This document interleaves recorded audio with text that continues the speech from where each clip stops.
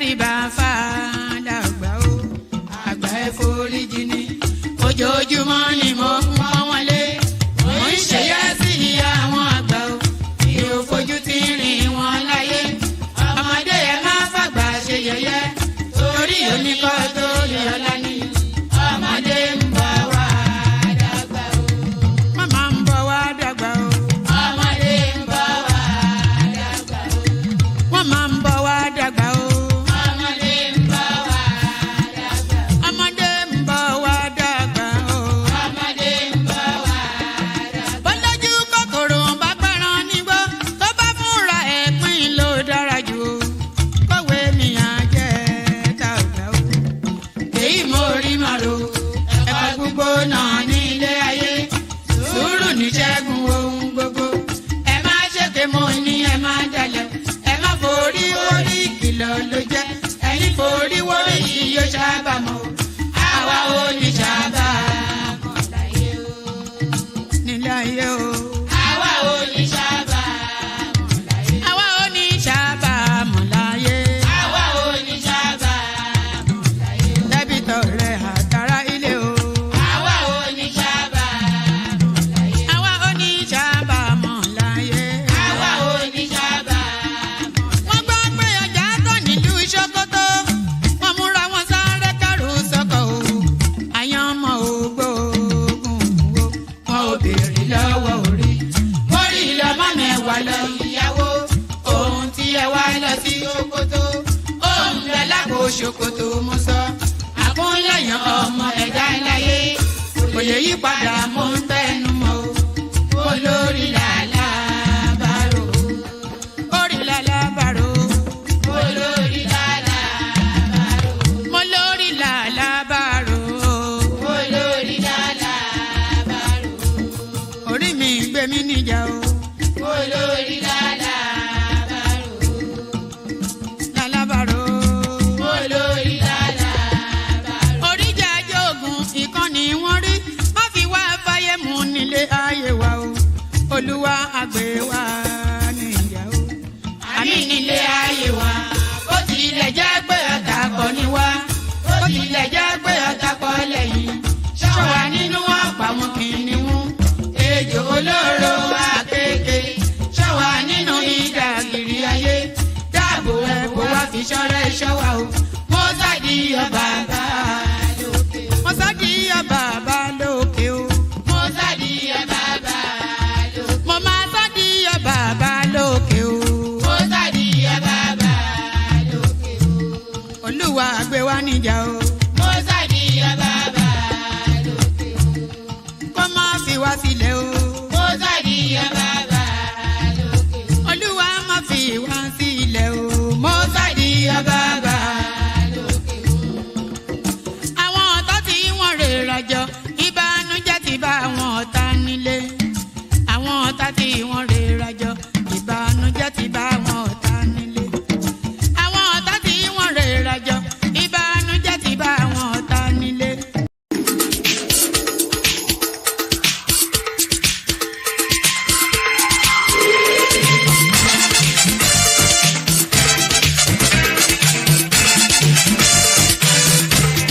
Sọmọrí àdúgbò yìí ẹ jáde wá o.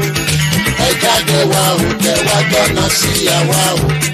Sọmọrí àdúgbò yìí ẹ jáde wá o. Ẹ jáde wá o, kẹ wá gbọ́nà sí àwa o. Tẹ bá jí lówùúrọ̀, tẹ bá ń tọrọ ọmọ. Tẹ bá ń tọrọ ọmọ lọ́wọ́ Elédùmarè.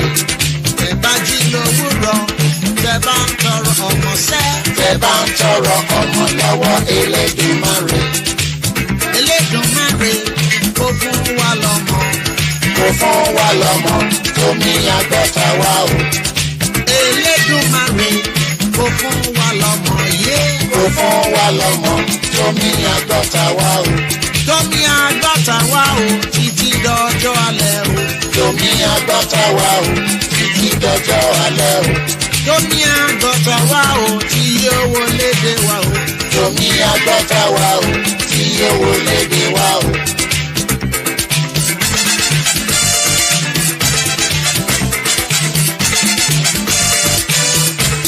Sọmọ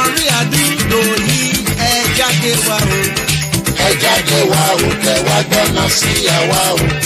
Sọmọrí àdúgbò yìí ẹ jáde wá o. Ẹ jáde wá o, kẹ wá gbọ́nà sí àwa o. Tẹ bá jí lówùúrọ̀, tẹ bá ń tọrọ ọmọ. Tẹ bá ń tọrọ ọmọ lọ́wọ́ Elédùmarè. Tẹ bá jí lówùúrọ̀, tẹ bá ń tọrọ ọmọ sẹ́. Tẹ bá ń tọrọ ọmọ lọ́wọ́ Elédùmarè. Elédùmarè kó fún wa lọ́mọ. Kó fún wa lọ́mọ tómi àgbọ̀tà wa o. Elédùmarè kó fún wa lọ́mọ. Kó fún wa lọ́mọ tómi àgbọ̀tà wa o. Tómi àgbọ̀tà wa o títí dọjọ́ alẹ́ o. Tómi àgbọ̀tà wa o títí dọjọ́ alẹ́ o. Tómi àgbọ̀tà wa o tí owó léde wa o. Tómi àgbọ̀tà wa o tí owó léde wa o. Ó sì yóò lè lè o. Sí o lélẹ̀ o. Sí o lélẹ̀. Sí o lélẹ̀ o. Ó sì yóò lè lè. Sí o lélẹ̀ o. Sí o lélẹ̀. Sí o lélẹ̀ o. Ó sì yóò lè lè lè. Sí o lélẹ̀ o. Sí o lélẹ̀. Sí o lélẹ̀ o. Ó sì yóò lè lè lè. Sí o lélẹ̀ o. Sí o lélẹ̀. Sí o lélẹ̀ o.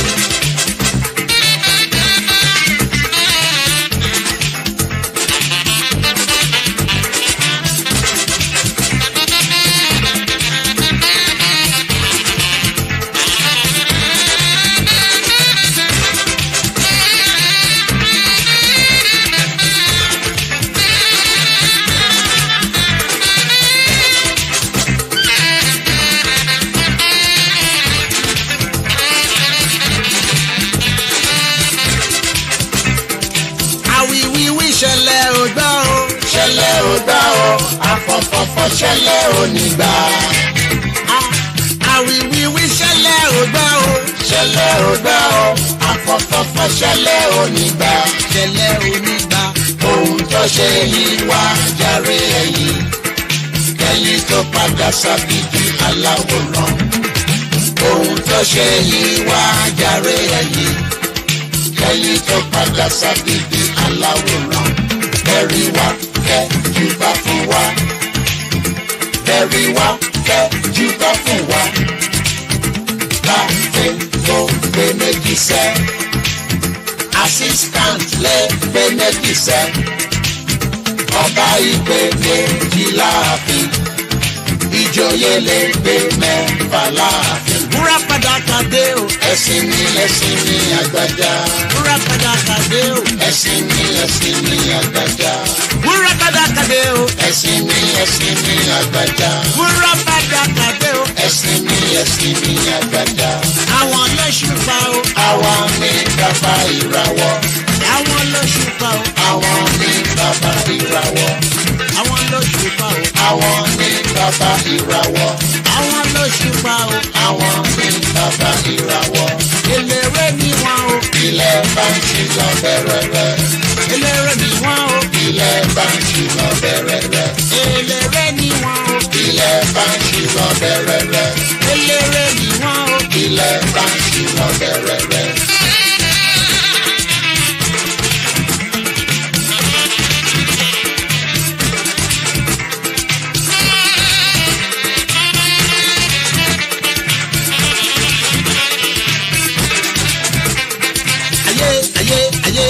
Ayé mi retí ẹlẹ́yà níbo lẹ fi t'Olúwa sí.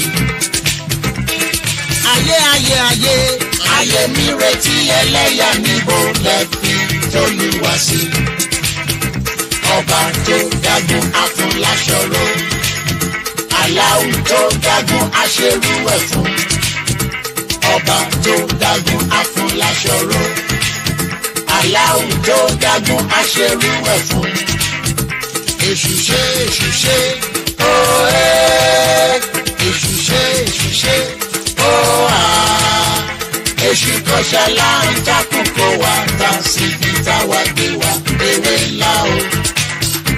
ńlá o, omi padà kó wá rún wẹ́wẹ́. Èwọ̀ sábàrú mọ̀gà kéré. Ọba Olúwa ni ó tú. ọba olúwa ní ojú gbogbo orí gbìmọ̀ tọ́jú ṣẹgbẹ́ wúrà fàdákà ọba olúwa ní ojú wọn kàn mí lérí o àwa oníjáde àwa jáde tán ojú tẹ́lẹ̀gàn wọn kàn mí lérí o àwa oníjáde àwa jáde tán ojú tẹ́lẹ̀gàn wúrà fàdákà àwa là ń ṣeré o. wúrà fàdákà àwa là ń ṣeré o. wúrà fàdákà àwa là ń ṣeré o. wúrà fàdákà àwa là ń ṣeré o. kékeré ká ń pọ̀ sí ọmọ wo rèé o. ká ń pọ̀ sí ọmọ wo rèé o. kékeré ká ń pọ̀ sí ọmọ wo rèé o. ká ń pọ̀ sí o ọmọ wo rèé o. kékeré ọlọ́dọ̀wọ́ ọmọ wo rèé o. báwọn ló ṣe bàbá o ọmọ wo rèé o. kékeré láti yájú ọmọ wo rèé o. ẹ̀yọ̀ bá jù. Adili alana go baila berefe. Adili.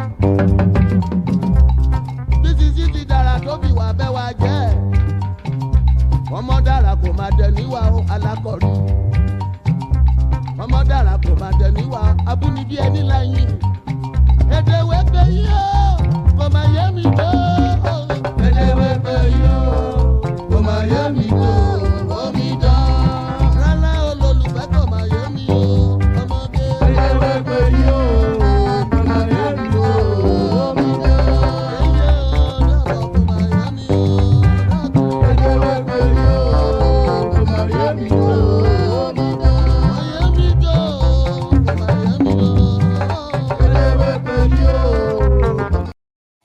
And there it is right there. Edewepe yo, koma yemio, omidon. So the language that you have spoken is not understood by me, young lady. That's what Orlando was. Is it dead now, Orlando? So that's what Orlando was saying there of blessed memory. Then I suspect that he might well be dead. I discovered that guy latterly, and I've been obsessed with his music ever since. The lucidity and the fluidity and the rhythm. Well, you know what I mean. It's better said in Yoruba than in English, I suspect. But it's rhythmicness, if there's such a word. So yes, quite striking music. Somebody was asking if we've turned to Cool FM. So much was the music. But yeah, good day to you. Good to be your company. And how are you? We go again. There was a threat that we might not have gone today, but we decided to go anyway. So a snapshot little session just for the culture. A snapshot little session just for the culture. A snapshot little session for the culture. So we kick it off with our campaign. That's Ejele Speaks right there. Continues to be in incarceration, and we're continuing to be insistent on its release. Hashtag Free Ejele Speaks. That's the campaign we're mounting. We mount it till that guy is released from custody. So that's hashtag Free Ejele Speaks. I did hint at having a guest appear for this session. We had Professor Chidi Odinkalu as a possible appearance, but he made the decision to come on too late. It was just around about 2, 3, 4 hours that he told me that if I'm still up for it, he's ready to do it. But it was too short notice that, one, I didn't really advertise it. I've not done any thumbnail, and I can't have a guest of that importance come without any preparation. So I just told him that I was not fully prepared yet. So he said okay, but he did not give a commitment. But maybe from tomorrow I'll push him to get a commitment. So that was what was going to happen. But now it didn't happen. So why am I even saying it? But so yes, we could have, but we don't. But we will for the future, almost certainly. One thing that we will be having is this Dupsy session. So the opening salvo of the Dupsy session kicks off this Sunday. So this weekend now, the opening salvo, the first 2025 session of the Dupsy show, it kicks off this Sunday. And the topic, of course, so there it is right there. It says office husband. That not nice guy at her office is after your wife. So there it is right there. You know that guy that causes up to all the girls in the office, especially your wife? Well, he is doing that with intention. So that's the Dupsy show right there. This Sunday coming, bookmark it. I'll send the link to the session so you can bookmark it. So you can bookmark it and be ready to go. So that's Dupsy session coming up this Sunday. The topic, office husband, that nice guy at her office is after your wife. So there it is right there. And Dupsy will talk you through all the reasons you have to be concerned. So bookmark that. You have the double act, the duo, that is Dupsy and of course the elegant Chioma. So that fills with excitement. I'm excited for that. So there it is. You gotta click on that link that I've just sent in and bookmark it. So Dupsy back this Sunday.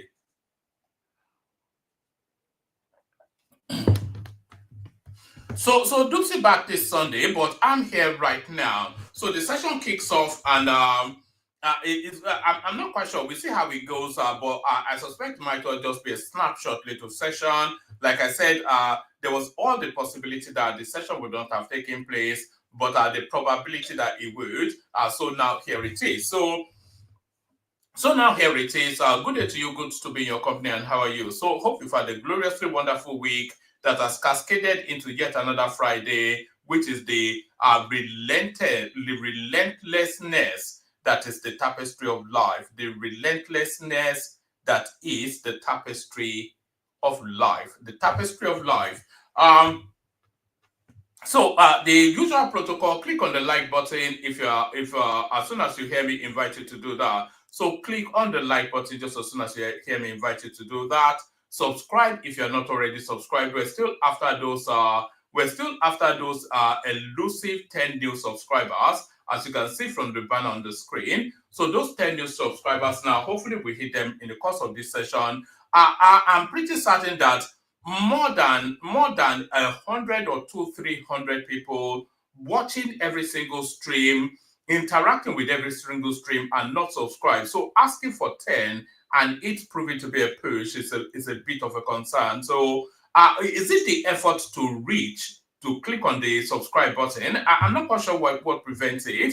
We have enough viewership for the subscription to go up. So I'm not quite sure what's going on there. So click on the like button, click on the subscription button, click on the hyperlink that says StreamYard to come and join me on the screen. I'm not going to say you should super chat towards the stream. I'll leave that to your discretion. But I will say that you should share the links to the stream on your social media spaces. So like, share, subscribe.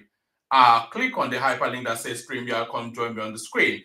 So we don't have an abundance, but we do have something to chew over. And we start the chewing. I told you already, Henry, yes, my DP is an NFT. It's called Crocs by McGee. You know, I think I own about 3 or 4 of them, but that's my favorite one. So I'm probably going to make a t-shirt out of it. I own all the rights to that thing right there. So yes, my DP. So this DP right here, this froggy little albino looking frog with the funky heart, that's a non-fungible token. I think I've said that severally on the platform. So yes, let's just get into it. Let's get into it. Conducting elections in Nigeria is a significant burden. This is the looter from where is it from? Is it from Yobe? Where is actually? Let me find out actually. Which state is Mahmood? Which state is Mahmood Yakubu from? Bauchi. So that's the looter from Bauchi making the headline right there.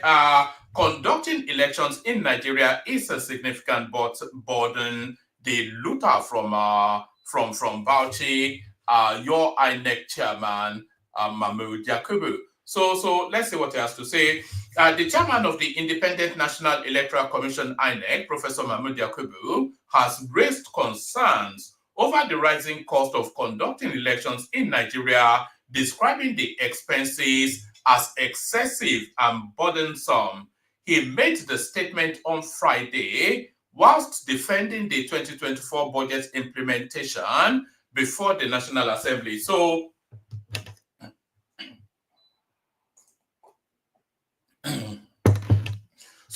can Nigeria actually afford that? You know, the what we spend on elections in Nigeria is probably the budget of Sierra Leone or Liberia or something. We get into it in a moment, but let's see how he justifies this statement first.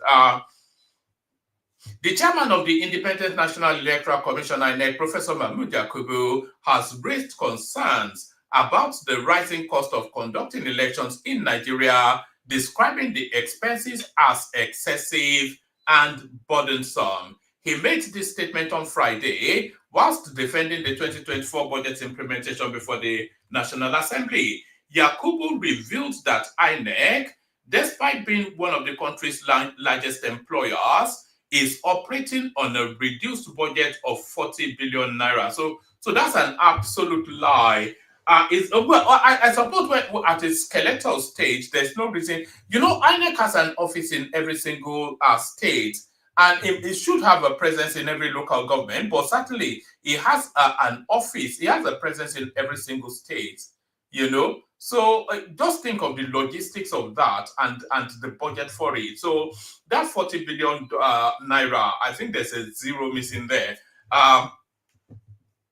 Yakubu reveals that INEC, despite being one of the country's largest employers, is operating on a reduced budget of 40 billion naira, significantly lower than the 80 billion naira initially requested.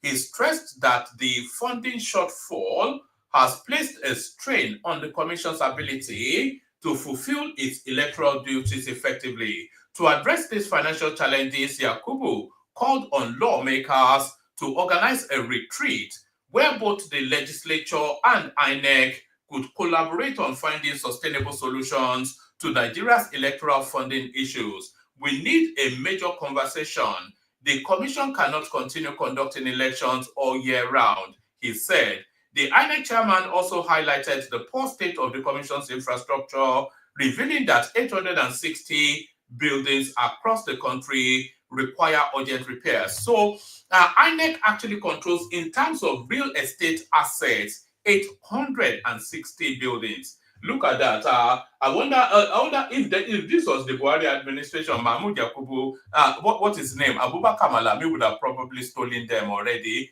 if he had the opportunity. Remember how we tried to steal $500 million in the last $500 million, that is, in the last few months of the Buhari administration.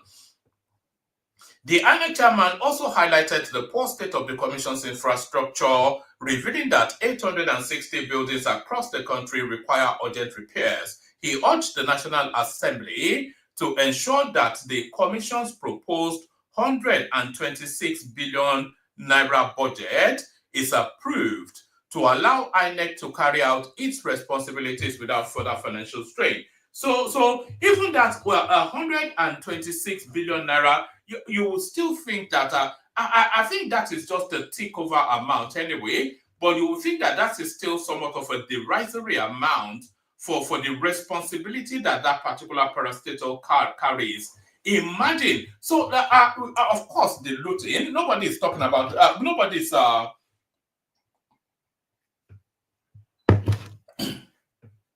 of course, the looting, nobody is quibbling about the looting. We know that the looting is already embedded within but in terms of the actual cost of running an organization like INEC, it's a Herculean expense and a Herculean lift in terms of the administration of it. I should never really be paying attention to the comment section, because anytime a comment catches my eye and I feel the need to respond to it, is this Arinze right there trying to prod at Shoma. So yes, it is a Herculean task actually for all of the criticism that will level against Mahmood Yakubu. Just pause for a moment and reflect on that work. 760 something local government areas. He has to cover that. He has to administer it in terms of personnel, in terms of procedure, in terms of a structured layout, in terms of outcome, in terms of managing expectations. 760 something local government areas, and then he has to cascade that through those local government areas to the ward areas, to the state areas, and the federal space, managing expectations, managing expenses, managing everything. It's a Herculean task. Imagine for a moment, and it's quite a colossal amount of money as well. To imagine the logistics, so the manpower to man all the local government areas. So you need working on the hypothesis of 3 staff per local government area. So 3 staff per local government area, 760 something. How many do we have? Let's just work on 760. So 3 staffs to man 700, 3 staffs each to man 760 local government areas. So to manage them in terms of personnel, to manage them in terms of expenses, to manage the logistics of it all, and then to coordinate it seamlessly throughout all of that management to a central pool and a unified. It's a real task that Mahmood Yakubu is taking. I'm not a fan of it, of course. It still remains a mala, but really we have to acknowledge just the heavy lift that that job requires. The heavy lift that job requires.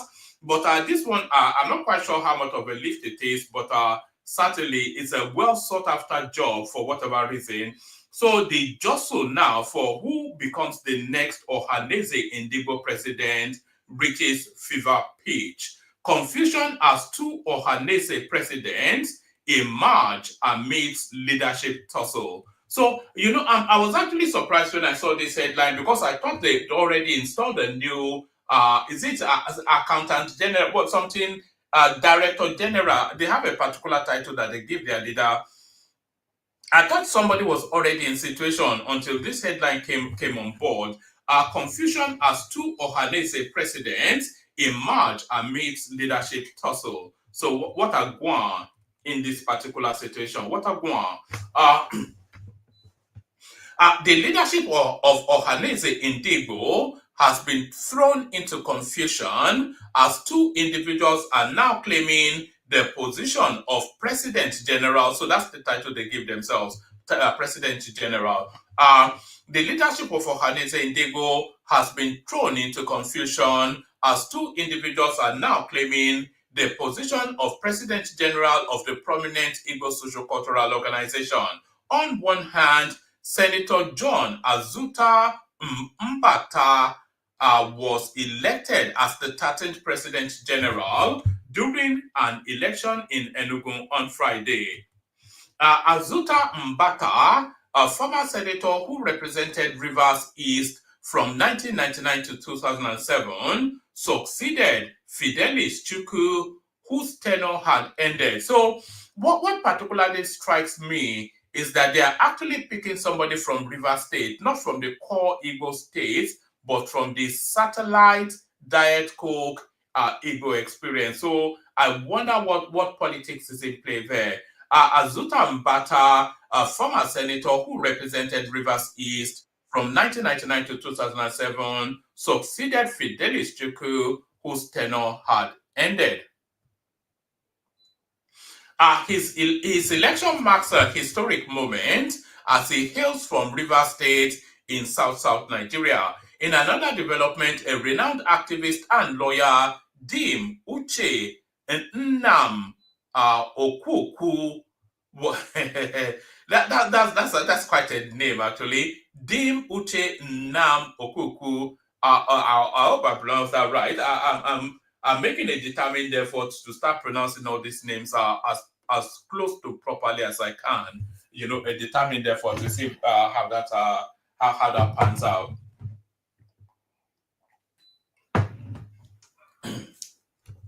In another development, a renowned activist and lawyer, Dim Uche Nnam Okuku, was also declared President General of Ohanaeze Ndigbo Worldwide during the organization's convention in Port Harcourt. According to correspondents, the returning officer, Achi, disclosed that Okuku was elected unopposed after a process led by the progressive movement in Igbo land, which took place on Thursday, from Thursday to Friday. Both leaders were chosen to lead the same organization, creating a state of uncertainty within Ohanaeze. The General Assembly declared Okuku's victory, citing his commitment to the defense of Igbo interest and his dedication to upholding the constitution of Ohanaeze Ndigbo. So there it is right there. I was going to call it a rudderless ship, but well, let me call it a rudderless ship then. It's a rudderless ship, isn't it? A citizen of no mean city, a ship without a captain, a bit of a nonsense going on there. So still staying within the Southeast, this is a really growing concern within that space. we see these headlines so frequently. We're inured to it, but we should never be inured to this. Mass abduction.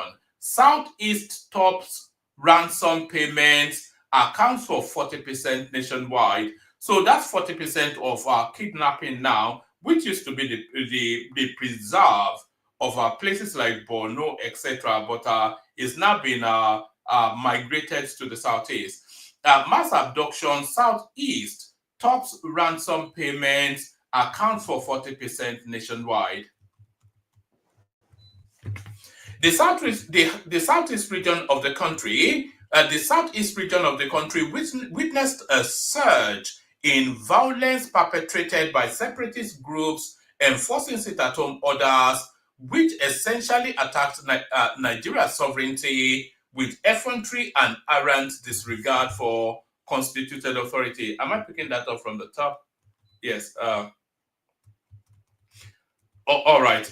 The southeast region of the country witnessed a surge in violence perpetrated by separatist groups enforcing a sit-at-home order, which essentially attacked Nigeria's sovereignty with effrontery and arrant disregard for constituted authority. The alarming situation escalated on November 18th, 2024, when unknown gunmen launched simultaneous attacks on Abetete and Ukpo communities in Anambra State, leaving a trail of destruction and death, including 3 vigilante members and an innocent citizen. These senseless attacks were recurring nightmares which instilled fear and uncertainty amongst the populace. In the year under review, another devastating attack in Aba, Abia State resulted in the loss of 11 lives, including 5 military personnel and 6 civilians, with the army blaming the outlawed separatist group, Indigenous People of Biafra IPOB movement, for the incident. So I wonder if anybody is actually quantifying and documenting just this excessive violence going on amongst within our southeast region. Many civilians amongst whom were youths were alleged to have been killed, harassed, and assaulted by security personnel in a bid to rein in the separatist group in the region. In fact, a report by SMB Morgan, an African-focused marketing and security intelligence gathering firm, reveals that a staggering 419 million naira ransom was paid between July 2023 and June 2024. So within the period of is that a staggering amount? I wonder if that is a staggering amount.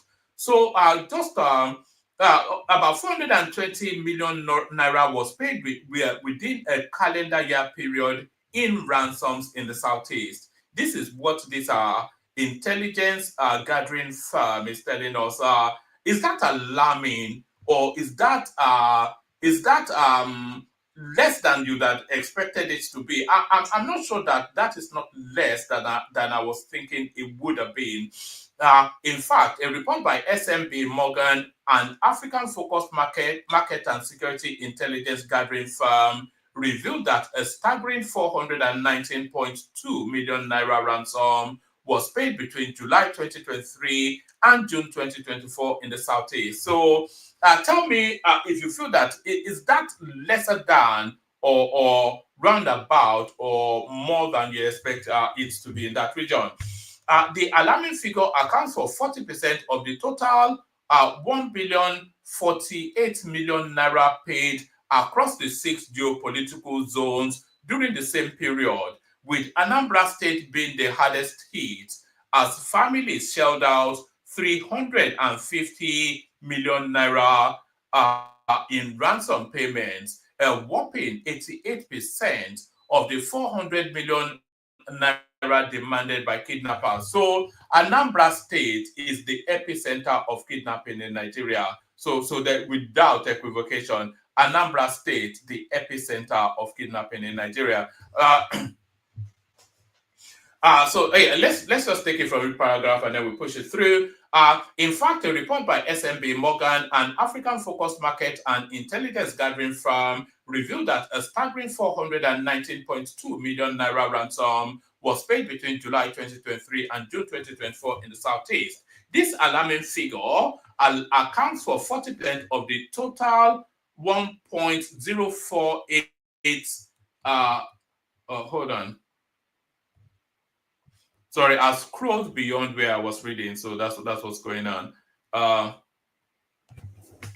This alarming figure accounts for 40% of the total 1.048 billion naira paid across the 6 geopolitical zones during the same period, with Anambra being the hardest hit as families shelled out 350.2 million naira in ransom payments, a whopping 88% of the 400 million naira demanded by kidnappers. A breakdown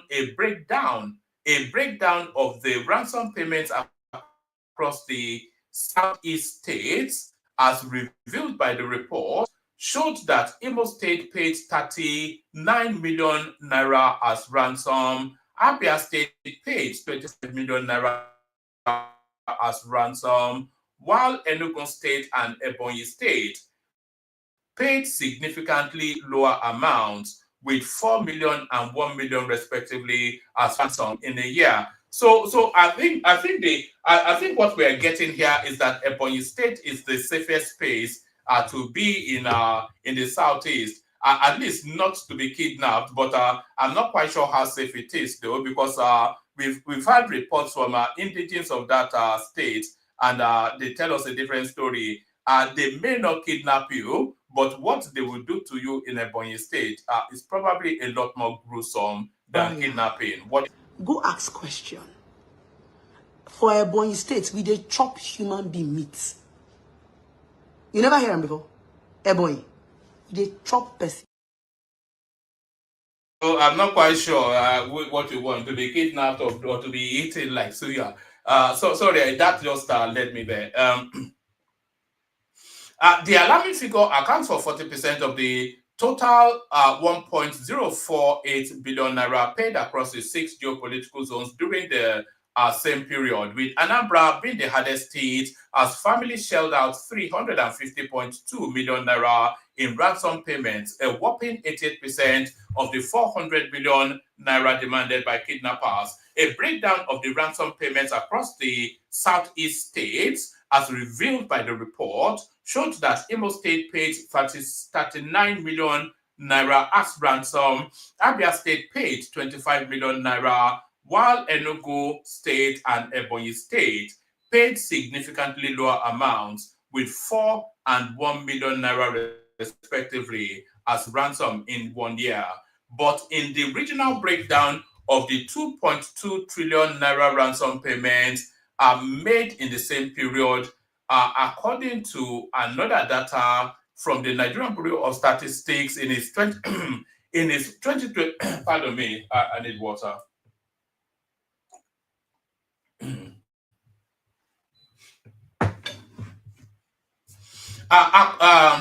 According to another data from the Nigerian Bureau of Statistics in its 2024 Crime Experience and Security Perception Survey, the Southeast paid 85.4 billion naira, an amount lower when compared to the 1.2 trillion paid in the Northwest, which accounted for the highest share. But so I'm not quite sure. I think this is a different period of audit.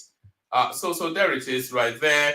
So there it is right there. The capital city, the capital state for kidnapping in Nigeria, Anambra State. So Charles Soludo, get your finger out of the back of your broadcast and sort it out. You'd have thought if you wanted anybody in charge of Anambra State, you'd have thought it would be Charles Soludo. But from all the reports we are getting, it's not making that much of a job of it. Senator Azuta Mbata, elected new Ohanese President General, depending on which side of the divide you're on, So from that to this is the last one now, and then we play a couple of clips, see who turns up. If anybody turns up, you have to turn up with a conversation, because I don't think we have that much in terms of what we have ready.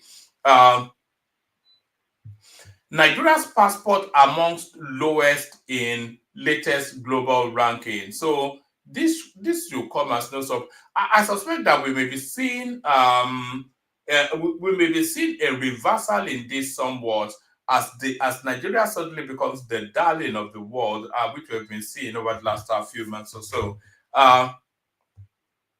Nigeria's passport amongst lowest in the world in our latest world ranking. Place 94 with access to 46 destinations. So this never comes as a surprise to anybody. The latest Henley Passport Index has ranked Nigeria's passport 94 out of 199 countries, underscoring the country's persistent challenges in global mobility. Do you know there's a YouTuber called Taiwo Aino? Yes, Taiwo Aino. I think that's his name. So fed up was he with the restrictions that the Nigerian passport placed on him, that he went and bought himself a Caribbean citizenship, spent the better part of $250,000 on that. He just went and bought himself a Caribbean passport. He's now moved to Spain or something. The latest Henley Passport Index has ranked Nigeria's passport 94 out of 199 countries, underscoring the country's persistent challenges in global mobility. The ranking released yesterday shows that holders of Nigerian passports can access just 46 destinations around the world without a visa. Global, I think Kenya is part of that list now. Is it South Africa as well that has opened up to us passport free off the back of Tinubu's visit? Or passport on no, not passport free, or visa free. Or is it visa on or is it visa free? What did South Africa open up to us that got their citizens enraged? The ranking released yesterday showed that holders of Nigerian passports can access just 46 destinations around the globe without a visa. Global mobility is an important measure of soft power for a country's citizens when they go abroad. Nigeria's poor ranking amongst the most powerful. Let me take that from the top again. It sounds somewhat stilted. There's no lucidity to it.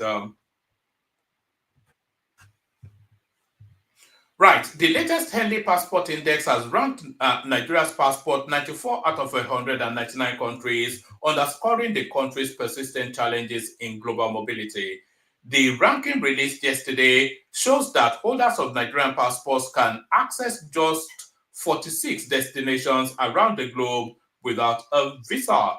Global mobility is an important measure of soft power for a nation's citizens when they go abroad.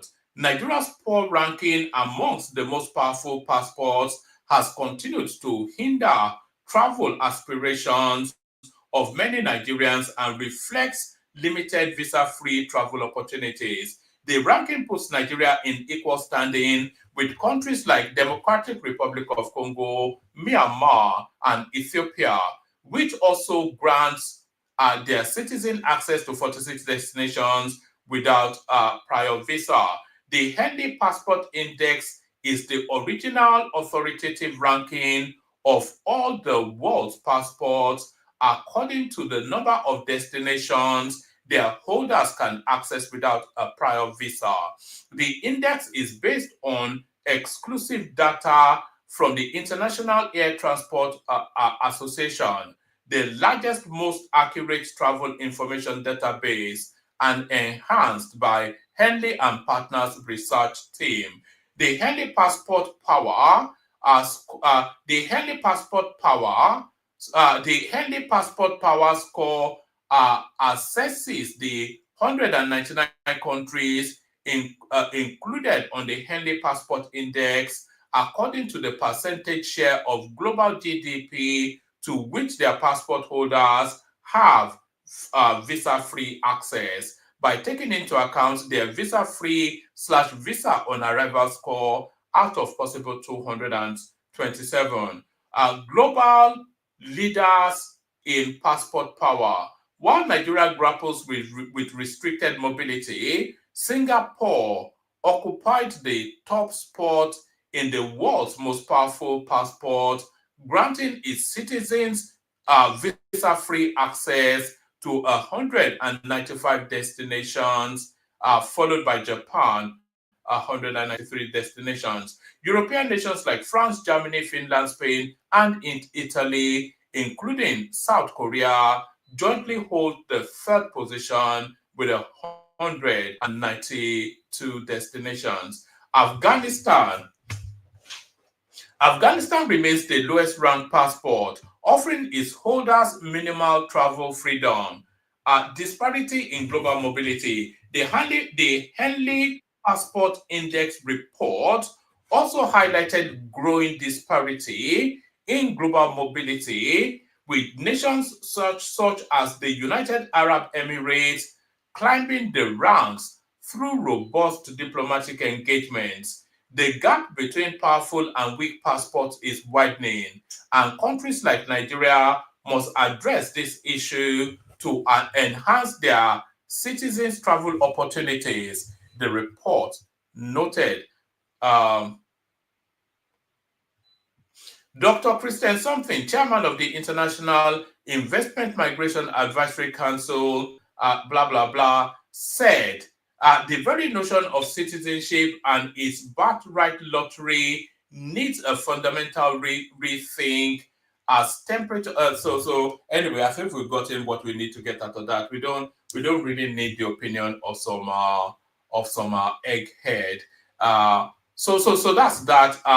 Let me give you a few clips and then we'll see who turns up. Let me give you a few clips to see who turns up, if anybody turns up, that is. This is Sheon Kuti responding to that now infamous slap on that little kid. The child is being prepared for African life. That's African education. Because they say that child become a multi-millionaire in his life. Now, so society will slap and they go for the rest of his life. Different kind of slap.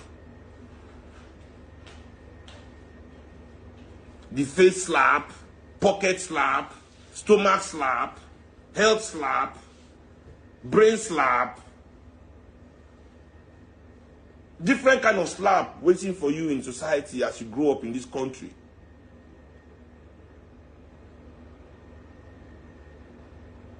Maybe it's necessary. Because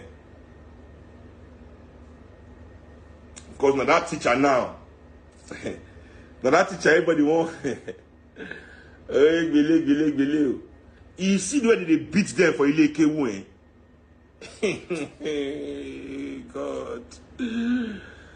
Oh, African children. Oh. The beating, the molestation. At least it's good so we don't catch this woman. And I'm happy about the outrage we will also see online. We follow the thing. You know, maybe most of them don't get sense. They no good to the oppression of children and the beating of children, and not to let our children they speak their mind. Now you both say spare the rod and spoil the child. Oh, Yoruba say taba for war no more. I be for war, me I be lefty. So now Otun be the bad side for me. So taba for war no more. I'm a for war si no I'm a fi famora. People always say so kini. One year inti aja fi ge omo eje no lo ma fi bashiri. So those kind of parents will teach you waiting. At the end of the day, that you must care for your child. Say no, after every scolding, no matter the scolding, but about for what you know, or for what you know, far more. don't forget to draw the child immediately close. All right. So the outrage that succeeded that woman's we only call it an assault on that child. I hope it marks a turning point within the. I just don't see why people will beat kids. You don't train a kid by beating. I think I thought we all knew that by now. All you do is inflict pain. Better go the long course and actually explain to that child why that thing is wrong, and then they'll use that knowledge to apply to another situation. So just beating them is just you. I don't get it, man. I've not yet met anybody that was able to watch that clip in full. It's just so brutal. So that's Shem Kuti's take on the woman that was tormenting a kid that was left in her care. This is Shem Kuti still digging at the southeast. If Bob has been carrying news that Buhari is dead, that Nigeria is ruled by Jubril. Jubril now has thrown Nnamdi Kanu inside Gulag. Nnamdi Kanu's lawyer, he said Buhari should free Nnamdi Kanu. Do you see what's going on? I repeat, I say Nnamdi Kanu say Buhari is dead. Jubril is the one in power. Now, Jubril has thrown Nnamdi Kanu into Gulag.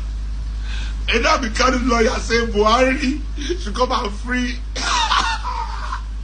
Nigerian politics will kill it. You have to be consistent, bro. So please, Jubril, come and free Nnamdi Kanu before you leave office on the 29th. Nnamdi Kanu's lawyer is making a mistake by calling on Buhari. That's why there has not been any movement. We are begging the wrong person.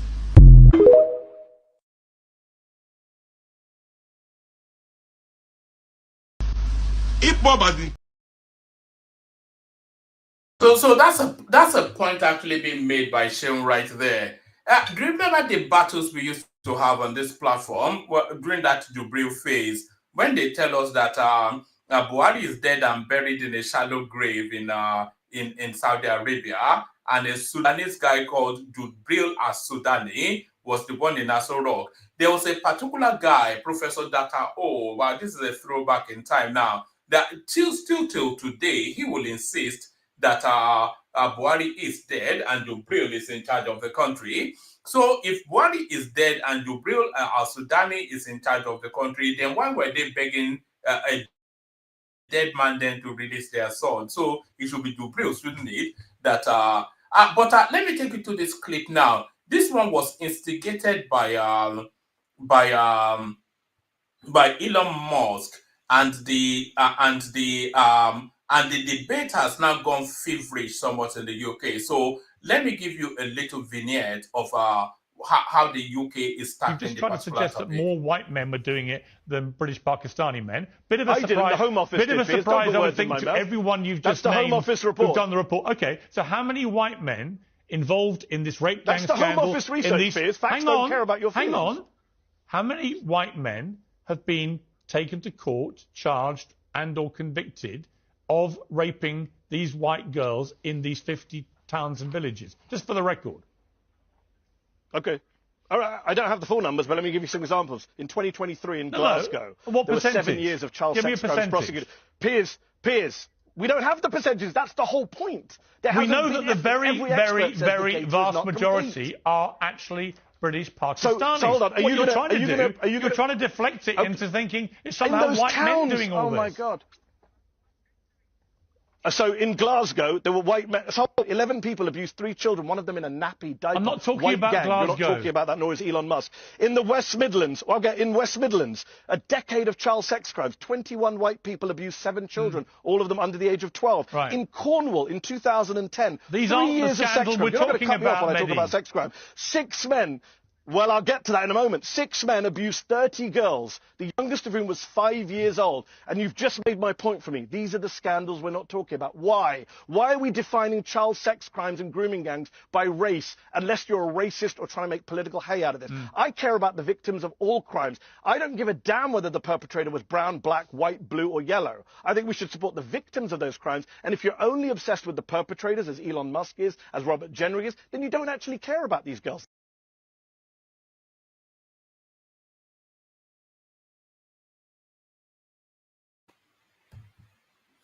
So there it is right there. I'm sure a lot of you have heard of what's been going on in the UK. A lot of this, it's not even a Muslim thing, it's a Pakistani thing. They've been grooming all these girls and raping them, as seems to be the terminology that people use now.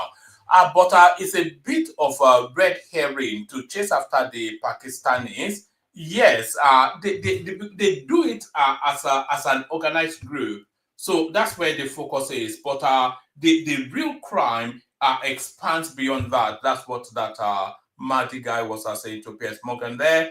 Let's go back to Nigeria then. And let's, I'm bringing you this because it speaks to a particular nuance that people are not tackling yet. A lot of the historical mismanagement of the Nigerian state is now being parked on the Tinubu administration, and people are now pelting him that why has he not solved all that afflicted the country within the first 12 months of his administration.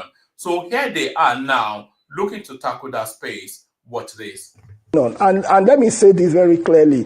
This particular, I'll give you an example. One of the correctional centers we had was built in 1914. We had one that was built in 1886. Even Ikoyi was built in 1956. This president was not president then. I wasn't minister then. So we cannot solve a 100-year problem in one day. But the fact is that we are making progress. We are rehabilitating our correctional center. And also, let me tell you also that it's not that we're concentrating on immigration, but it's because immigration has to do with day-to-day of our people.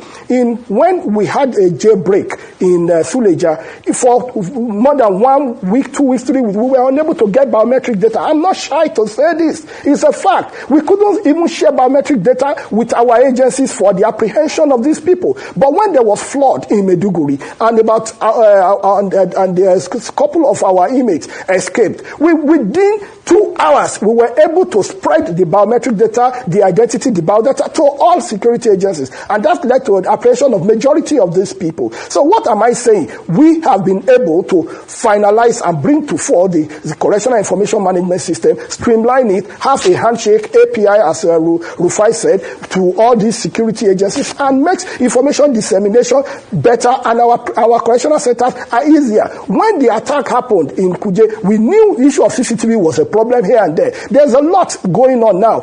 Most of our correctional centers, the CCTV is there, and of course there is more of monitoring. So there's a lot that has been done even in our correctional center. And when the issue in government cannot say you are not in charge of ills not happening, but the question, how do you react? How do you combat it? When the Bobrisky issue happened, you saw what the man that was that took that decision, the guy that took that decision for the Bobrisky thing is an SCG. And as I speak to you, the SCG is at home, suspended. And of course, disciplinary action is going on. Now, when people take actions, people now know that there will be reaction. People now know that there will be consequences to actions. And that's what we've done. The guy that's in charge of Kuje, that handled the Mena Waziri's issue, the Abdurrashid Mena, issue. The guy is at home today because of the ills that he did. That is a deputy controller of immigration, of corrections. So now people know that when you err, this government will not tolerate it and actions will take it. Now to the issue of the certificate of origin.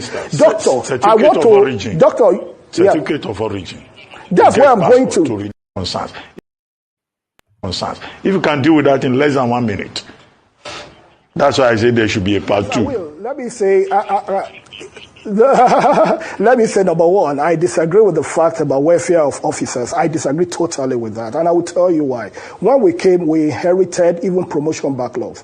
In 18 months, we've been able to handle that and make sure that we're up to date. 52,000 officers were promoted in 18 months. That has never happened. This president came and took the issue of their health insurance, took the issue of their life assurance policy seriously and created opportunity for that. This particular administration came and started introduced what we call rent and peculiar allowance, and they started paying. The issue of salary for one or two issues that has to do with salary is not within the purview of the ministry. We don't pay salary. That is purely something that has to do with the office of the Accountant General of the Federation. And I tell you that it is not peculiar to only the Ministry of Interior. And of course, the Accountant General office is on top of it. I set up a committee that is interfacing with the office of the Accountant General. So when we talk about welfare of officers, it has never been better than this. And they will themselves, we attest to that. And this particular president also increased the establishment structure for all these paramilitary officers, increasing that, creating more opportunities for promotion, for elevation, and for career fulfillment.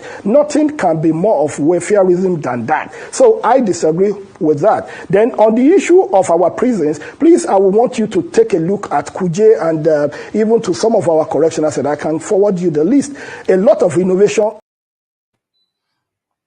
So there it is right there. I don't think this government quite amplifies enough what they have been doing. They've not amplified enough. But this year, this 2025, is going to be a seminal year for the Tinubu administration. This will be the make or mar year, because by 2026, everybody would have switched to electoral mode, and it'll be too late for anything to really be impactful.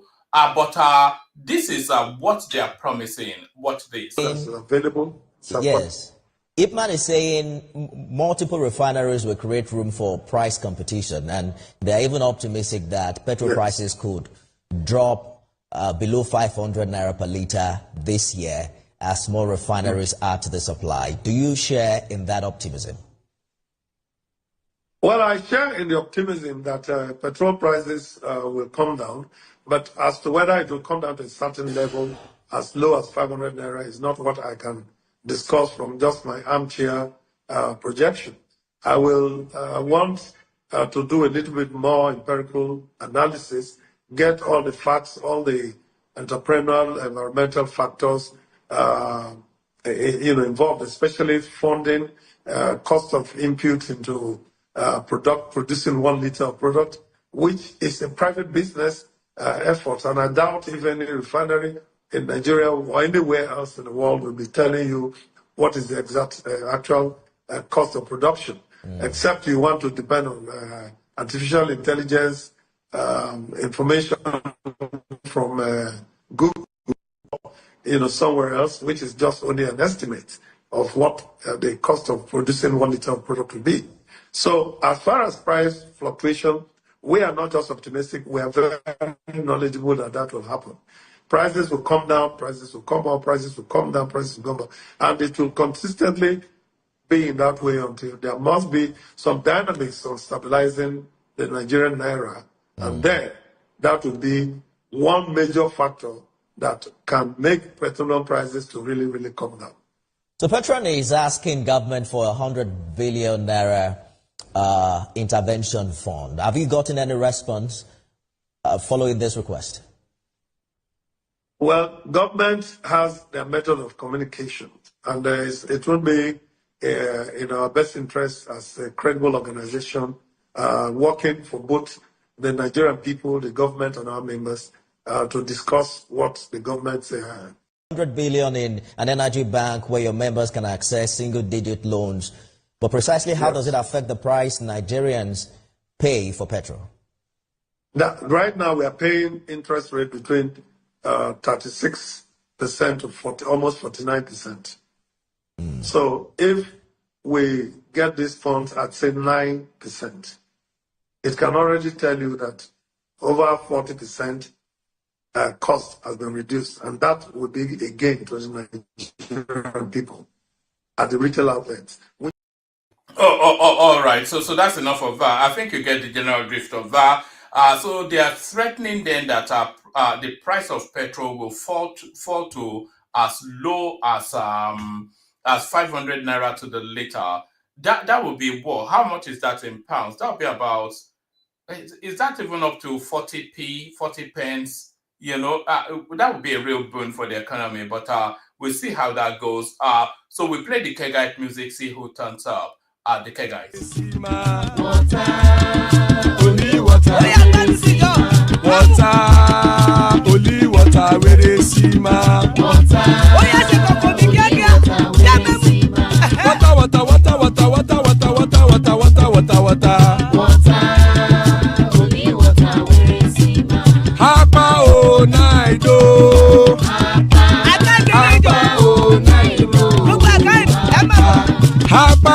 Tinubu don come o.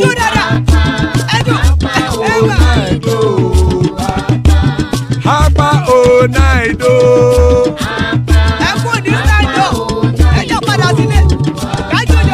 Oro kẹ̀kẹ́ ẹlẹ́mùrè o. Ilé sọ́díyà kẹ̀kẹ́ ẹlẹ́mùrè o. Bobby master kẹ̀kẹ́ ẹlẹ́mùrè o. Chief Faila ti kẹ̀kẹ́ ẹlẹ́mùrè o. Eruku lẹ̀lẹ̀ ẹlẹ́mùdé. Eruku lẹ̀lẹ̀ ẹgbẹ́ ẹlẹ́mùdódò jàre o. Eruku lẹ̀lẹ̀ Ghana ti dé ẹgbẹ́ bọ́dì o. Ọmọ ẹlẹ́yẹ ẹyẹ o ó dilé o. Olúyẹ̀lá ẹyẹ o ó dilé o. Petrosoname ẹyẹ o ó dilé o. Petrosodunke ẹyẹ rẹ̀ ó dilé o. Ẹlẹ́kọ̀ ọ̀run mú ìní o.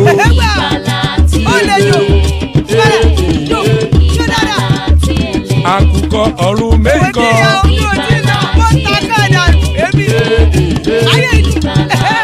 Ikú kò ní ríwà gbéṣe o.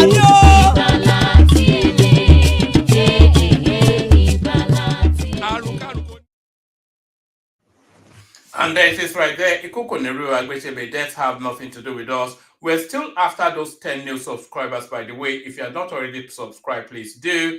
Joining us, Choma, always a delight when Choma is here. Tony is in the building. It's potluck when Tony is here. World Peace with us as well. So that's the assemble so far. More spaces are on the thing. If you want to hop on. Let's kick it off. Start it off with Choma. Choma, good to see you.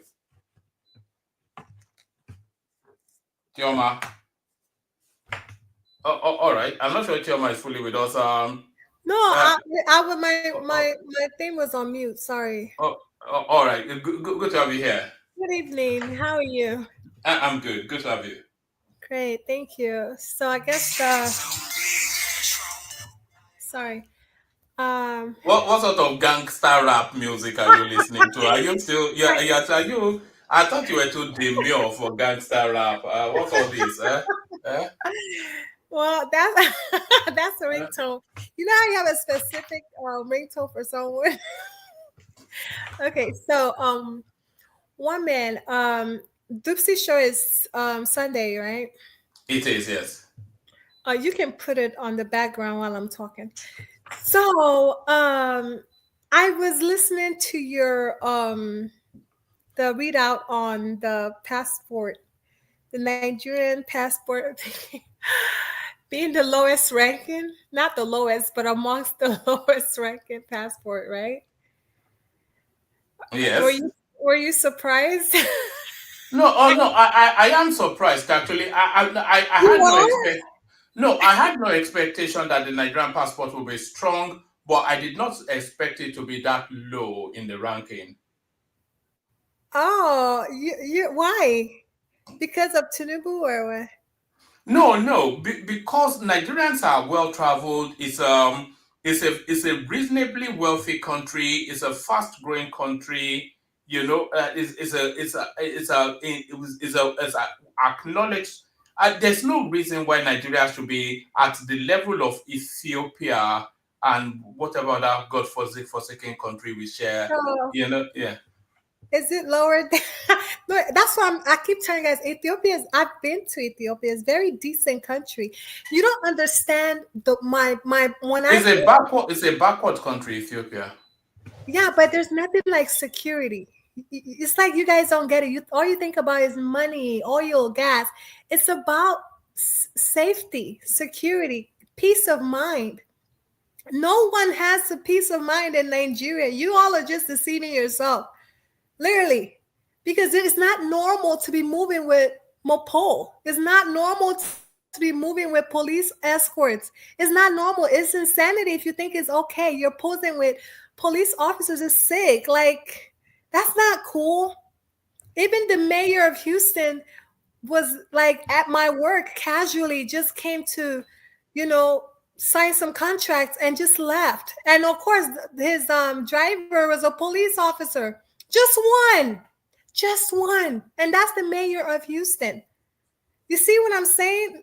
Like, our mentality back home is so lopsided. It's like even the rich and It is unreasonable to draw parallels between America and Nigeria. Okay, let's talk about South Africa. Where's South Africa in the ranking? Yeah, but South Africa is a European country now. It's not a. Okay, but still, Nigeria is lower than Ethiopia, right? That's what I'm saying. No, Nigeria is on the same level as Ethiopia. How about Ghana? I suspect they are higher than us. One man, like, let's stop deceiving ourselves. You get our country's kind of shitty. And you know why? We're on the same level as Democratic Republic of Congo, Myanmar, which used to be what was its other name, and Ethiopia. So that's where we are. Congo, Myanmar, and Ethiopia. See, low class. You see, we're in the same level with real riff-raff countries, like countries that like probably don't even have a population. We are on the same level as those deserted country that is all Boko Haram and Fulanis in their country. Like, it's racism, isn't it? It's racism. It's not racism. It's the West criticizing, being very critical and judgmental. And it's all facts. They have to judge us because we are not judging ourselves. We're deceiving ourselves. That's what we do. And that's the same thing you're doing right now. I want you to tell me that Nigeria is shitty, and I will respect you. Because if you don't know that Nigeria is shitty, but Nigeria is not shitty. That's the thing. What makes it so? Okay, why would you? Okay, because it is our mentality, the corruptness. We're so corrupt. You know, we're not as opposed to where? As opposed to which country that is not corrupt? And your life is at risk in that country. Every day you have to thank God that you made it back safely. You know? You're safer in Nigeria than the United States now. One man, just stop. Even you said it yourself a long time ago. Are you not? That you can't live in Nigeria. You said it. It's not a safe place to live. Yeah, because of the amenities. Okay, so what did Dirty December contribute to all of this?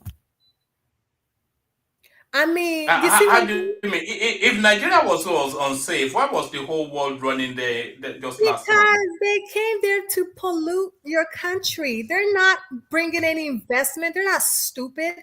They came with to dollars. Have a good They came to pollute us They came to have a good time. Dollars? What? $5? Literally $5. You know how much I told you $1 can buy a human being in Nigeria. What are you telling me? Like. Yeah, I don't think so. You know that? Yes, one man. Okay, $500.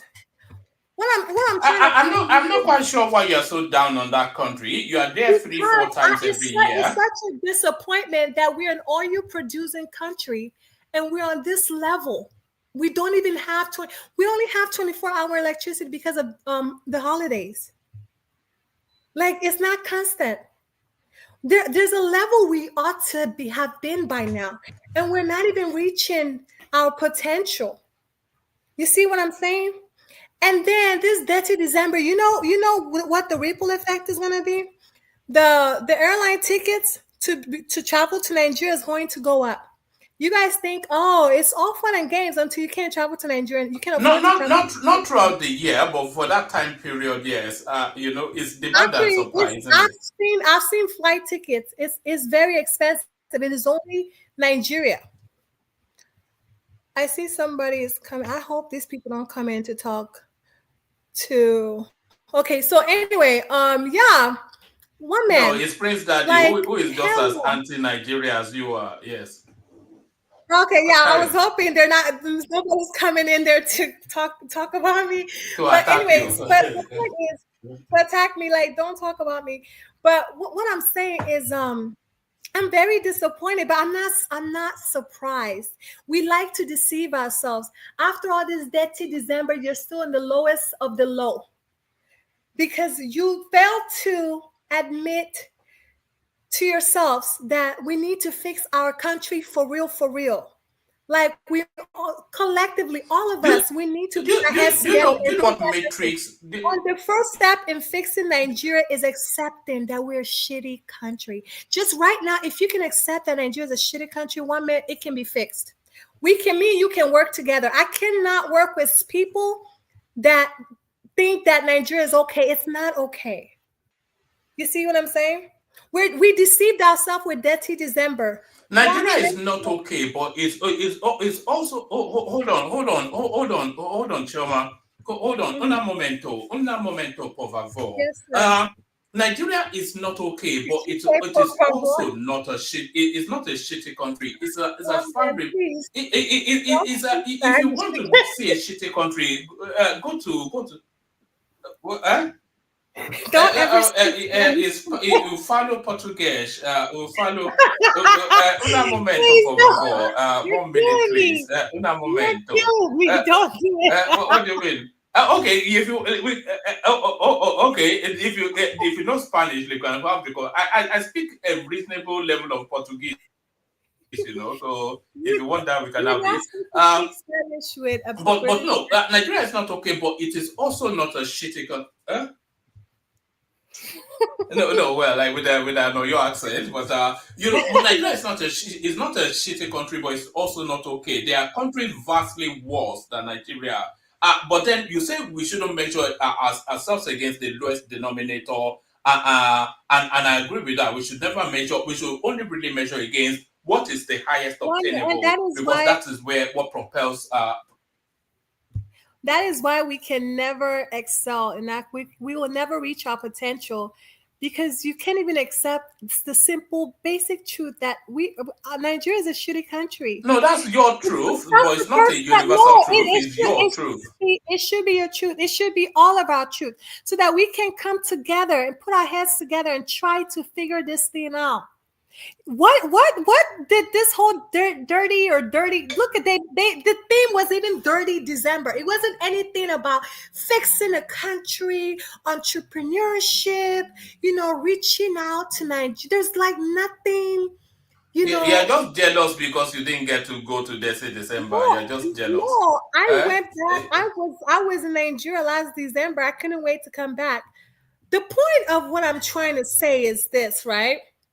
We need to, this dirty December should have been a better theme, not dirty December, because to me, they just went there to pollute the country and mess with the girls and the guys, and that was it.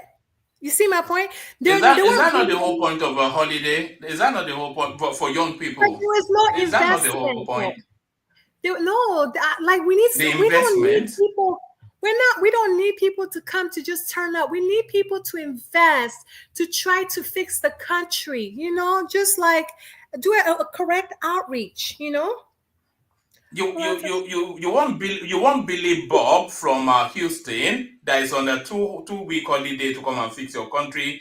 He's just coming for you. He's coming to exchange dollars for girls. That's now you just admit that December now. December was a good thing.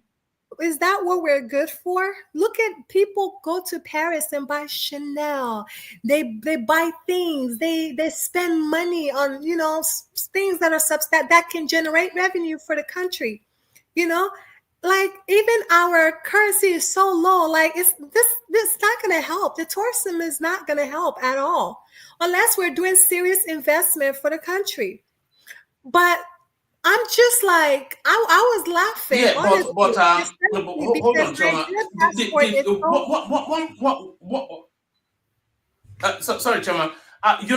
One thing propels the other. If you have this tourism coming in, and they identify it as a new portal opening up, then they will invest in what supports that, which will improve. They will invest in improved security, improved facilities, infrastructure, improved electricity to make that experience as wholesome for the visitors as possible, to make sure that they're coming back. So this dirty December is a very All good right, thing one for. man. That's a lie because wait, Prince, that's a lie because look at the thing Ghana did for their country. I think it's the time to go back to the home or something. There was a thing they did where all the Black Americans decided to actually become citizens in Ghana. They had like open opportunities for a lot of African Americans and Black people in diaspora to feel like this is their home, even though 90% of them are not from Ghana. You get my point? But they made it more substantial than just dirty December. They're only there to pollute the country and leave. Like, we don't use our brain. And now the price ticket to go to Nigeria is going to go skyrocket.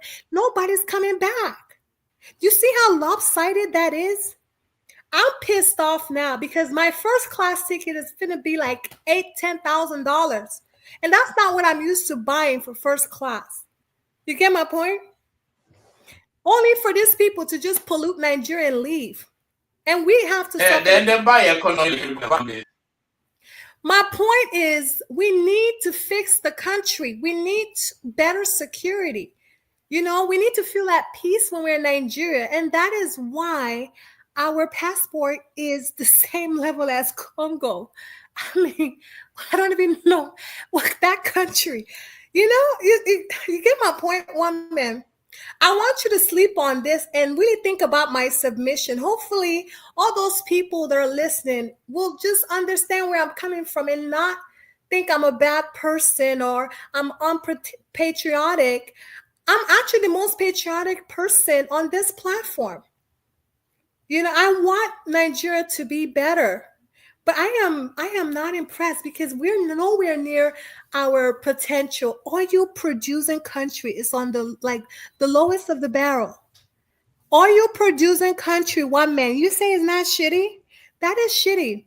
I want all these politicians to, you know, put their heads together and try to fix the country and not be having a good time at 30 December or trying to, you know. The passport, I think Prince actually wanted to come in. Prince. Yeah, let Prince come. Yeah, Prince. It's still my submission, but he can come in. All right, thank you. I think you wanted to interject you. Yeah. Can you hear me now? Can you hear me? Can anyone hear me? Yes, I can hear you, Prince. Yeah, we can hear you. I hope people can hear me as well. Yeah, carry on. Yeah, I can hear you. Yeah, we can hear you guys. We can hear you guys. I'm not anti-Nigeria. I don't think I've ever said anything that's anti-Nigeria. I'm always even in support of Tinubu and telling people. And not only are you anti-Nigeria, you hate Black people even. Do you not hate Black people? You hate Black people now. I don't know. I drew that conclusion. But anyways, I hear what Chima is saying, but you know, you're talking about tourism. Like, this is the first time that, you know, an institution has ever attracted people to come in mass to Nigeria. Before Prophet TV Joshua passed away, the Synagogue Church of All Nations was the #1 tourist attraction in that country for so many years. The guy was so successful to the point that I think it was Jonathan that gave him a national award. People were coming to that country in the thousands, perhaps millions, and they were spending money and they stayed longer. They were actually contributing to that economy. So when Chima is saying pollution, I think you have to listen to her on that point. And I know, one man, you have this ideology that, you know, Africa or Nigeria is the next phenomenon for the rest of the world. The only time a nation or a people are going to take over the world without any serious military or economic power. You think Nigeria is going to take the world of Black people due to their cultural influence? That'll be the first time in the whole world. From the time of Alexander the Great to Xerxes to even America right now, there's never been any country that dominated the whole world by their cultural influence. There's always been cultural influence around the world, but they've always done it by the barrel of the gun or their military superiority, all the way from Genghis Khan going to Europe. So, one man, you have a unique way of thinking. But the reason why I kind of jump on before I jump out of the show is for you to actually give a real submission on what is going on in your country. because you seem to have the same position as Arogidigba when it comes to this issue. You like, double dipping, shifting about racism, where we have a bunch of Pakistani gangs, gripping little girls. You have nothing to say about that, but you're more concerned about the race or the color of these people, or their religion. Thank you. Whereas your people, your government, they've really abandoned their duty to their citizens. Okay, especially the little children. And so like Aro comes on the show, says, "Oh, the way Aro Gidigba talked about UK. In fact, woman, you'll be really ashamed. You will think that UK is becoming a third world country because you say you guys don't have any social safety nets. Your health system is in shambles. Your police is inadequate. You don't have no resources, and that's why they're gripping little girls." I would like to hear your position on that matter. Preach. Serious one. And let me tell you, one man, daddy was right. I'm very disappointed. Someone like you, as educated and well-spoken, eloquent as you are, you don't think Nigeria is shitty right now. I'm telling you, those people only travel there to pollute our country. There is no substantial thing to improve the country like Ghana did. What is that? The time of the return home. It's like there's a return home theme that Ghana did. What about all the developments? What? Huh? Do you know how many Black Americans are building properties? Oh, Kulata don't turned up. Oh Lord. Okay. So do you know how many Black Americans are building properties in Ghana? Why? Because they're using their head to do things. We are only doing our one way with our own cultural influence. We're not like doing substantial things. We're not improving our country. Even with the security, you just want to do Dirty December and go. We have to do more. It's not about getting all these Nigerian celebrities. This is all the propaganda. I'm sorry, Dirty December is a propaganda. Can I ask you a question? No, we can talk later because I already know you. We can talk. You can call later. We can talk. So one man, let me finish because Kulata, let her finish now. Kulata, you're not gonna check me. You can only Kulata exposing me. Kulata's trying to check me on public platform. You can check me on the phone because I know you can't check me on the phone. That's so one man, right? So one man, he made me lost my train of thought. But one man, I am so disappointed that, we didn't take advantage of this Dirty December and really, develop our country, and build stuff, engage with the Black Americans and people from all over the world to actually build things in Nigeria, give them opportunity to purchase properties and all. They didn't do that. They only came to pollute the country and leave. That is all. Ghana had a nice theme for their own. This whole thing is a propaganda. They're trying to copy Ghana, right? They tried to copy Ghana because Ghana, you can't copy when you don't have good idea. They tried to copy Ghana, but they failed woefully. They used our Nigerian celebrities to get all these Black Americans and just like social media hype to get everyone in Nigeria, only to pollute the country and leave. What did these people contribute to Nigeria? Zero. Absolutely zero, nothing. I'm sure they got everything in Nigeria for free. They didn't spend nothing. I'm telling you. So you need to admit that Nigeria is shitty. And, the problem is our flight tickets are going to be extremely high for no reason because people want to do Dirty December. So it was a lost cause. My system was glitching a little bit there, so I had to dip out and dip back in. No, I would of course I would never agree with you that Nigeria is a shitty country, and I suspect that you don't because you're think. scared. You can be scared. I'm not scared. I can literally tell someone that Nigeria is shitty, and that's how I feel.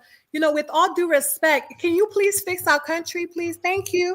I'm not afraid. I would tell the truth because why? I want you guys to fix the country. I want Nigeria to be better. Look at the level we're in with the passport ranking. It's so low. Do you know where we're? No. I'm ashamed. No, hold on. Where do you think we are in that passport rating? Are you not ashamed? No. Where are we? Where are we in that passport rating? Where are we? We're next to Pakistan. Afghanistan.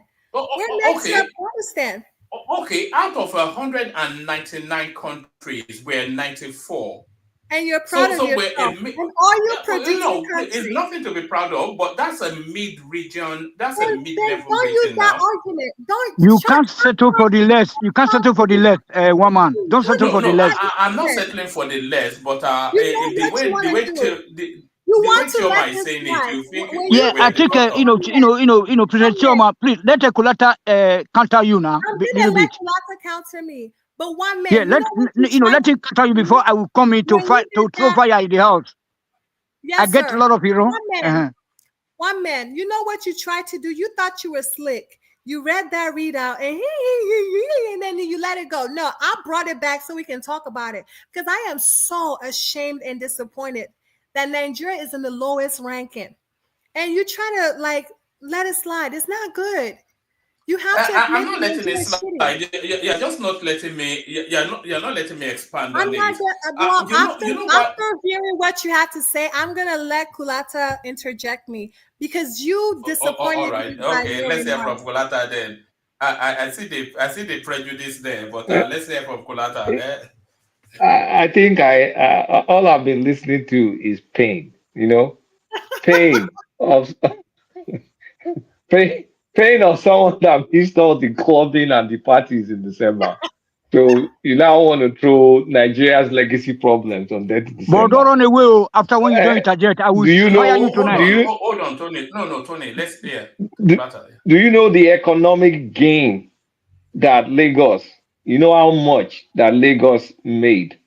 You know how many millionaires 30 December turned out? Lagos. Do you know how much investment is going to tourism in Lagos, Ogun, and Oyo states, and Ondo states next year, and the Enugu state next year? Do you know how much? Do you know how much money and development is coming? Do you know how many more new restaurants and new Airbnb and new hotels that 30 December is bringing out? Do you know the tourism agenda of Nigeria is just about to explode? The last time we had any sort of tourism was Festac 1977. You were not born then. That is not true. I just that was the last time we had any. No, let me finish. Let me finish. That was the last time we had any significant tourism. Do you know that you can extend this 30 December to have people go do pilgrimage in the Oyo relics, where we used to have the old Oyo Empire, and then they can branch to Ile-Ife to their spiritual home. Let me finish. And they can branch to their spiritual home, and some can even go and check out Edo to go and look at the Oba of Benin to see how things are done. Some can trace their lineage to many villages, go to Badagry. From Badagry, I mean, we can create tourism whereby people spend some time in Oyo State, spend some time in Kwara State, spend some time in Osun State, and go chill out in the Kogosi Warm Springs, go look at the Donre Hills, and go back and club in Lagos, and then go and check out Benin. And whoever, in the southeast can go to the southeast. Do you know what it will do to those states?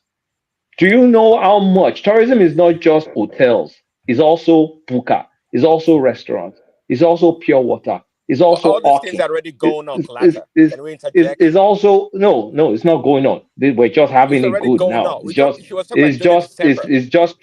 just transforming. We used to have a little bit here and there then, but now where is about to blow up, Well, because Lagos State is also building that event center that will be hosting a lot of shows. And do you know how much receipts the new Yoruba Museum collected? If the Edo people build their own too, do you know how much that too will be making?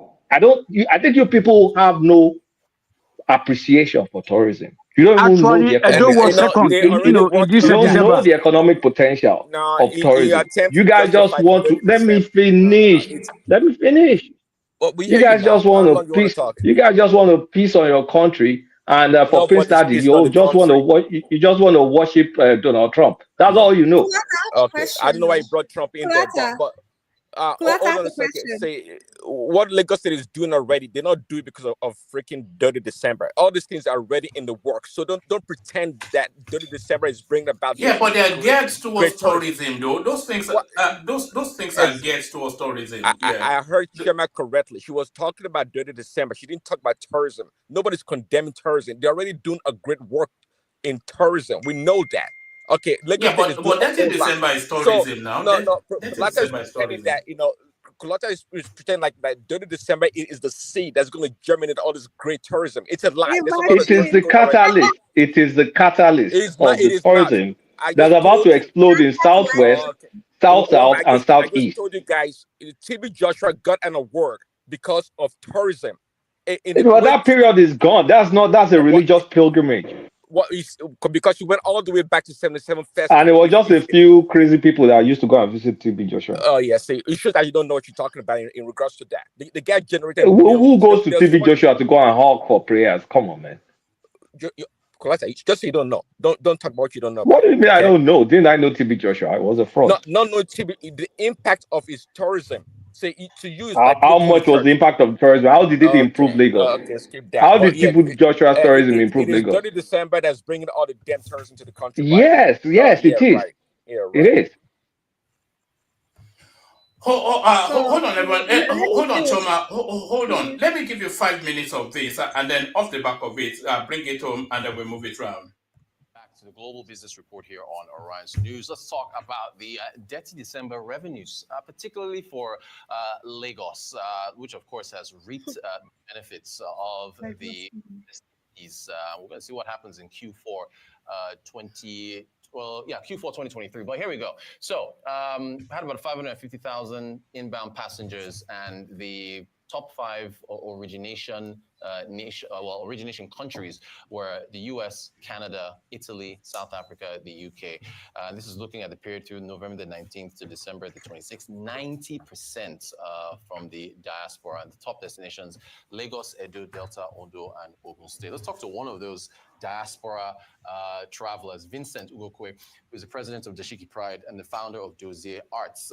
You're welcome. Good morning to you. Good morning. Happy New Year. Happy New Year. Thank you so much for having me. Fantastic. We met at while Arise News was covering the IMF World Bank annual meetings in Washington D.C. and it's good to see you again here in Nigeria. So what do you make of those numbers, first of all? Because you're one of those 90%, right? Yes. Well, what do you make of the flood of folks that came down here for December? I would say it should be more than that. Yeah. Yes, it should be more than that. What we're seeing is it's a foundation of something bigger to come. Yeah. I do believe that it's time for the government and private sector to key in, because people want to come back home. And if you see, there were more people that came back in 2024 than 2023. Right. So the goal should be to aim higher, get more people, because people want to come back.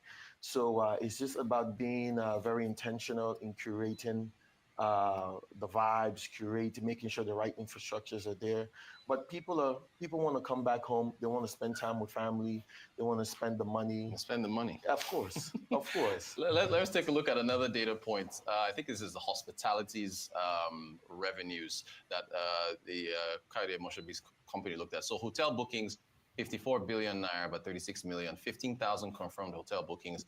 Food and beverage, about 13.5 billion. Again, coming from the Mo Africa company. One man, this is not doing anything for me. I think Lagos is doing right that other states should. Lagos is Choma, it doesn't really need to the do anything for you the now. epicenter of You've where the spoken action now. is Let's happening, let's especially when it enjoy comes to this the thing, please. entertainment sector. It's where Well, it's African because it's on my entertainment time. happens. So. It's the headquarters. So But you just said you everybody's finished now. coming into Lagos because that's where Oh the songs are Lord. being Hold on, made. yeah. That's where the music videos are being Oh, shot. I'm The not done, sir. artists I need are 2 from more Lagos. minutes. I could give you an example, like 2 more Obi's minutes. house. We had a situation where Burna Boy came to Obi's house with the American singer Chloe Bailey, and it went worldwide. I had friends from America calling me saying, "What is Obi's house?" Right. So everybody's talking about Obi's house. It keeps Lagos in that it keeps Lagos In the conversation. in the conversation. Yeah. So you have people that are uploading tweets, uploading Instagram videos, TikTok, and you see the geotag is always Lagos. So Lagos is the epicenter of what everything is happening. Lagos nightlife to me is one of, if not the best in Africa. Now, I'm not from Lagos. You're not from Lagos, right? Yeah. So I'm from Delta State. You're from the East, I would assume? Yes. Now, so what do the other states need to do so that, Lagos can have all these, so they can replicate what Lagos is doing? Well, it's all about branding. They have to curate the vibes. They have to be intentional. They have to promote what they have. All right, I think it's already too late for other states. Lagos forever until the end of time. One Lagos man. will always be the epicenter of Africa. Did you hear what the guy was saying? Yeah, I did hear it. The guy was saying promote. I heard everything. The last sentences he was saying. He was talking about the vibe and promote. I think they're promoting Nigeria like it's a club. We need to do better. Is that not what the United States does with the rap music and the movies and everything? Let me ask you, Choma, have you been to the carnival in Trinidad before? Do you know how much tickets cost to go to Trinidad? When is the carnival in Trinidad again? It's early in the year or so. Do you know how much it costs to go to the carnival in Trinidad? The one that Rihanna goes through and all everybody goes through. That's you're interested in a seasonal. Do you know the carnival in Brazil? Do you know how much money it generates? You people don't know the value of tourism. You guys are used to just stop ahead. You're not used to life. Guess One what, man, though, you show us real their data. passport Sorry, is ranked better than ours, though. One man, you should have shown a comparison data of previous years, and what you showed was just nothing, really. Just like Chema said, it didn't do nothing. No, but the guy told us already that the figures are significantly higher. In fact, I was surprised that hold on, Choma. I was surprised that the figures were actually that low because they put the total sum at around about $75 million, and I was expecting $500 million in terms of, because at least the people I know that went from the UK, these people were spending 3-4 million naira every single outing for 2 weeks.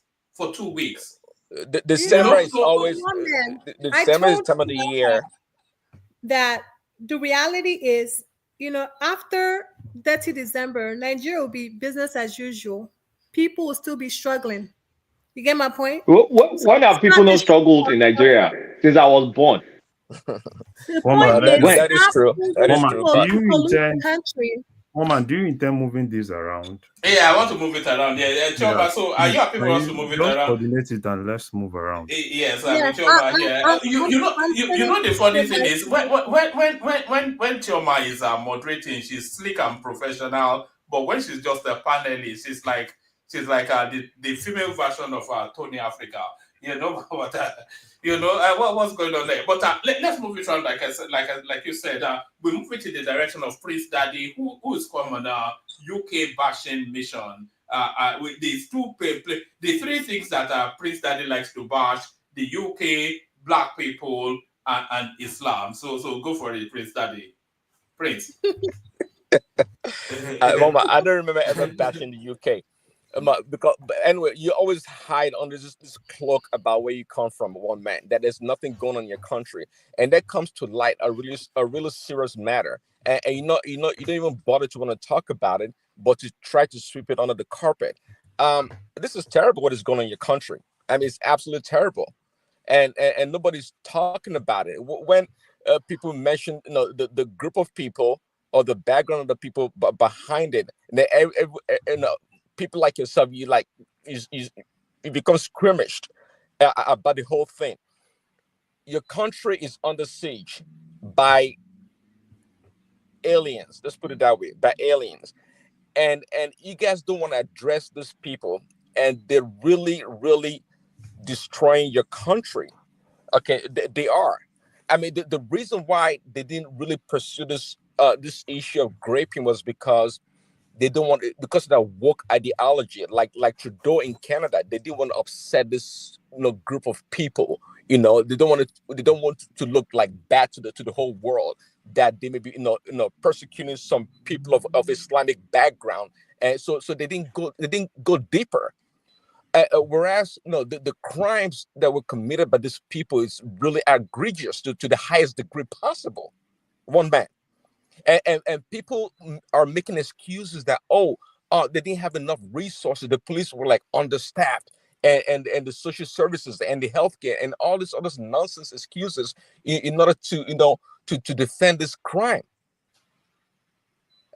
As much energy you guys spend on Trump and America, at least when something like this happens in your country, you should be able to come to the fore and talk about it and educate the people. Because the UK right now, or the British people, they are under siege in a lot of ways, and it's not surprising why they decided they did Brexit, to get out of the European Union because of what is going on. Now, the influx of these immigrants for so many years, they've carved a place in your society, and essentially, trying to rule themselves by Sharia law or whatever law they want to use, just to be isolated so they can commit their crimes. And you guys are not doing nothing about it. When Elon Musk talks about it, so is a billionaire trying to infringe on your rights or whatever. But you have a serious problem in that country. We're talking about little girls. I can't imagine that happening in Africa. What the Hague would have called for the African leaders to be put in prison or arrest them all, like you're trying to do to Netanyahu. But there in your own country, with all these crimes going on, you guys are not, you swept it under the carpet. You don't want to bring it to the limelight. How terrible that is. I mean, so what excuse would you have one man saying, I'm not even sure what excuses are. I know what Aro's excuses were. Okay, he blames the system 100%, but the people responsible for it, he has nothing to say about them.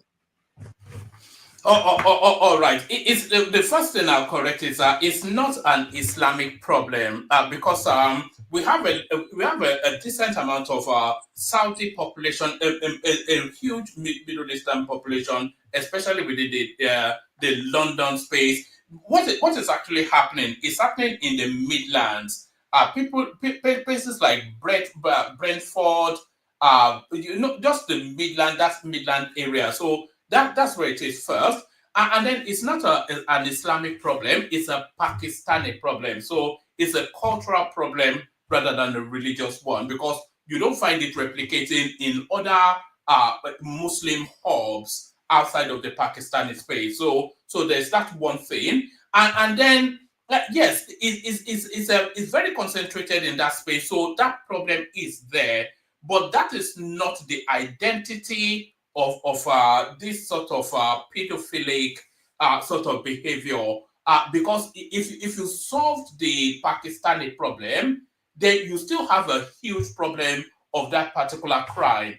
So that's not. So they're just trying to hub it on that space because of the color of the skin of that space.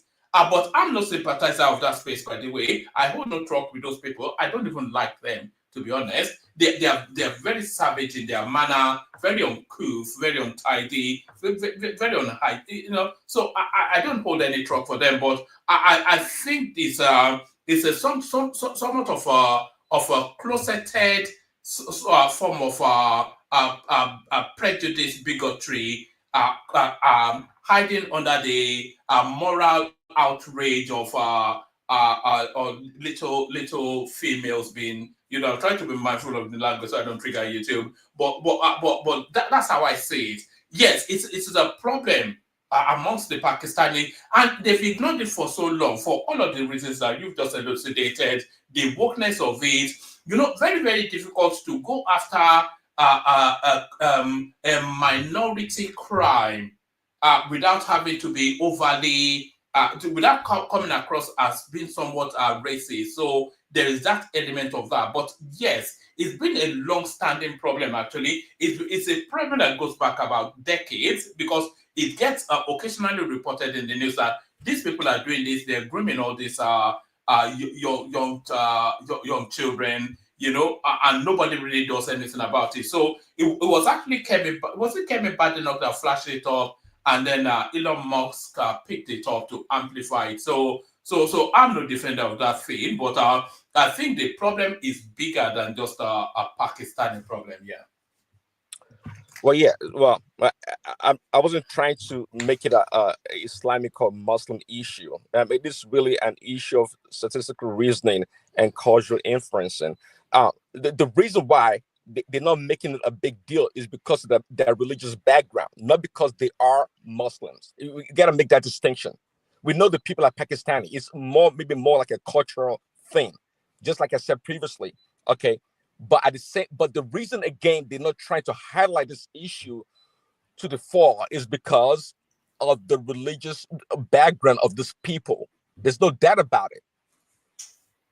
If they were Christian or otherwise, they probably would not have that problem. They would not. I mean, this shows again the mentality of the people in power. Even though people like Harrow are making the case that the conservative, they've been in power in England for 12, 14 years, and they should be held responsible for what is going on. But I don't think so.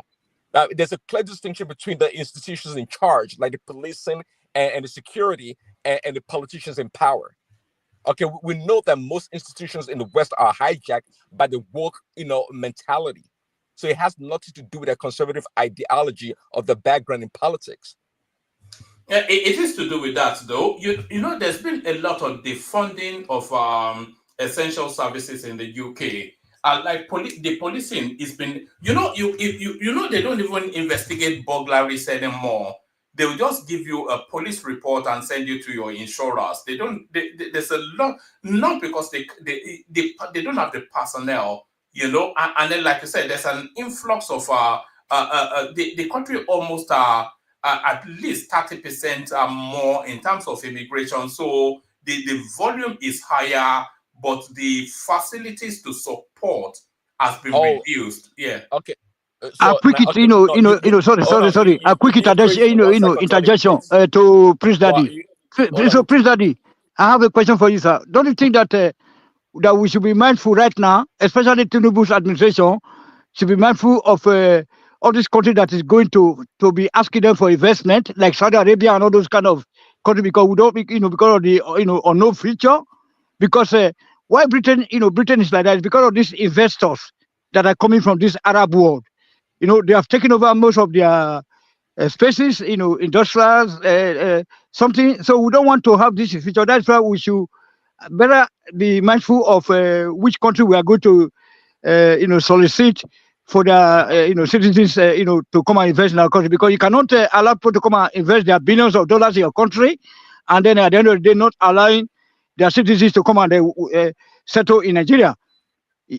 Prince Daddy. Okay. So that's for you. Okay, I see your point there, but I'm not sure if Nigeria has that magnet to attract people to want to settle. But anyway, imagine somebody will leave Saudi Arabia to come and settle in Nigeria. No, they will come, woman. They will come because that's how it all got started. When people come and invest in your country, but let's just cut them off right now. No, because hold on. Why would somebody come from Saudi Arabia to come and live in Nigeria? No, if their investors come and then then eventually everything is working fine, they will still come, and that is the way they also try to take over countries for a better life. From Saudi Arabia, no, not that, but with kind of some interior motive, because they may like to take over this country future. They say, okay, let's send our investors as a kind of advanced party. No, I think it's possible, but I'm just speaking from a political scientist point of view, because I was born a politician. All right. Okay. Back to you, please. Okay. Okay. Yeah, a woman. Well, in your attempt to inadvertently, you actually answer your own question regard to your stretch resources for policing. If you suddenly increase the population by 30%, okay, it's not an issue of not having the resources. It's an issue of population control. You have the influx of these people come to your country, okay, and you didn't make provision for increasing your security uh, um forces or policing. You didn't make that preparation to do so. So it wasn't so much of the English, the British people didn't have enough money for taking care of their own people. At least you have enough money to send to Ukraine. So that's not the issue. You have resources. You just have population overwhelming your country. People from other countries. That was the main problem. Not so much that you guys didn't have money. You guys have money. You do have money. I mean, you do have money. We're not going to go into details of how you guys get your money, but that's not your problem. The problem, just like you said, the crimes not being dealt with, like in some parts of the United States, like California. I think if you're still up to, I don't know, $900 or less, they're not going to arrest you or persecute you. The same thing that goes on in your country, just like you said, and it's all about this woke ideology that's behind it in certain part of America, and so in your country. So don't let us blame What's your resources. argument exactly? Are you saying that countries should not have migrants, or what's the hub of it? Your argument? Yes, and very strictly if they should. Well, thank you for that They should not have response. Exactly. migrants. Yes, They and if they should, they must be very strict about it. Listen, Prince Daddy, not to take your time, when things like this, do you mind if I target Prince Yeah, Daddy? go ahead, Benazita, go ahead.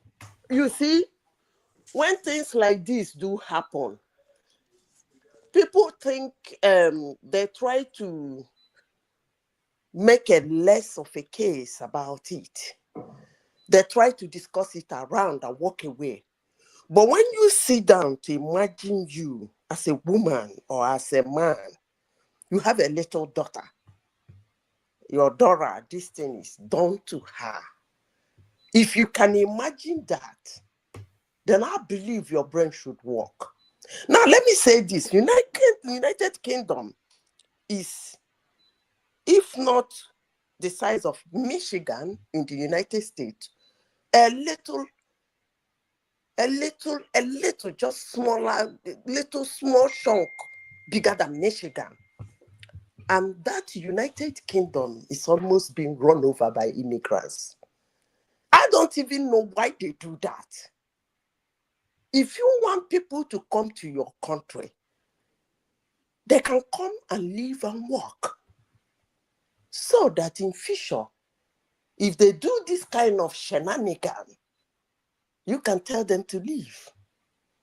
But when you bring people into your country, you know where they are coming from.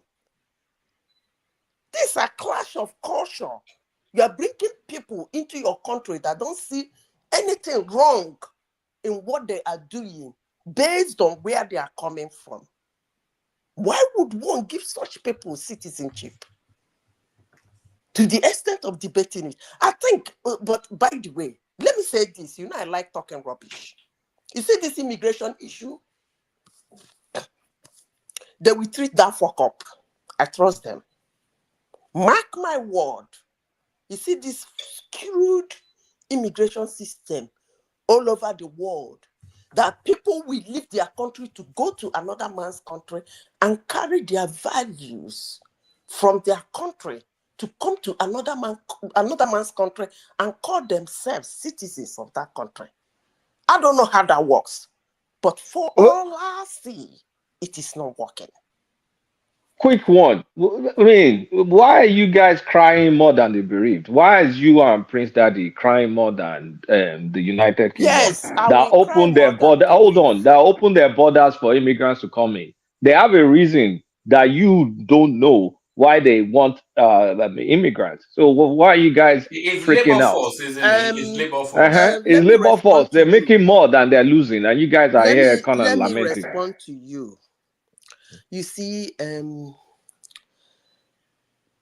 I don't want to discuss things in this route, but if you think that there is any gain that supersedes a human, then I shouldn't be having this discussion. I don't know. They Let will me not have finish. opened their I No, don't no, they know. will not Hold on. have Let me opened their finish. borders if we didn't favor them. I don't know So why what are you guys gain. lamenting? No, I don't know what gain somebody will be making that will be destroying citizens, more especially their young generation. I don't understand what that kind of That's gain. a policing matter, not But an immigration matter. if you think they are more interested in their gain, but let me say this, and remember today, don't come back to call me a witch. I repeat myself again. You see this immigration shenanigan going around the world, they will treat that fuck up. I rest my case. They are not. Because it's too late. Kulata, if you look at the middle-ranking professional slots that holds all these Western countries together, is usually manned by immigrants. All the IT sectors are mounted by the Southeast Asians. All the health sectors, they are mounted by the Africans, led by the Nigerians. Stop a moment.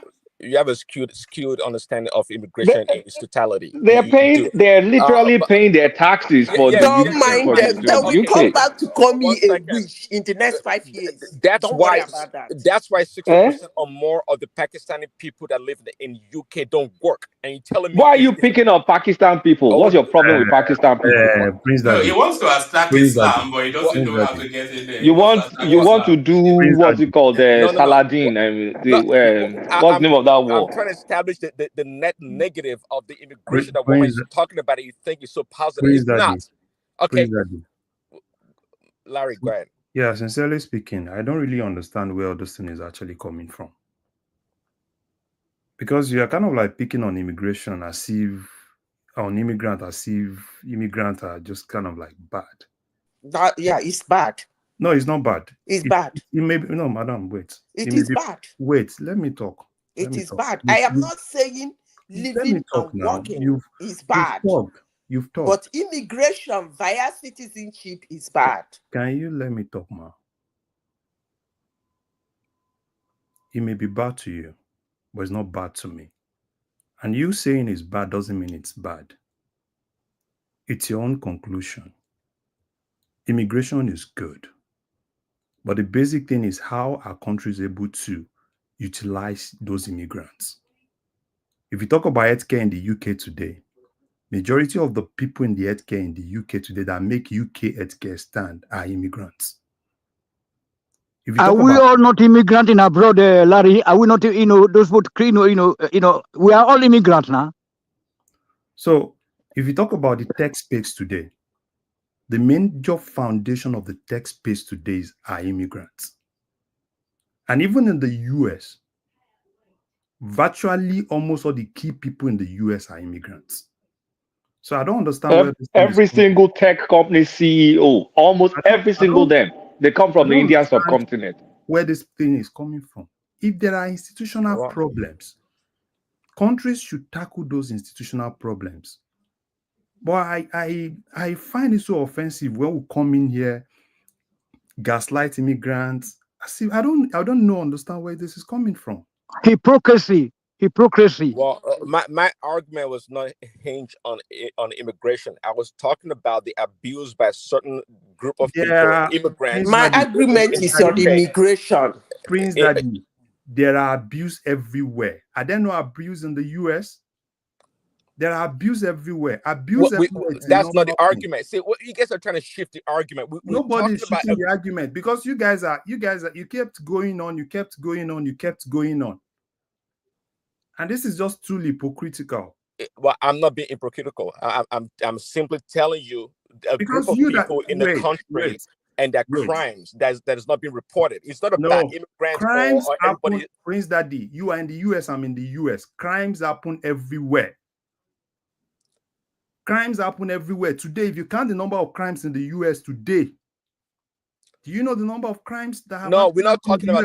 So what? Larry, stop. We're not talking about crimes with guns and stealing. We're talking about gripping little children. Let's concentrate on that. It happens here too. Don't we have it here? Not to the level. Not to the level of so trying because to it conceal happens, the so truth because about it happens, that means that it's the immigrants that are causing it. Come on, let's stop all those things, please. No, why don't you tell the white people that do all this nasty stuff to go back to Europe? You are so, Prince Daddy, you are so. Anyway, let me. No, be free to speak your mind. Be free to speak your mind. But nonetheless, one man. Greetings. Yeah, Mama, can you hear me? Greetings to you. I think Prince Daddy might have an uncle and his name might be Thomas, but Thomas. yes. What piece? Let me just greet everybody. Happy New Year, everybody. Madam Zeta, Happy New Year. Kulata, greetings. Hey, One Piece. I greet you. I Happy never sleep. New Year to you. Yeah, I never sleep. I just do my show. One come support me, and I just wake up now. I just quickly join one, then go back to sleep. I'll be jumping out. Congratulations to the new Alafin for yo. This kind of discussion, that's why they discredit the person that was supposed to be there. They say is too Oyo-centric and is a hardcore jihadist, so they didn't give it to him. One Piece, no talk with you. No, something did there. I'm going to talk about it later. Something else did there. Yes. No, maybe need to talk about that. I think it was accused of fraud, wasn't it? The one that they. No, it's not fraud. The people that are grooming him, they're not in the interest of. They say they say from Palace, grooming from Sultan Palace. He grew up there and all that. But Slaughter, I had evidence. It was just a smooth screen to remove him. Maybe we'll talk at the back channel. It was an aid of article. It was an article aid. Yeah. One man. Article. Yeah. Fisayo did. I think that same man. Is not the Bade Geshin man. Yeah, it is. Fisayo Shoyombo did something on that man. I've read something on that man in like 2 years. Fisayo did the whole thing on that man. Okay, guys, before we change the topic, let me land my point so I can exit. Okay, yeah. Sorry, I'm jumping out. Clutter, maybe we'll talk for back channel after you finish the show. We'll talk about that. That's this Alafin. I wanted to get in touch with you. Mama, I'll talk to you later, eh? Mama Zita, I'll call you. What peace? Congratulations to Edo State. It was second in this so-called 30 December because of the Obaseki's MOA, Museum of West Africa. Okay. Okay, yeah, thanks. So we collected a lot of money after Lagos was Edo. Tony, so what is you can't greet your uncle? You just I want to greet you now, my prince. That is you. I was coming to you now. This is Prince. I'm calling. I'm mistaken Tony for Prince. Okay, Babati, I'm greeting you, my back prince. We have talk. Because I found some of your cousin. We will talk. All right, I'm dropping out. Thanks, everybody. Larry, thank you for the permission. All right. All right, thank you. Let's get back to Prince, and then we have a structured conversation there. Prince, back to you. Okay, yeah. I don't want people like Larry trying to give a feign exasperation of what I'm talking about. Like I'm anti-immigrant, just like we all on this panel. I think we all live elsewhere, so it's not about immigration. And I don't like the lazy argument that there's crime everywhere. Of course, there's crime everywhere. But do we go around importing criminals from other countries to come to our country? Even our neighbors, there's cry all the time about Nigerians coming to Nigeria and people trying to institutionalize Sharia law in part of the country. People in the South have a problem with that. But once I mention a group of people from a different country, Kolata and Larry wants to have a heart attack because they're Pakistanis. Who cares if they're Pakistanis or they're Muslims? They are. How do you turn a policing issue into a stereotype issue? Why? Why would you do that? Obviously, you don't understand the background of the issue. Neither do I. But we know for certain that there's no background. Is it written on Pakistani culture that they are whatever? But Stop it. One man just said himself. It's concentrated in their community, and that's what they do for decades. They've been doing it, gripping little girls. So that means every Pakistani is like that. Prince Daddy, you What? are bigger than this. You are It's not bigger about than every. this. I'm not talking No, about no, no. everybody. You Obviously, are I'm not talking in absolutism. Let's not get you are childish bigger than about it. this. Just you are I bigger don't. than this. I You don't. can make your Larry, trust me. I don't want to be bigger than this. I don't want to be bigger yeah. about You some can make dead. no, no, no, no. You I don't can want to make be your bigger than some you can dead make people your raping point. children. I don't want to be bigger Wait, than that. I don't care wait. to be bigger than that. You I can don't make want your to be bigger than point that. without all those fallacies. You can Fallacy. make your What point. are you talking about fallacy for? Yeah, you can. There are a lot of fallacies in things you're actually saying. I need to be very candid with you, but you can make a very good point. No, won't make it Devoid collaborate. of all those fallacies. What I'm saying is out there in the public, and nobody's denying it. That they've concealed this. Where is your righteous indignance against other races committing the same crime? Where is it? You're being phony. See, it's quite obvious. It's quite obvious that you guys don't want to take. Is that the only race that commits that kind of crime? Why aren't you here belly aching about other races that commit the same crime? Obviously, you have something against this guy. Just come out and be brave enough to say it. No one is trying to This hide. is actually hold on, Prince honestly. Daddy. Hold on, Zita. Let me play you this clip. You've just tried to suggest that more white men were doing it than British Pakistani men. Bit of a I didn't, surprise. the Home Office Bit of a did, Piers. Don't surprise, put I would words in think, my to mouth. everyone you've That's just the named Home Office who've report. done the report. Okay, so how many white men involved in this rape gang That's the scandal? Home Office research, Piers. Facts don't care about your feelings. Hang on. How many white men have been taken to court, charged and or convicted of raping these white girls in these 50 towns and villages? Just for the record. Okay. All right, I don't have the full numbers, but let me give you some examples. In 2023 in Glasgow, What there were percentage? 7 years of child Give me a sex crimes percentage. prosecuted. Piers, we don't have the percentages. That's the whole point. We know that the very vast majority are actually British Pakistanis. So hold on. You're trying to deflect it into thinking it's somehow white men doing all this. Oh my God. So in Glasgow, there were white men. So 11 people abused 3 children, one of them in a nappy diaper. I'm not talking white about gang. Glasgow. You're not talking about that, nor is Elon Musk. In the West Midlands, a decade of child sex crimes. 21 white people abused 7 children, all of them under the age of 12. Right. In Cornwall, in 2010, These 3 aren't the years of sex scandals crimes. we're You're not going talking to cut me off about, when I talk Mehdi. about sex crime. 6 men. Well, I'll get to that in a moment. 6 men abused 30 girls, the youngest of whom was 5 years old. And you've just made my point for me. These are the scandals we're not talking about. Why? Why are we defining child sex crimes and grooming gangs by race, unless you're a racist or trying to make political hay out of this? I care about the victims of all crimes. I don't give a damn whether the perpetrator was brown, black, white, blue, or yellow. I think we should support the victims of those crimes. And if you're only obsessed with the perpetrators, as Elon Musk is, as Robert Jenner is, then So, Prince Daddy, are you a racist trying to make political hay out of it? According to Yeah, just like you said, just like Mehdi Hassan said at the end of his submission. Yeah, we're just trying to point out that the group of the people who are responsible for this raping of little girls, and we know they're Pakistani Muslims, and we don't have to hide about it or lie about it. It is what it is. It is public, and it's not when people make a lazy argument that everybody commits crime or there's crime everywhere. We're not talking about that. We're talking about decades of crime being committed by a group of people that's been hated and abated by the system. Thank you. That's what we're talking about. So you pick one. Let me ask you a question, Prince Daddy.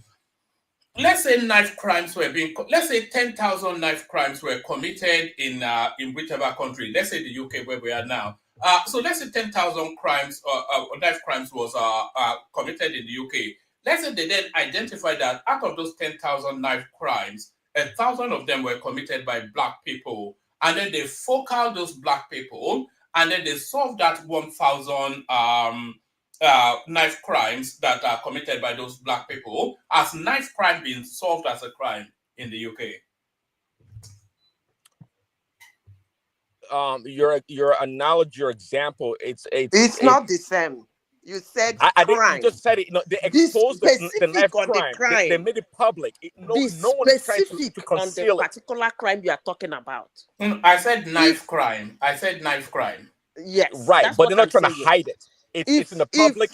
If it's a knife crime and those black people are specifically targeting a particular other group, then should be said so. Just as I'm saying now. Right. If it is a knife crime that it's just like the Asian crime. 1,000 black people are just stabbing, like hitting people, like the white people, randomly, different races, different cultures. Yeah, they're just criminals. They're criminals. But if it is targeting This is beyond ridiculous. This is beyond ridiculous. If you want to go after criminals, go after criminals. Stop stereotyping a particular race of people just because you don't like their religion. We need to stop this bullshit. Come on.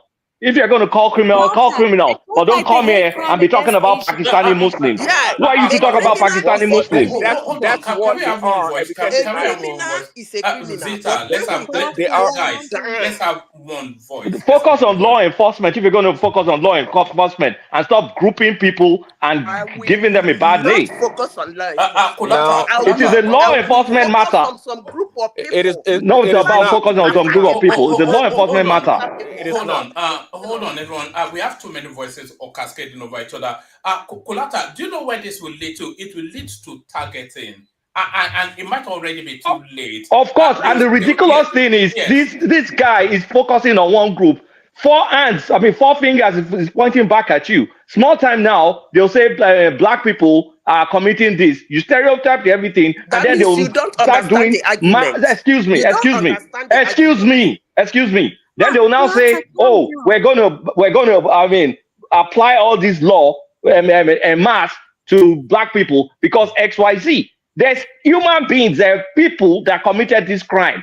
Go after them. It's a criminal offense. This is a law enforcement matter, policing matter, not coming here to say all Pakistani Muslims are this, that. Who gave you the audacity to even say that?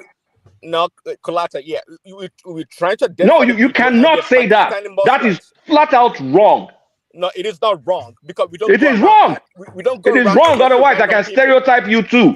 Well, you can go out and do so, but if you commit a crime, we like to profile when criminals. Nigerians are grouped as stereotyped like that. Yes. That's why a passport is. Who is stereotyping Nigeria like that? Apart from ourselves, isn't it ourselves doing it?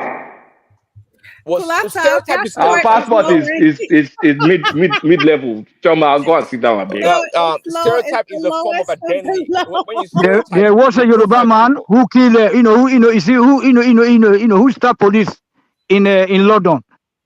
So and that night I was so shocked. Let me wrap up my point on this view. Okay, and see. So I'm talking to Madazita. There was a Yoruba man. This is bigotry. Yeah. There's no other name but bigotry. Hey, hold on. One man, I put something in your WhatsApp. Can you please? Excuse me. Okay. Excuse me. One man. This is 2025. Right. If I don't interject you, please don't interject me. And but you've been interjecting. You don't have the speaking slot now. Zita, you don't have the speaking. It's Prince that is speaking. Please, can I finish? I know why. You don't have the what's it called? You don't have the Can I finish, please? No, I'm vexing now because of this. I mean, you just come here and be saying Muslims. What sort of audacity do we used to be saying that kind of nonsense? Can I finish? It's not worth Please. it. Let's just leave it. Tony or whatever they called you. Whenever you speak. Say I'm tougher than Kolata. Hold on, let me finish. Let me finish.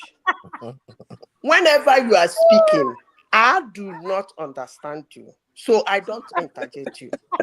And whenever you want to speak, please don't call my name. What I'm trying to tell you that Pakistan people, they are my teachers. They were my teachers in Nigeria. All right. This is they taught me physics, mathematics. You know what's funny? Hold on, everyone. You know what's funny? Anytime I listen to Chioma's session, everybody is smooth and orderly, but I don't know. You have to teach me how to control the. Because I'm American. I don't play that. I don't play that I think we can round it off with a German poem by Martin Niemöller. So we wrap it up with a German poem by Martin Niemöller. First they came for the socialists. I did not speak because I am not socialist. Then they came from the trade unionist, and I did not speak because I am not a trade unionist. Then they came for the Jews. I did not speak because I was not a Jew. Then they came for me. there was no one left to speak for me. So we have to be mindful. Though you go after the Pakistani, when they come after the blacks, Well, you cannot have.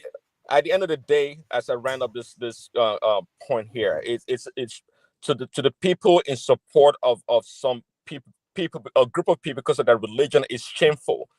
I'm yet to see people like Kolata lose their mind over the actual crime itself, the gripping of little children as young as 5 to 12 years old. If you actually spoke about the crime and not try and stereotype people, maybe we'll deal with the crime, like same people. Because the people in question, But because you have some religious beef, you want to now bring, you want to stereotype people because it aligns with your politics. Don't give me that, please. Don't give me that. Don't even give me that. You can't come here and say all Pakistani people, like you yourself, you're not a freaking immigrant. Well, I don't have a problem with that. That's not the argument. Yeah, you don't have a problem with that, but yet let some Nigerian go and commit 419, and then they tell you, Prince Daddy, you're a 419. Tell me how you feel. Well, that's not. Tell me how you feel if they rope you with advanced fee fraud. Well, they do that all the time. You can go to church and sleep there, but they tell you you're an advanced fee fraud perpetrator. How will you feel? That's exactly the same thing you're doing here. Stereotype is wrong, and you need to stop it. Hold on. No, as a rapper, I like you to lose a mind. I like to lose a mind about the actual crime of the victims. Then talk about the crime. Stop talking about Pakistani people. Adama, where are you? Can you come on the platform? You came here to piss on Pakistani people, and that is wrong. See, you mentioned Pakistani people like 100 times already.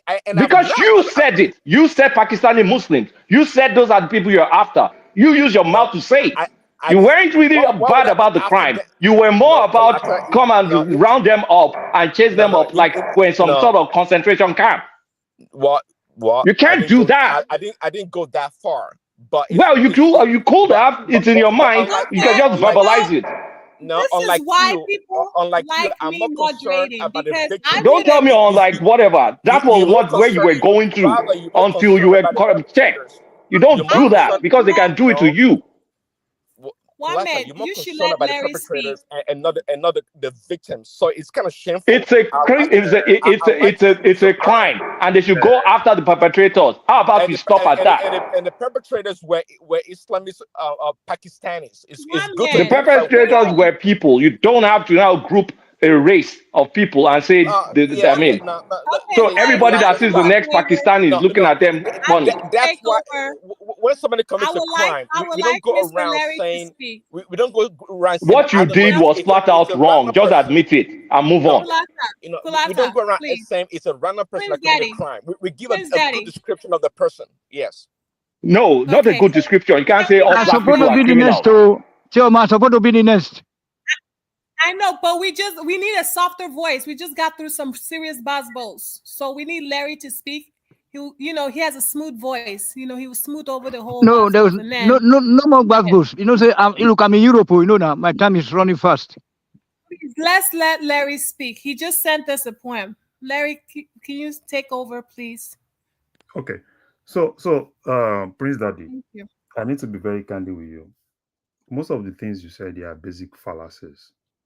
They're not. According to you, just let me talk now. Let me talk. But you can talk, but don't say they're fallacies. You can because you don't have a superior. Prince Daddy, I've given Larry the time now, to speak. I decided to bring. I told one man to bring this thing up. This is the United States, and this is sexual abuse offenders in the United States, and there is statistics to it. And you can't even dispute this fact because talk about UK. We're not talking about United States. Talk about UK. Wait. Let's take it one by one, right? Let's take it one by one. And this is the US. 57% white, 16% black, 12% Native Americans, 11% Hispanic, 2.5% others. Now look at the situation where a particular group of people commit crime. I will now come out and say, oh, that particular crime is peculiar to those people without facts. Because you come in here, oh, it's this guys, it's this guys, it's this guys. And for me, I think it's just hypocritical. except you have a fact to back this up.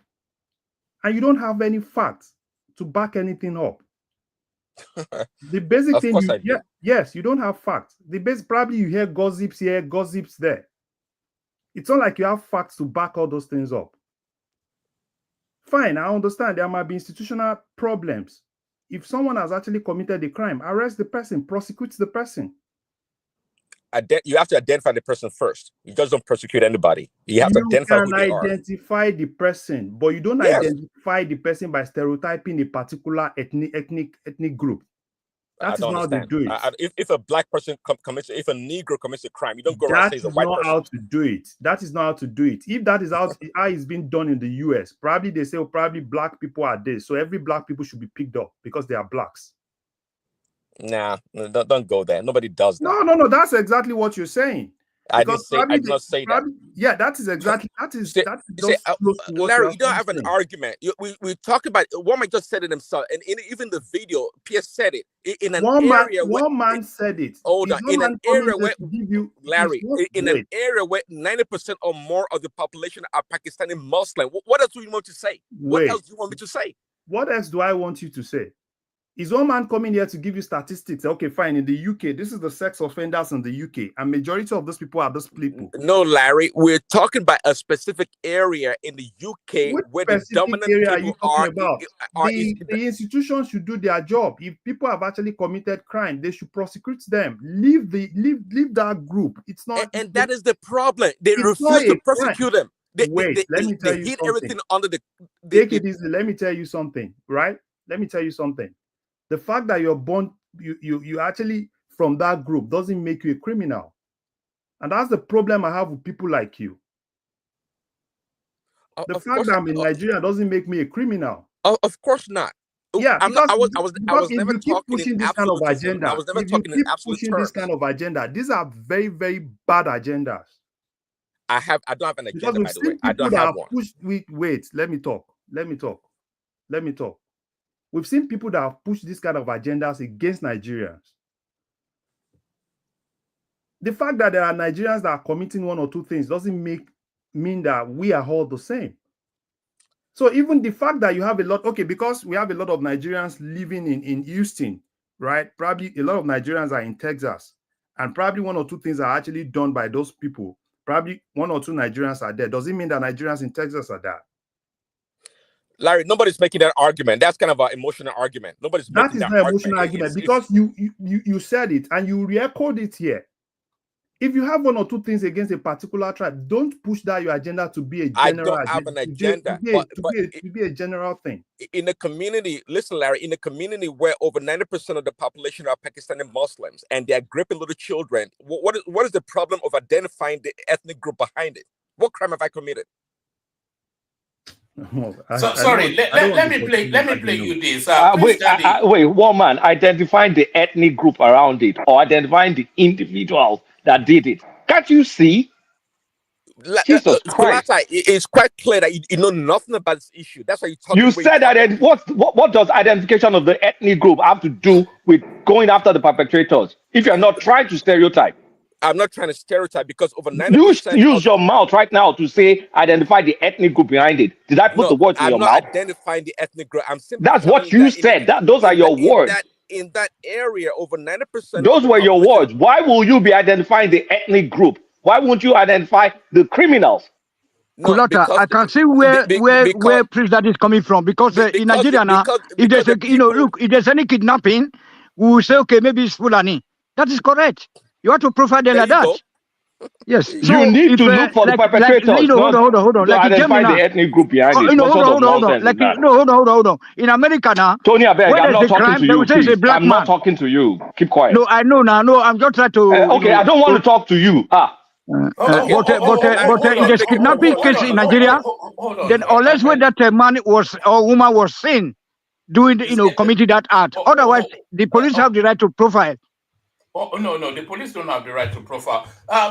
Do you remember this clip? Because what you're saying, this is usually where it ends. This is Prince Daddy. What you're saying, this is how they end the ultimate destination of what you're saying. You and Zita. This is where it ends. transformed into a battlefield.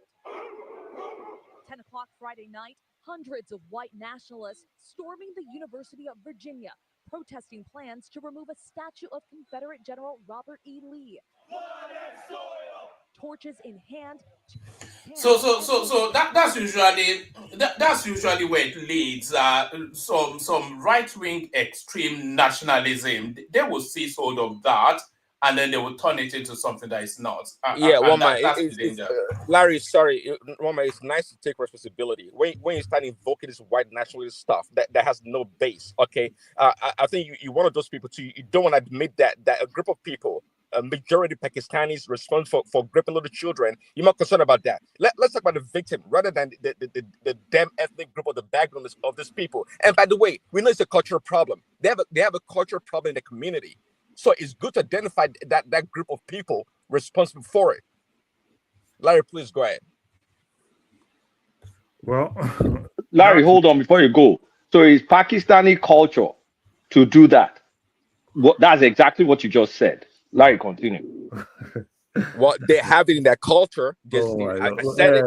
Well, Prince Daddy, please stop all these things. Please stop. Please stop. Stop. You don't know about their culture, right? You don't know about their culture.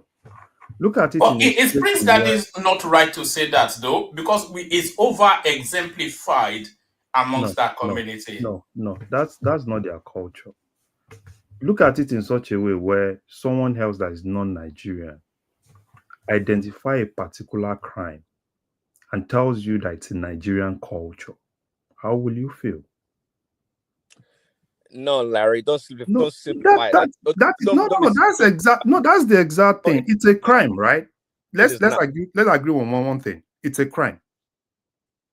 See, in Northern Nigeria, I'm understanding that you can marry a young child as young as. Wait now. You've identified the crime, right? And you said that crime is peculiar to their culture, right? Now we talk about Yahoo. We talk about several other things that probably, people are actually doing. And Nigeria has been stereotyped for it. And people come out and tell you that's close to Nigerian culture. And these are people that are not even close to Nigeria, that do not even know Nigerians, that do not even know our culture. And you think it's really fair? Yes, Larry, let me tell you, statistically, it is fair. I'm asking you. It is fair. Absolutely. It's fair to absolutely you? fair. Of course. So it's fair. Wait. It's fair. But do you think it's the truth? That if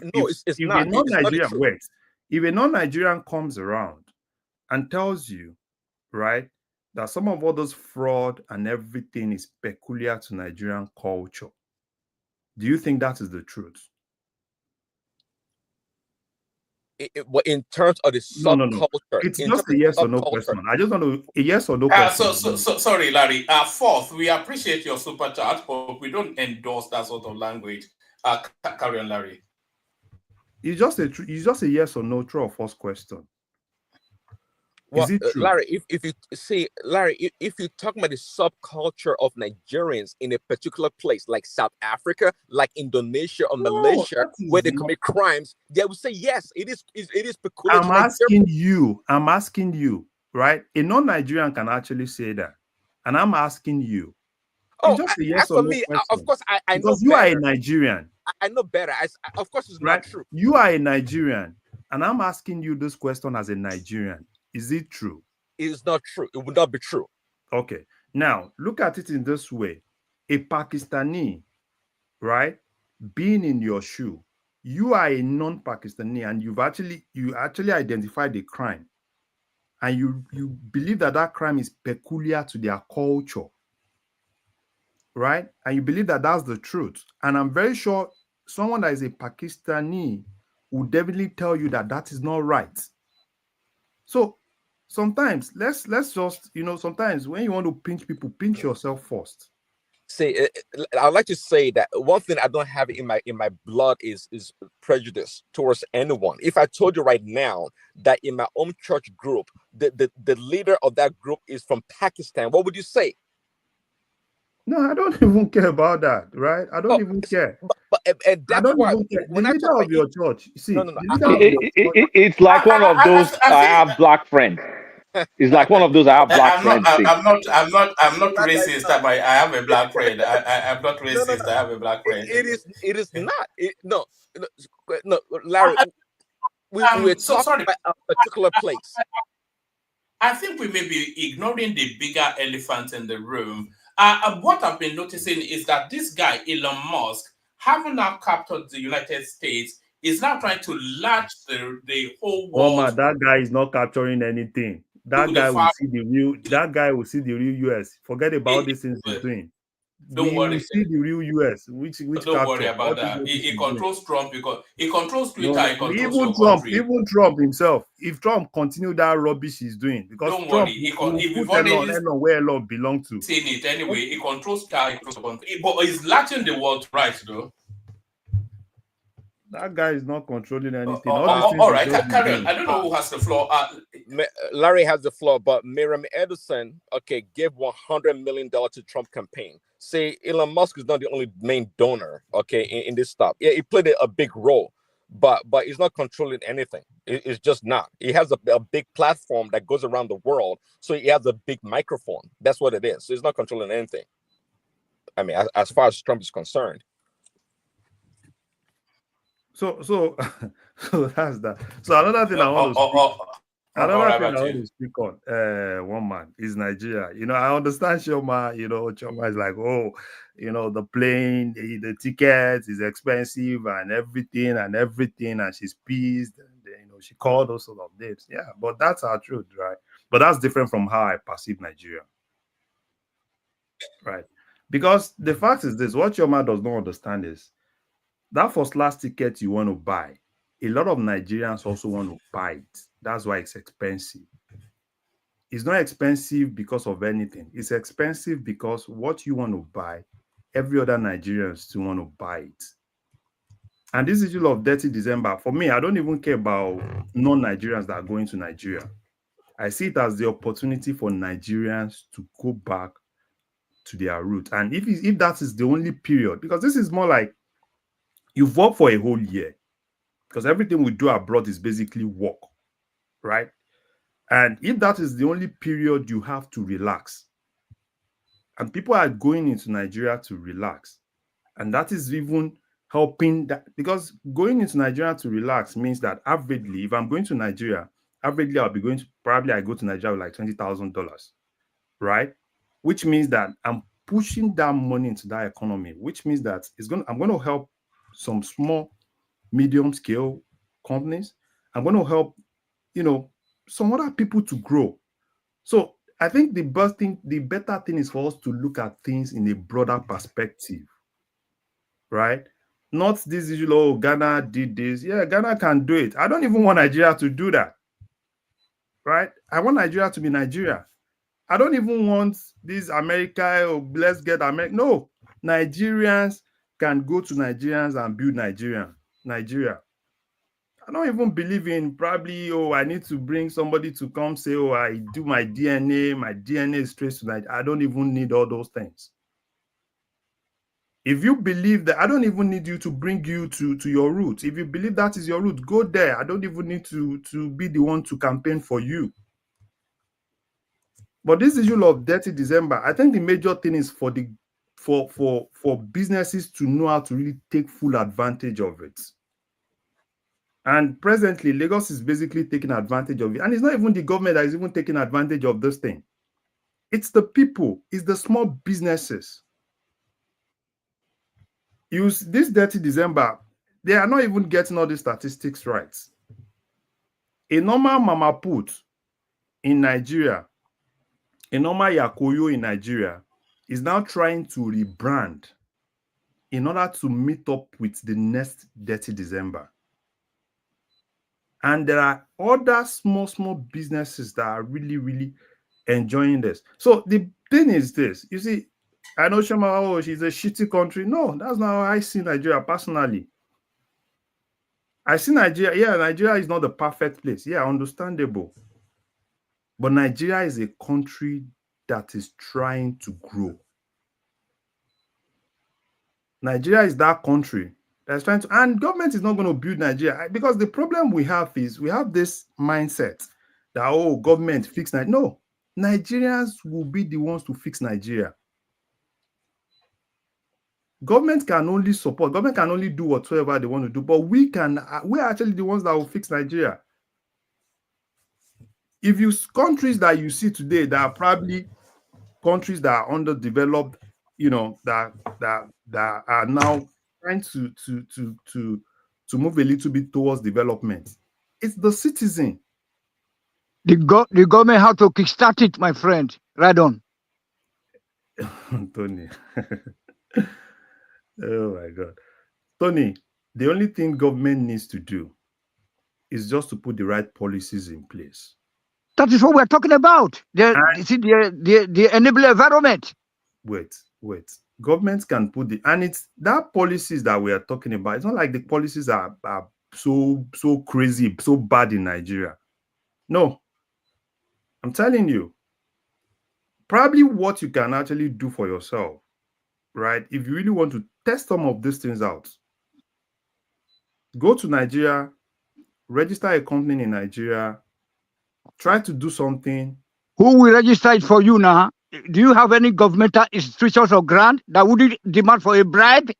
Nobody is demanding for a bribe from you, Tony. Just be kidding yourself, my brother. Nobody is asking for a bribe. Have you ever attempted to register a company in Nigeria, Tony? Nobody is demanding for any bribe from you to register a company.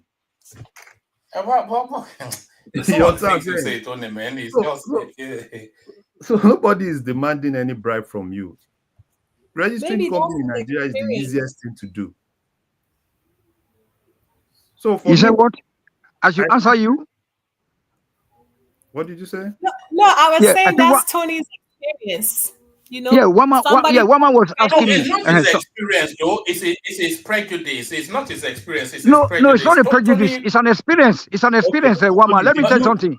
Okay. Hold on. Sorry, Larry. Yes. Have you tried to register a company in Nigeria, Tony? No, we are talking about a country with no government. Have you tried to register a company in Nigeria? Yeah, I have a lot of my cousins that try to do it. It's can you not answer? It's a simple question now. Have you? Not me. But what are these? Okay, these institutions? No, you've answered. No, let Larry carry on. So you've answered. So you have no experience of what you're saying. So Larry, carry on. Tony, registering a company in Nigeria is as easy as anything now. Right? It's as easy as anything. You understand? Because I have companies in Nigeria that I run in Nigeria. Okay, hold on. Let me go into the nuance, if I may use one man's language. Let me tell you something. Do you know that the unemployed people in Germany, they all got their auditors? I don't want to. Auditors. I don't want to have to remove you. All right, I will have to. But, Tony, just don't do that. If you say things like that, be able to back it up or withdraw it or just leave it there. You said you have to bribe people to register companies in Nigeria. I asked you if you've ever attempted it. You said no. So you have no direct relationship with the example that you're citing. So it ends there. Then you want to go to some esoteric thoughts, pulling abstract something so just don't do that. Sorry, back to you, Larry.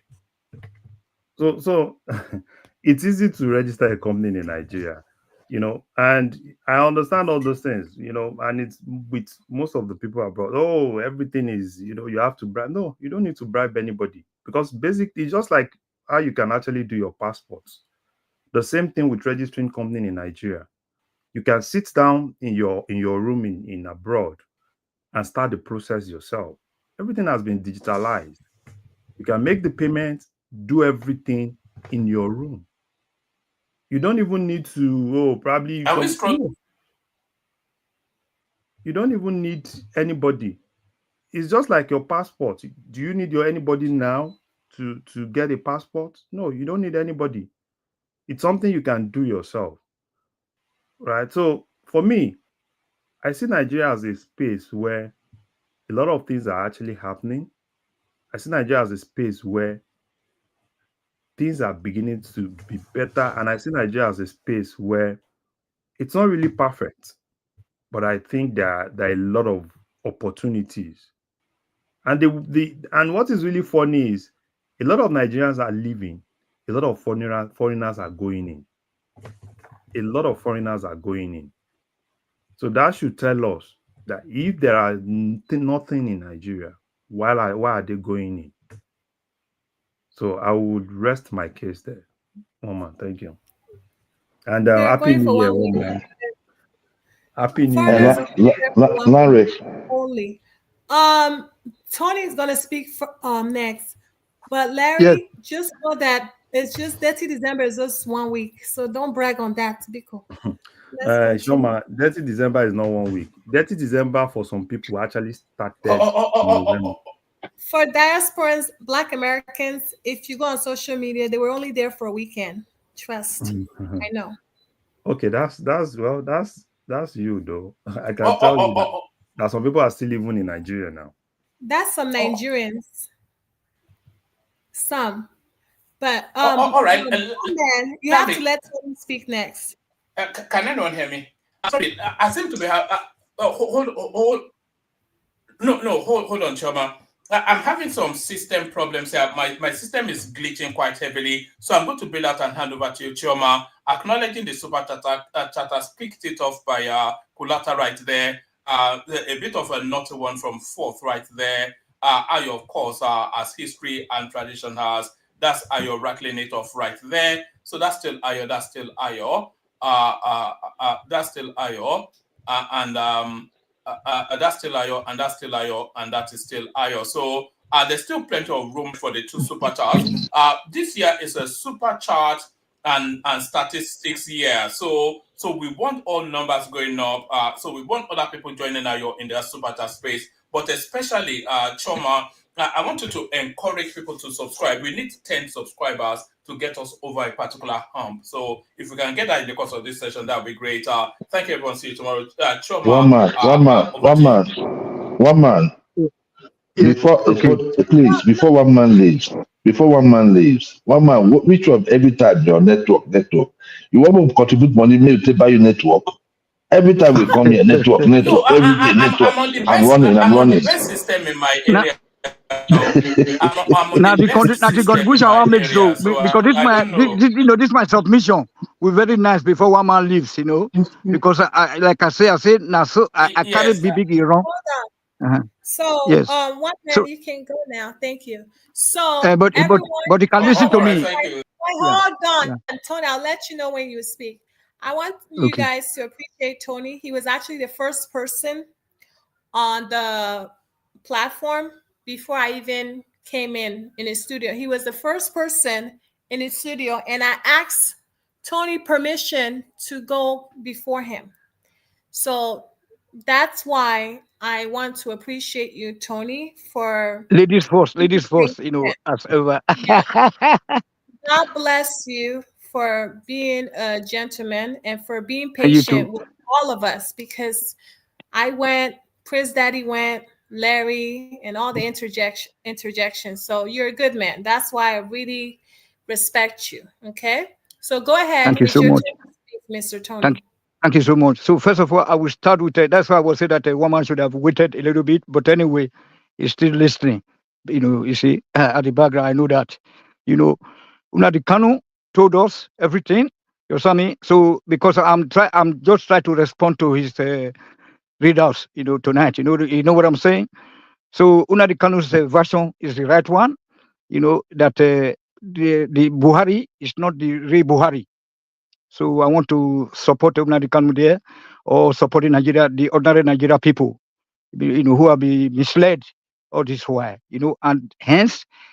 So let's wonder that things are not working in that country, because until that Buhari's mystery is solved, this country is a dead country. You know what I'm saying?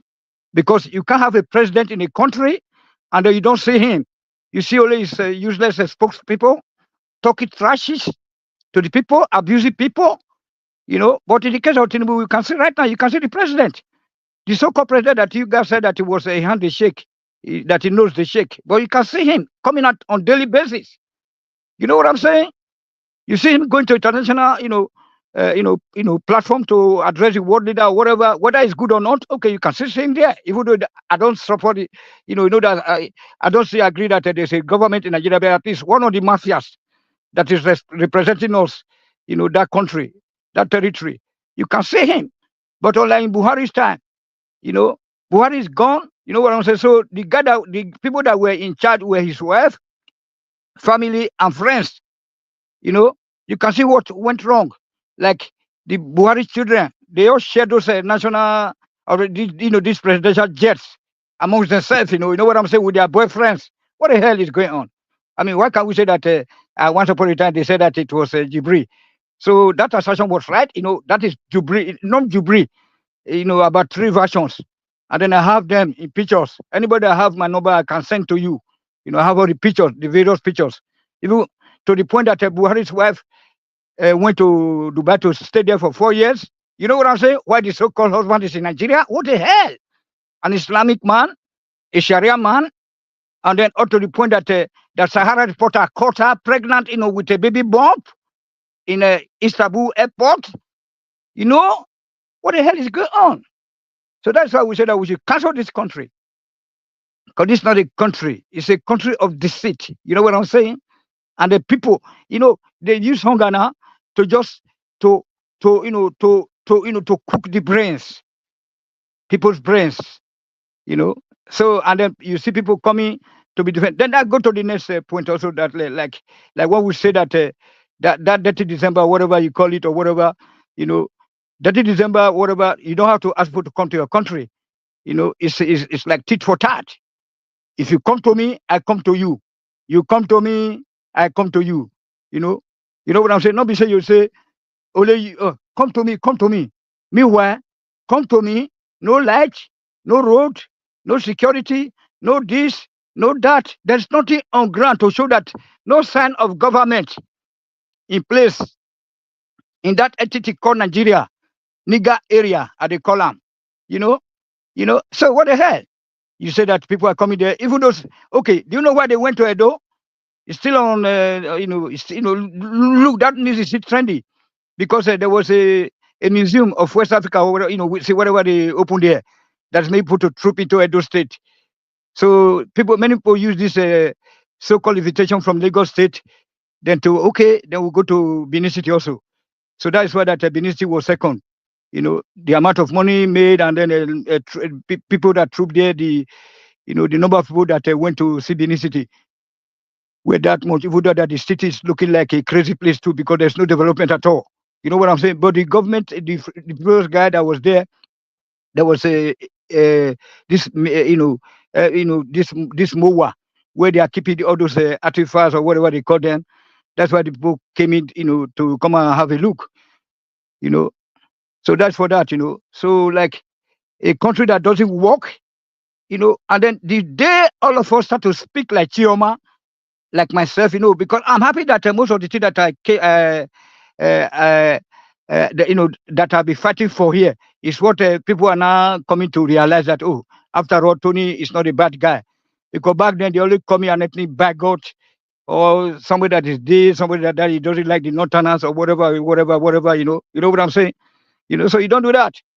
So Chioma said it all. It was, all well. I mean, well done to you, Chioma, for your submission tonight. But if if most of us are saying to the people that no, something's working, something's working. How do you know that something is working? It's what you see on ground, reality on ground. Not be say if somebody will call a spokesman or spokeswoman, they will consider that, please don't worry, things are working. Look at what we have, statistics. Nigeria is not number 10. Nigeria is not number 1. Now lie. It's how the people are living their lives. That's what will tell you, what is on ground. How much. I mean, look at the whole environment. I was watching one lady YouTuber who went to Nigeria now. She's still there. Look at the whole dirty environment. Look at the way that is play with our kids on the street. Kids without no slippers on their feet. Kids with no food, hungry children, and then she will be giving them $1 to go and buy something. Is that what they call a country? When I was growing up, we were, the white people, the visitors that come to Ibadan, they don't take our pictures. If they take our picture, the police, because police everywhere, just like in Europe. Most of them are here. Now, also, I don't know, Abi. Because I know that most of you also, you go to Djibouti, you go to Bini, you go to everywhere. The police people, you go to Enugu maybe, because I never be there. But I believe that it was the same thing back then. If any visitor, white people, they take their camera and start to snatch pictures. You see the police around will just pick this something and damage it. So you don't do that. You don't take pictures of our people. But today, the white people, when they come there, they say, oh, that is Jesus Christ. Eh? That you also call a Jesus Christ picture. They come from our brain. They don't blackwash on our brain now, not be only whitewash again. That people after praying, they will say, nah, in the name of this, in the name of that. That's for that also, So all what Nnamdi Kanu told you guys, if I don't believe, let me say, now then I go to the next one. The last one, so the last one, okay? Because it's 3 points that made me to commit tonight, about this so-called INEC man, Chiomati, that was also, in the headline, Remember? About the INEC chairman. Yes, Mahmood. Yeah, he's Mahmood Yakubu. That guy. So where that's why I was saying that one man should have waited. He don't just come here to just come and tell us anything, any topic without showing some pictures or giving us. You can't, because the leader said that this is what INEC chairman have said. Where did he say it? Where did one man get that news from? Where did he got that news from? One man need to come and explain to us. Okay, you are now in charge. You are now in the palace seat. Princess Chioma, tell me, where did you get that source from? Tell me now, before I would drop my bomb or my Iran, I would cluster bomb. Now I want to drop now. Tony, were you here during the readout? Were you here during the readout? Yes, I was here. Do you know what happened? One man was reading that readout. I said, my God, okay, because I know what is happening. That guy is probably no more alive. You understand me? That guy after the Ghanaian election, they flew him to England on life support. So that's why. So I want to know if that guy is not doing well or if he has actually recovered. If we actually Sahara reporter, let me just tell you guys here, because many people come here, they will be talking later, they'll be preaching, they talk grammar as our brother Emeka, they tell them. Now grammar, they'll begin to read paragraphs, they read this, they read that. That's why they talk, they do all this literature. Let me tell you one thing now. Let me just drop it now. They say that man don't die, allegedly now. Understand? Or on a life support. So that's why I want to know exactly where that news came from, the source of that news. That INEC chairman say this, INEC chairman say that. Yeah, do you have it? Do you have the source? I'm gonna look it up, right? And look it up. I'm waiting for you. I'm gonna look it up and I'll bring it to the show, okay? Yeah, because it's very important, because I'm in the house, so I don't take nonsense. I like only the reality, because there's a rumor. Let me call it a rumor now, so that allegedly, okay, that the man is already gone, but the son came out and be prayed, asking Nigerians to pray for his father. That his father is ill. You know what I'm saying? Wow, like Harry. Even this guy says, I believe that this week is also not that so heady now. I like that it's also seriously. He might be flown to to England very soon. Also, is that not a shame, Chioma? A country with no single hospital that can take care of its citizens. Mr. Tony, let us say that. What the hell? How do you want? No, hold on. How do you want your passport? How do you want your passport? How do you want your passport or your nationality to be on a high place when your so-called president they don't have a single hospital dispensary in a country of 250 million people? The so-called president is traveling to France. The other one is going to Saudi Arabia. The other one is going to Germany. The other one is going to this. The other one is going to that country. So am I going to India? local government chairman. What the hell is going? Is that a country you said that is working? That's a dead country, a non-existent country. That is where we stop, so that I don't take your time. Yeah. Tony, no, don't stop. Mr. Larry wants to ask you a question. Okay. Thank you very much. Yeah, my brother. I'm not asking. No, I just told him that, that man is not dead. That man is not dead. It's just normal. He's sick. No, normal sickness, eh? He's not even sick, sir. He's not even sick. Why would not they see him? He's not sick. If you why would not they see him?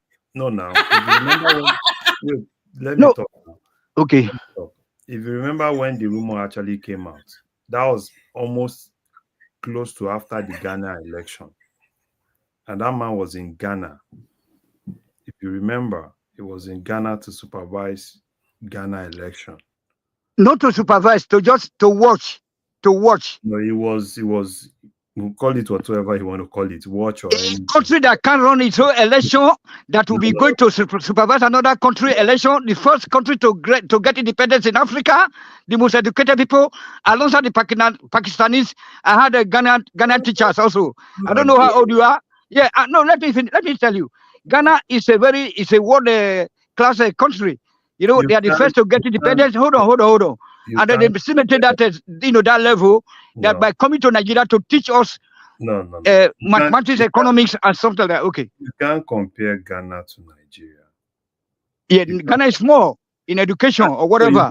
If you are comparing, probably you can just put 2 or 3 states in Nigeria together and compare it with Ghana. No, we're not talking about population. It is not how far, but how well. Yeah, that's exactly what I'm saying. So the way you tackle problem in Ghana is not the way you tackle problem in Nigeria. Why? I don't know black people like us. I mean, this what your mom was telling you guys tonight, that you see that you guys you are no, hold on. I will let you I will let you come in.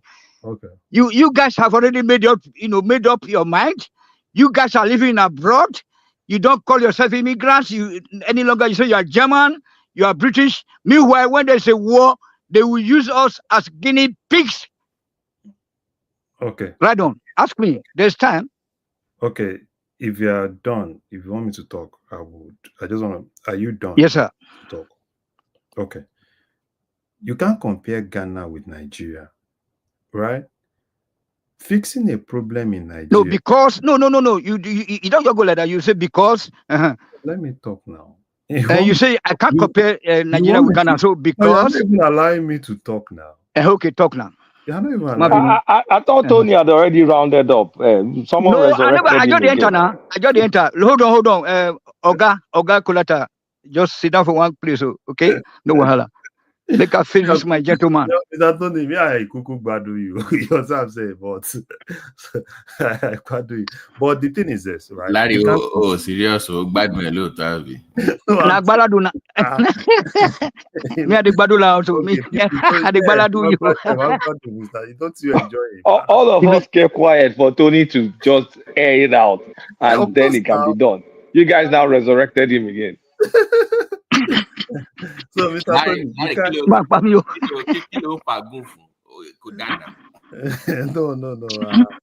Mr. Tony. Larry, please tell me. Mr. Tony, the thing is this. Yes, sir. You can't compare Nigeria to Ghana, right? To fix problem in Ghana. Because before you to fix. Let me talk. To fix problem in Ghana can be easier compared to fixing a problem in Nigeria. Look at the situation where, we just have Ghana is like southern Nigeria, probably southwest Nigeria. It can be easy to fix problems in southwest Nigeria compared to fixing problem in the whole of Nigeria. There are a lot of issues in Nigeria. Sir, they don't confuse you. It can be more easy to fix problem in Nigeria than fix problem in southwest Nigeria. Ghana, you meant? No. Compare Ghana, right? In terms of culture, now you need to correct yourself. Okay. No, you compare Ghana to probably like southwest Nigeria or south Nigeria. Yes. Or southeast Nigeria. Yes. Right? Why? Why? Yeah. If you look at tribes, those people are so close. You understand what I'm saying? They are so close Probably there are different tribes there, but the tribes are so close compared to Then what. when we say go divide before you continue, when we say go divide now, say no, now one Nigeria, now one Nigeria. Can somebody give you super chat just now to say one Nigeria now, one Nigeria now? Right on. So Rolo, eh? Mr. Tony, I don't want to talk again. Let me. No, Let you. No. Look, I don't want to give you a knockout because you're my brother. You know, say I like you way too. You know, you're something. because So right on. Because Natkulata now be saying come interject me, but you know, Greek come in the fear. So right on. So the thing is this, right? I understand. Oh, Ghana is this, Ghana is that. You understand what I'm saying? No, it's not like that. The problems you see, even if you see Ghanaians, they have their own problems too. Larry, you are wasting our time. Just Who they allow waste your Tony time? to You when finish now. they carry professor paper, they come here now. No, just wait to finish. Wait. Let Larry finish. Make a round up. I will round up then. I'm coming, Larry. I'm coming. Irọ́ pọ̀lọ́wọ́ mi, okay. Irọ́ pọ̀lọ́wọ́ mi. Lónìí, Tony, right I on. don't think anyone has any more interjection. I think it's complete. So Now let me round up now. Okay. Now, no make more I just tell you guys now. Thank you very much. So now, before you guys will come in with booklet, and all those bookshelves. Now they carry the follow body. Now one they come here. Now they carry bookshelves. Not be only one book. Now they carry now. Now they carry 1 million books. Abi, yeah. So now make I tell you now. You look at that so-called America now. You know which country the largest population is America. Eh? Then you go to Asia, China, and India. You know. Then you go to all these other spaces like Russia. They have more population than their neighboring countries, and they do best. They're only number one. Look at Nigeria. The highest population, highest number of universities, highest number of intelligent people. But where would they? You know, and after now to say, oh, you know that we're just 60 years old. After 1 year, old, the other one will come later like a frog. You would mean, I would tell them, say, you put down and speak like woman. No be beautiful woman self, you know, not just speak like frogs, you know. Tony, it's enough. No, hold on. Hold yeah. Hold on. You know, the more population, so the more you are more opportune. Okay, you know what I'm you saying? Finished? Are you yeah, finished? okay. We can Thank you very continue much. the animal sounds tomorrow, okay? All right. No wahala.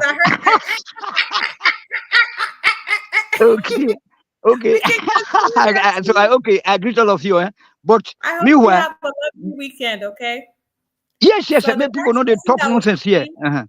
Okay. Thank you. The next person that will speak, and Mr. Tony, you cannot interject them because you know they don't have your patience, is Mr. Kulata, okay? So Kulata, No, let's Zita speak. No, her teammate did it now. Okay, so Madam Zita, are you here? Good evening, Madam Zita. Okay, she's not. Choma, can I go? Let me go now. Let me go, and then so that I'll leave you guys. Go ahead. Usually, I like talking after. Thank you very much. Good morning, afternoon, evening, wherever you may be listening from. Joel of Nashville. I beg, Joel. Sorry. May I just before I go to sleep? I beg, Princess Chioma, don't forget you have to tell one man to bring that source of ANEC chairman out, and then don't forget that Buhari is still that Jubri, and then whatever you call all of their name. Buhari is not there. It's a Kaskas. Okay, thank you, Tony. Yeah, thank you, Tony. Yeah, on the issue, I did what actually brought me in was Larry, and you know, I love it when people have hope, you know, but I always look at the quality of hope that we have for Nigeria. So many of us here, you know, really believe this government. And it's not like I blame anybody. I mean, at this point in time, who cares? You know, an election was arranged and someone was declared by the court. And I mean, we have a president today. But Also, I'm one of those who don't want to, really go hard on those who actually believed in Tinubu. Because you see, I mean, yeah, we're supporting Obi, but what if Obi goes in there and does something different?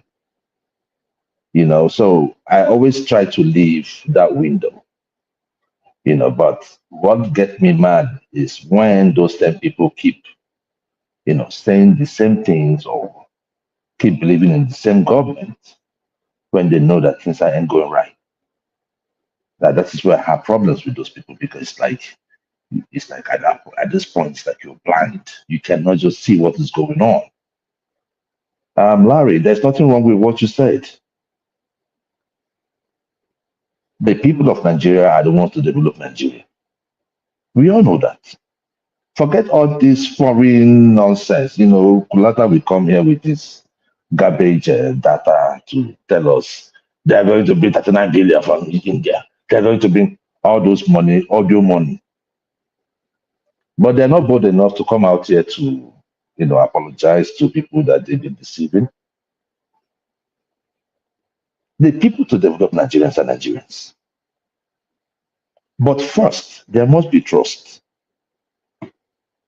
The people must see um, what you're doing with the money you've been giving to, or what your policies are like. We've not seen that trust. Look, no matter how you want to pay Tinubu, we've not been able to see a clear direction. We've not been able to see that.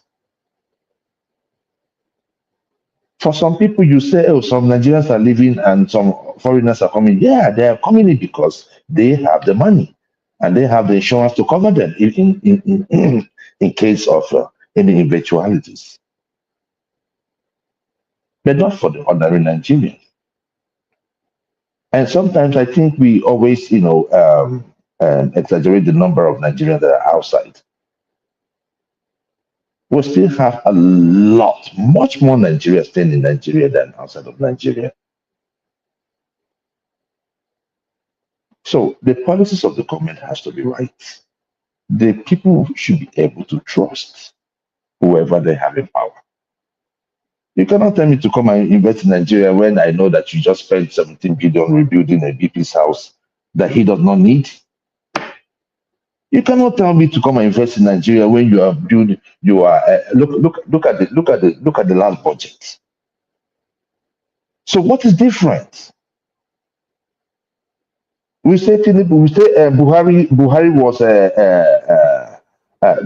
was appointing people from the north. Tinubu came in. Why did you vote for Tinubu? Most of you here were saying, "Oh, Tinubu will be different." At the end of the day, Tinubu is not different. And it is not even getting people from, let's say, the southwest in general. It's just from Lagos State, where I reside. I mean, I should be happy. But there is a case for fairness. I was listening to who was it? Was it Udenta the other day? And I came to realize, I was like, come on now. What is really going on with the kind of ministers that we have today? I mean, the last time we had it good was under Jonathan. After Jonathan, I do not understand the kind of people that we put that, those in government, entrust the ministerial position. What is going on? The other time we came here and we started giving, I think after 1 year, we started giving the marks. And we were saying that this person is A. In fact, there is no A in Tinubu ministerial positions. There's no A. As it stands today, even with the way Wike is, handling stuff in Abuja, you cannot call that an A. I don't care how many bridges you build. The same mentality he had in River State, where he built Nine, when you build seven or eight bridges on a 2 kilometer stretch. On a 2 kilometer stretch. So those days we were looking at, oh, Wike is commissioning. It is on that Aba Port Harcourt Expressway. 80% or 70 to 80% of the bridges. So in your time as governor of River State, the civil servant hardly had any promotion. So when somebody is telling me that, you see, that is those things when we talk legacy. What legacy do you have now? There is no legacy that is greater than the one you built inside of the people. When you finish building the people, then you can now start building all this infrastructure you're talking about, or thinking about your own legacy projects. As long as you are elected, your legacy is what the imprint you left in the heart of the people, how well their conditions has been improved during your stay, taking them from point A to at least point C or D. So, Larry, I'm sorry to burst your bubble.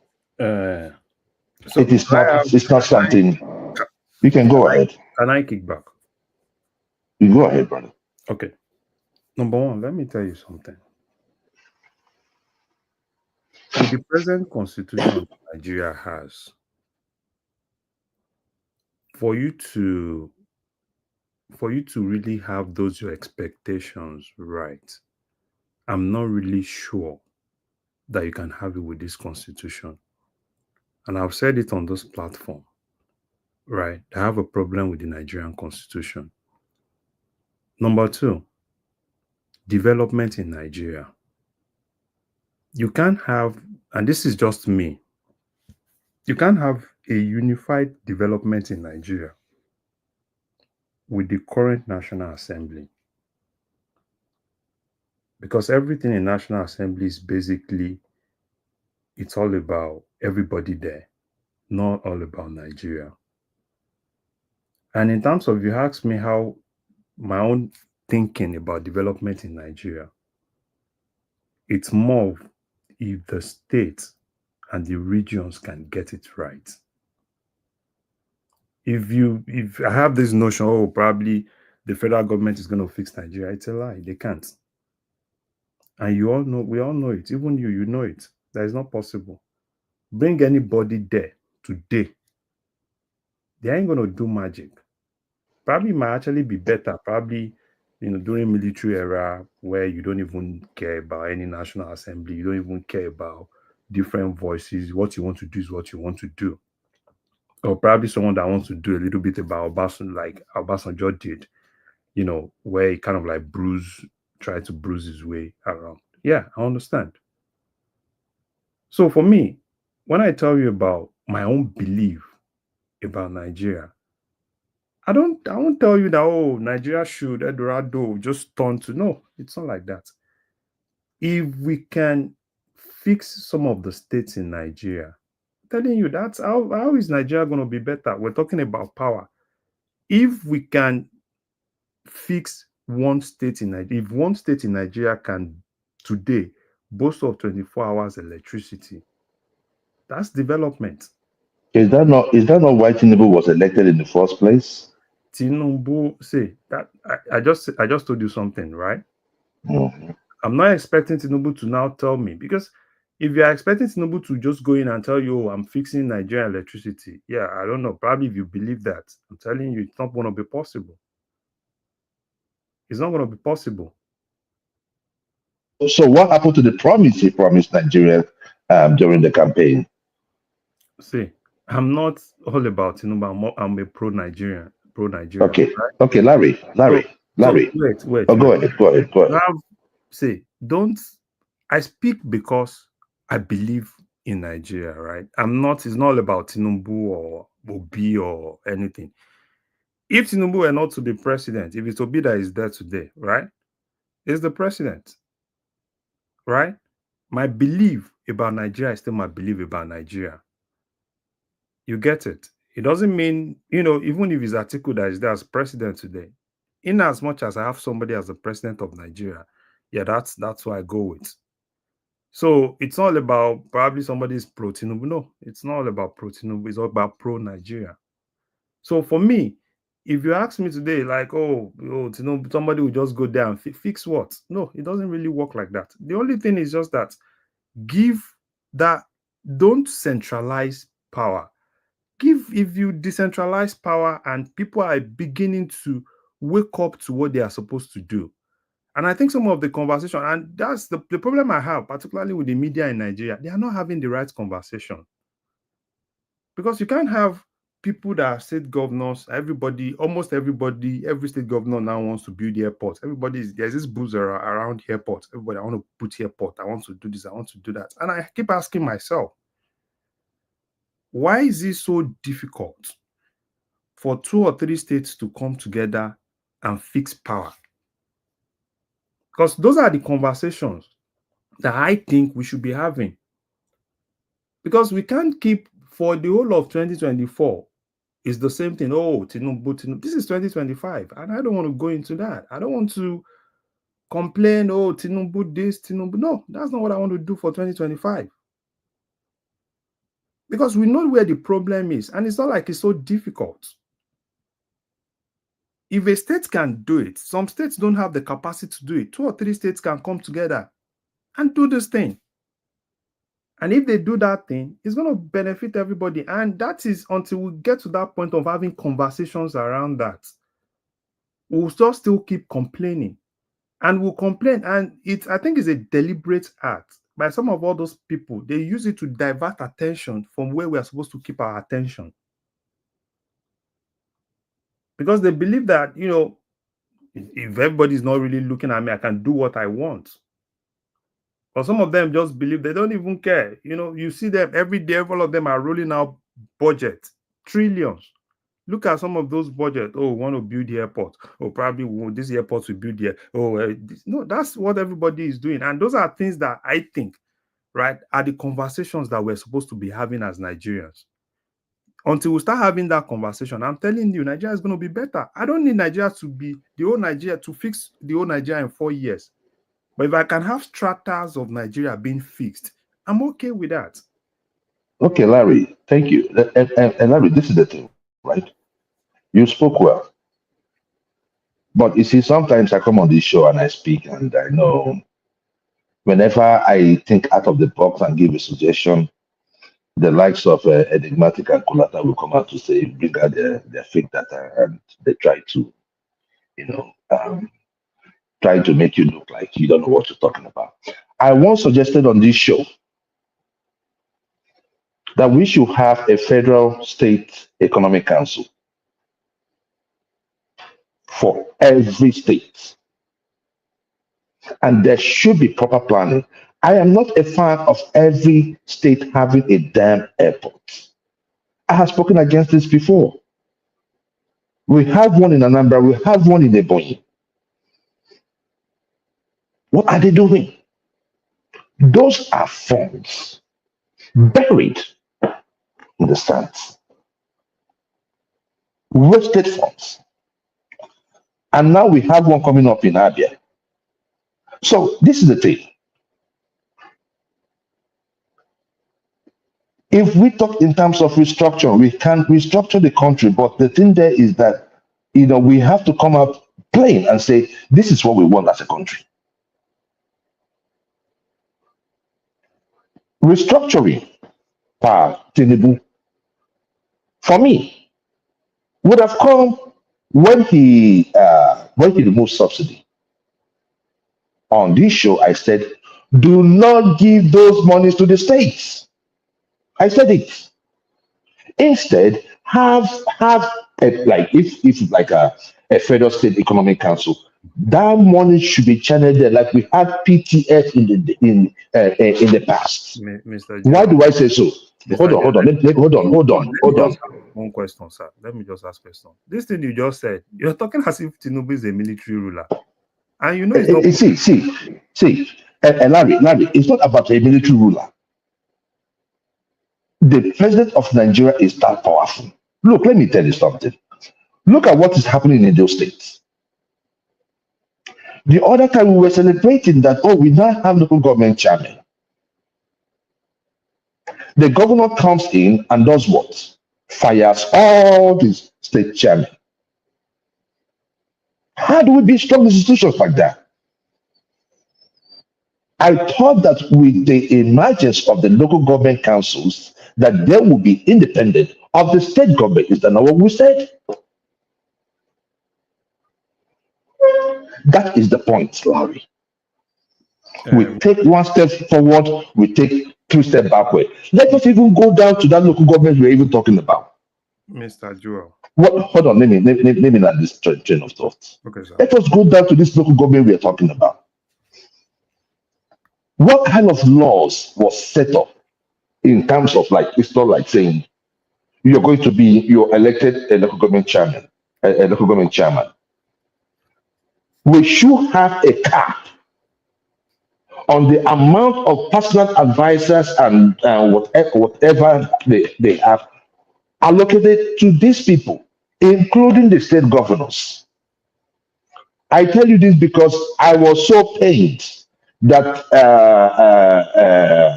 I don't know what they call them in River State, but the guy that is the chairman of the 100 over 108. 108.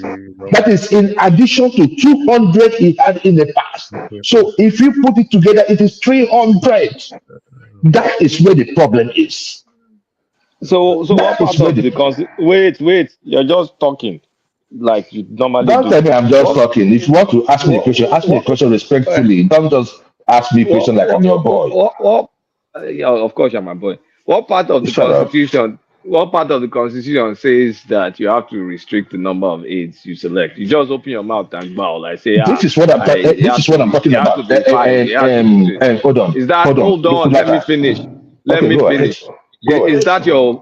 I mean, in our adult age, we shouldn't be wishful thinking. Like, we should be more grounded and factual. So what you are saying, is it just mere wishful thinking that, oh, if I was Aladdin, if I could make a wish, I'll just wish 5 what's it called, 5 special, what do you call them again, deputy whatever, for each person. So let's stop talking things that are not constitutional. No.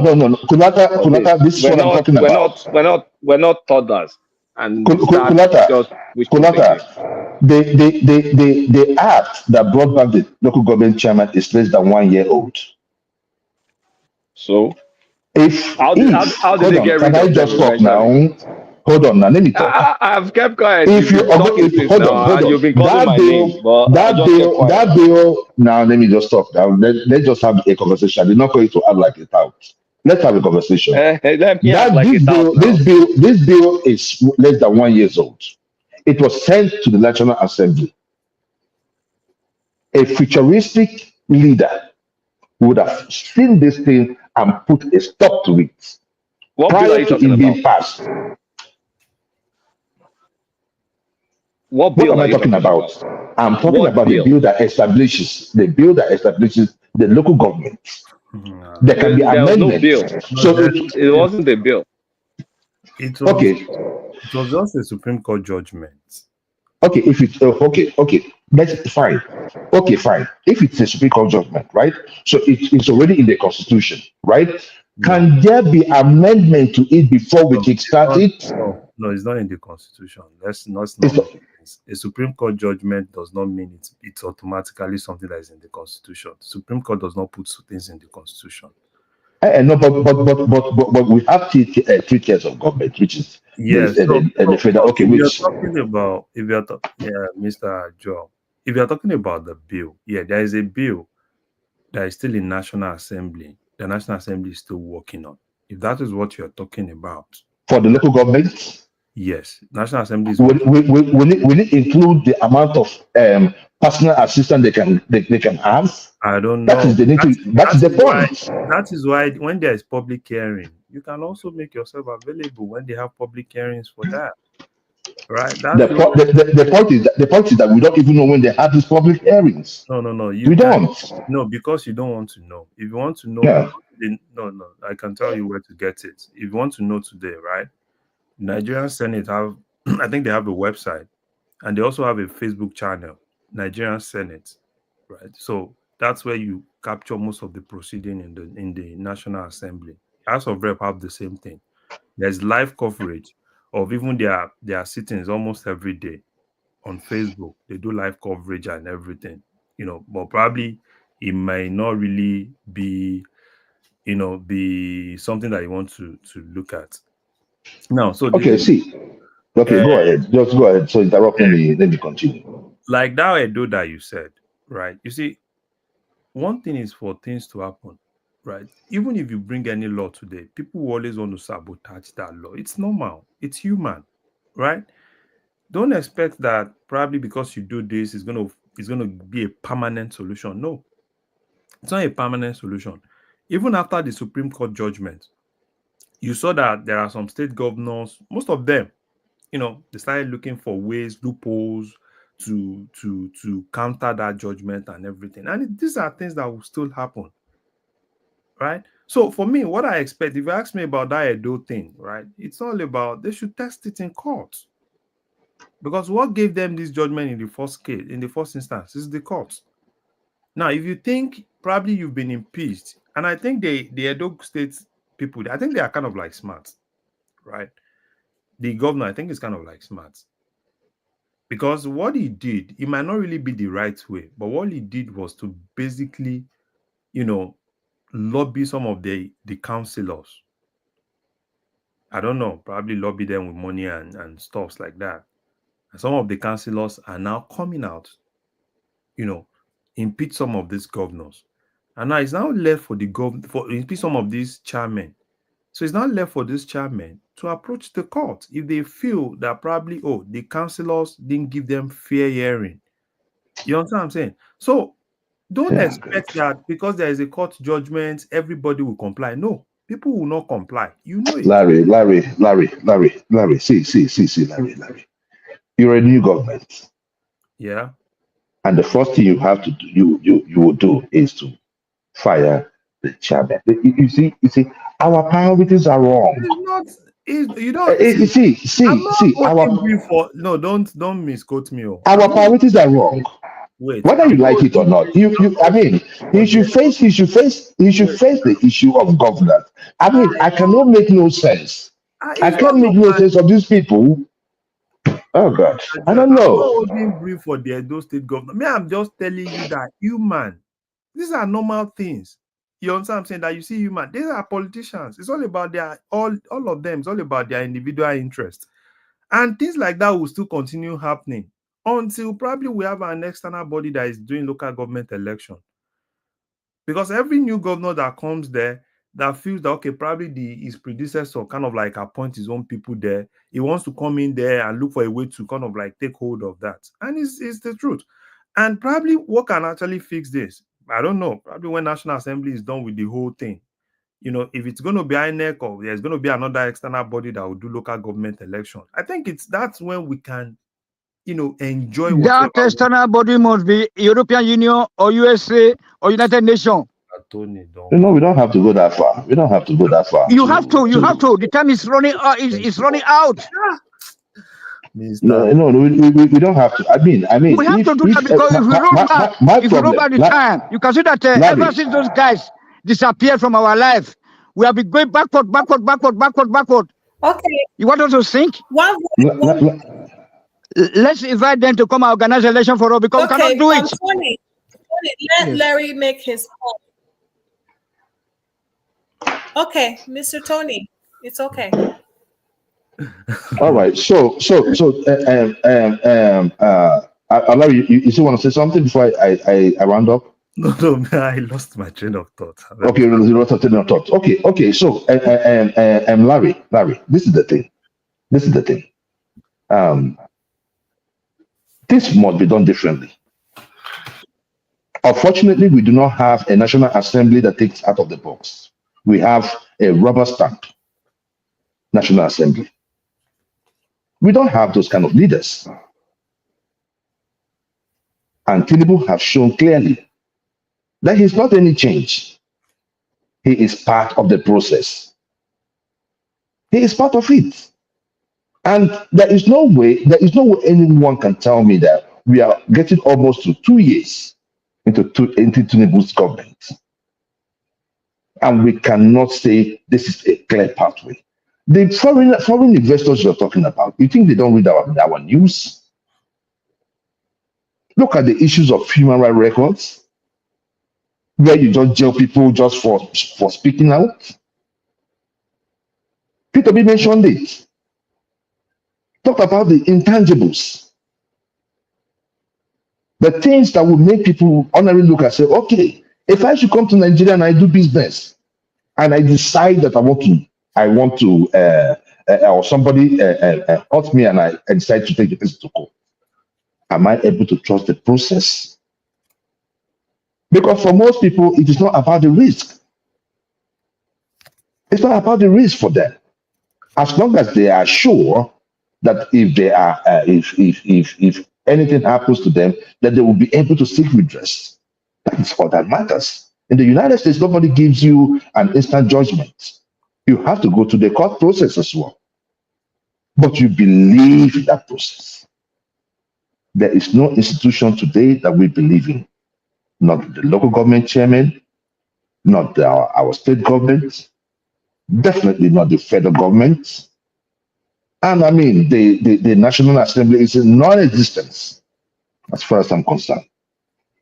We need a rejig when it comes to the Nigerian economy. And Tinubu seems not to be offering that.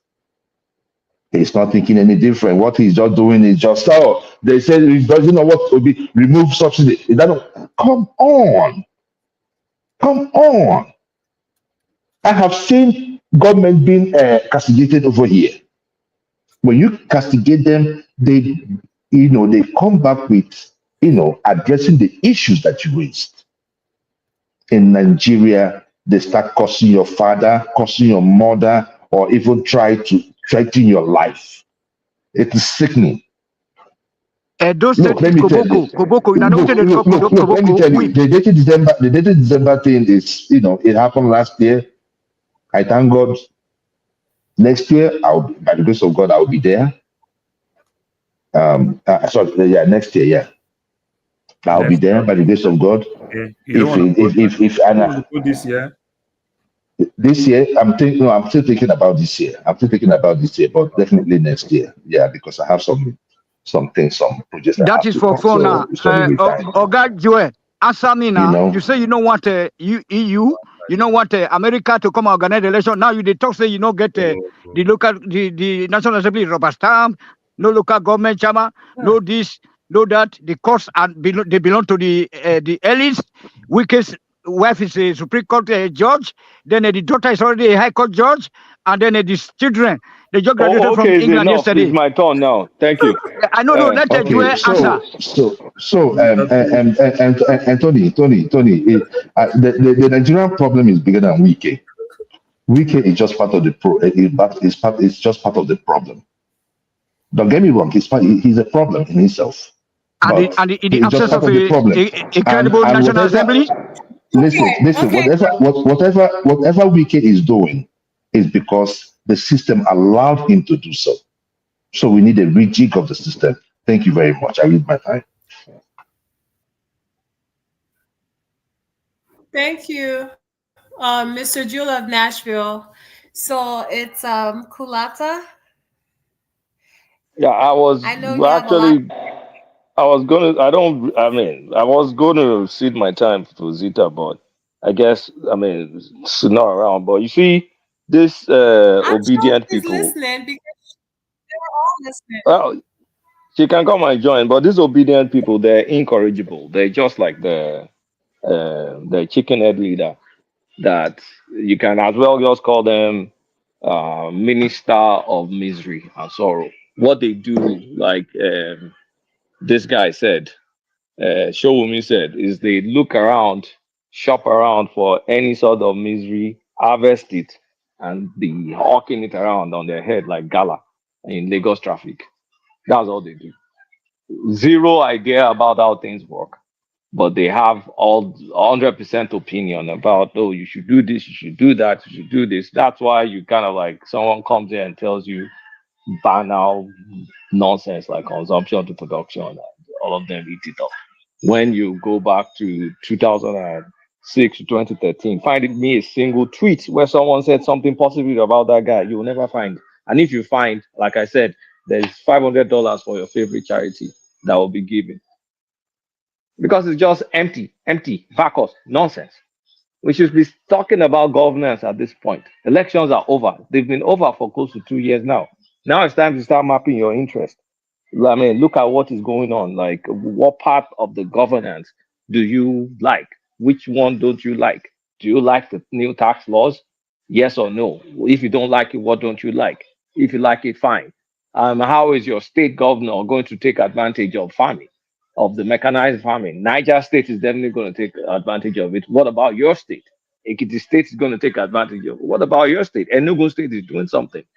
This is what we should be talking about, rather than all this banal nonsense that is neither here nor there. And when you look at the things that are going on, we're going to rebase, and the economy is going to get rebased at least. At least they will rebase it maybe based on 2019 data. At least that's, I mean, that was before COVID when things were a bit stable.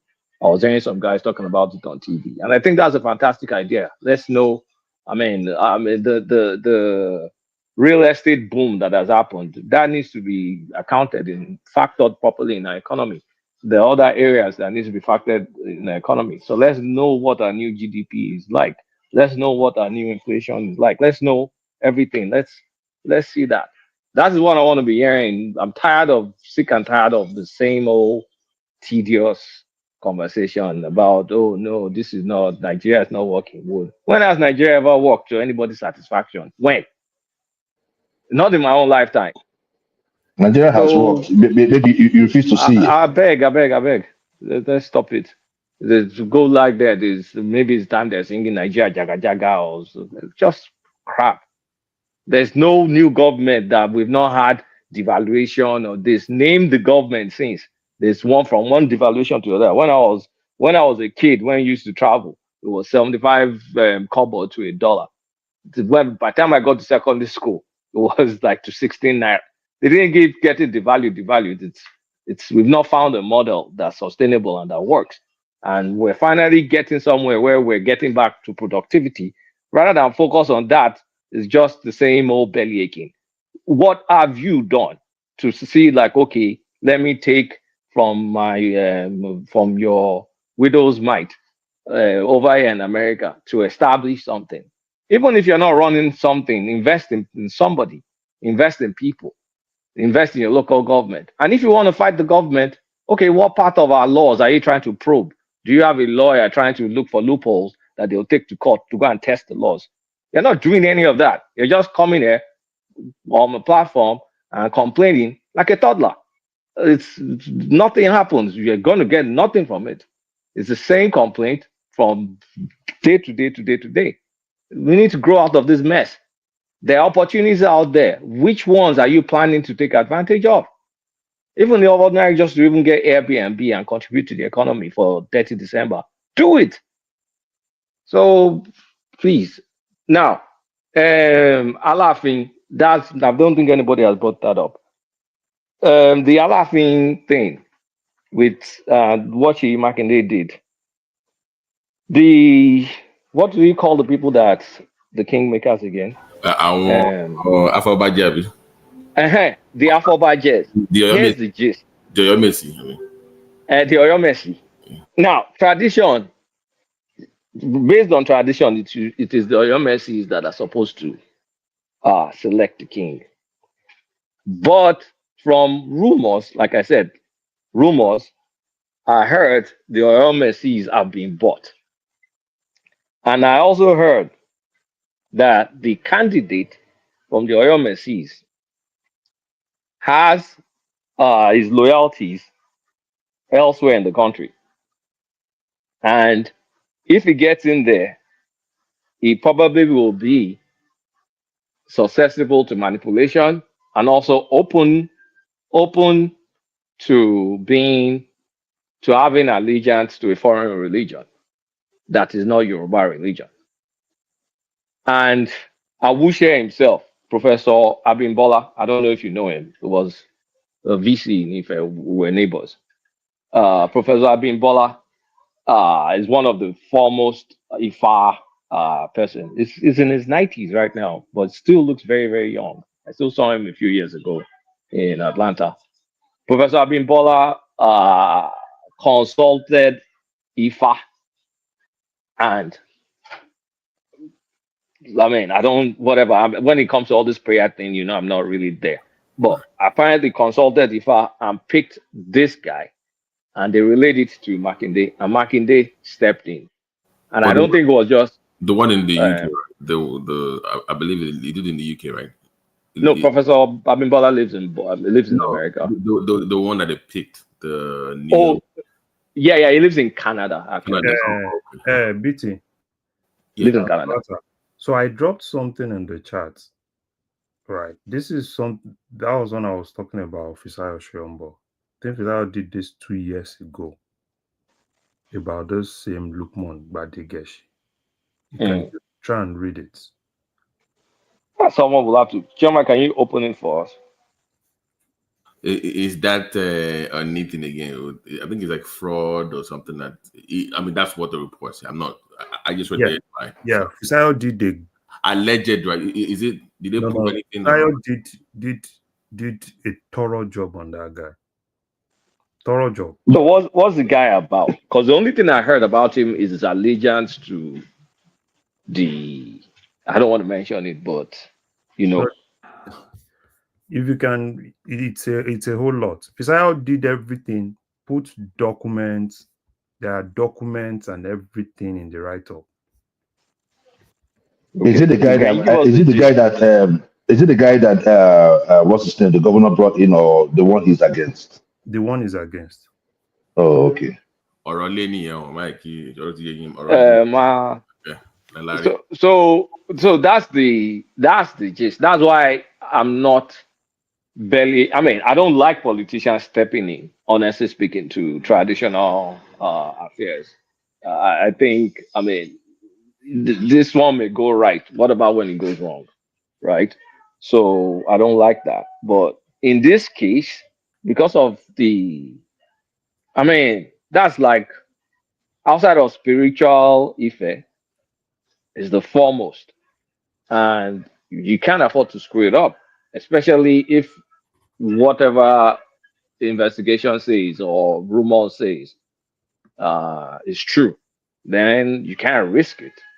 So I can see many people upset about it. That why did Makinde step in? But if some of what was said is true, and if the Awushe himself consulted the oracle, and the oracle guided him to this guy, then I'm not that. I mean, I'll accept it. As long Can I say something?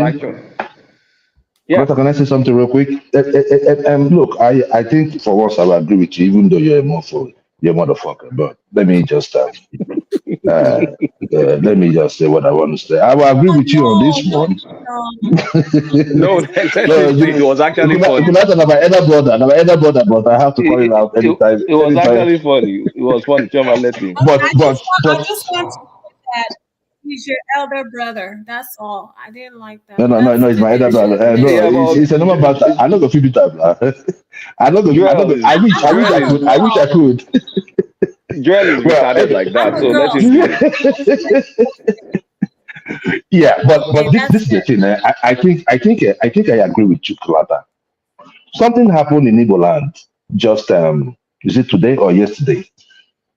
We had the president we had an election where they elected the president of Ohanese. Okay. Yeah. All along, we had two people because they zoned it to River State. Okay, so now all along, we had about two candidates or three of them that everybody knew. They were interviewed on JJ Media, everything. We knew who they were, right? And we could say, okay, this is what they wanted to do. These are their visions and all that. I went for the Wachuku guy. All of a sudden, today, the governors came together and said, you know what? They were going to do, they were going to elect the president via a consensus, via voice voting. And that was how they elected Senator Azu Tambata as the president of Ohanese. But didn't they elect some guy from Ikwere? Isn't that a problem?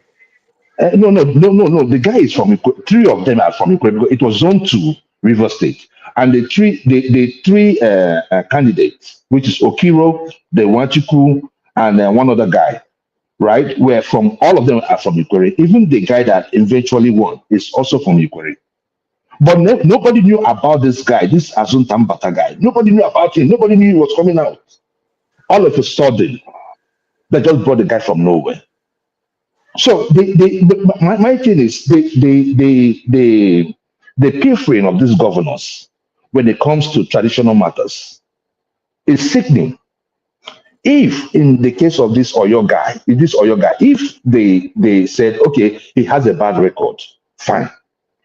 Let those traditional people, if you have to get it to their notice, let them tell them that, oh, look, this is what we heard about this guy. We ran a background check on this guy. This is what we found out. Can you select? Because normally, I don't know if it happens in Yoruba land. Usually they have like 2, 3 people. Then they will not select one. Then it goes to the next person. The idea of a governor coming from the outside, bringing in someone and imposing it on the people is what I don't really like. And like you said, who knows what will happen tomorrow? Who knows who will come in tomorrow? If you have an available tomorrow. Thank you. That is why would they say the first son of the Oba should be taken over. That's what make the Edo traditional and data so unique. So and then to the other one in Ikwere, oh boy, na trouble na they look for because that one is going to bring a war because it's kind of like strategic. Like so, most of our people in the south will be thinking, like, oh, this would they want to systematically steal our some part of our region. You know that the Ikwere people say that they are from Benin, and then the other Ikwere say that they are from the minority say that they are from they are Igbos. So, what do you think? Don't you think it's going to bring some kind of problem in future? Who is the minority? The that you're Igbo talking people there about? that Are the cross over minority? to come and meet them. Oh my goodness. No, not their Please, goodness now, Kola. because River Okay. State, we have more Ijo, No, you don't have more. No, you don't have more joy in River State, than Igbo. and that's the reason. No, else no. No, see, let me tell you. That's the reason why. Hold on. That's the reason why. Okay.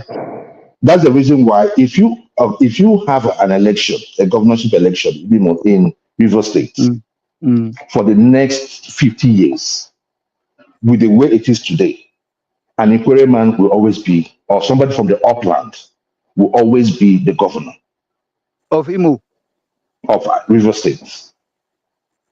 You mean River State? River State. Because when you talk about the Calabaris, these are small islands.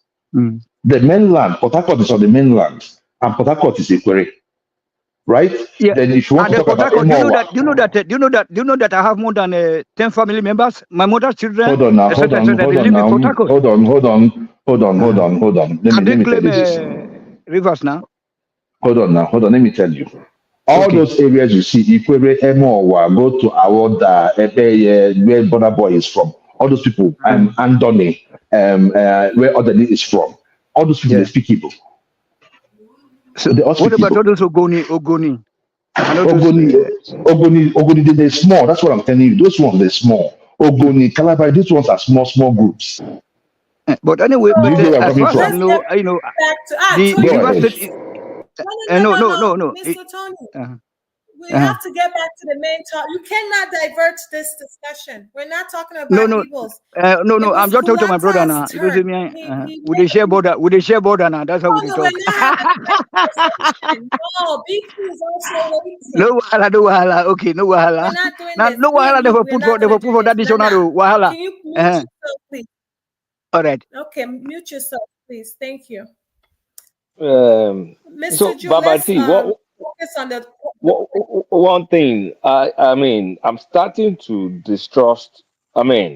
some of these Afobaje, I think a lot of them have been, Yeah, we've seen you that. know, We've seen that movie. Remember what happened with Oluwo of Iwo?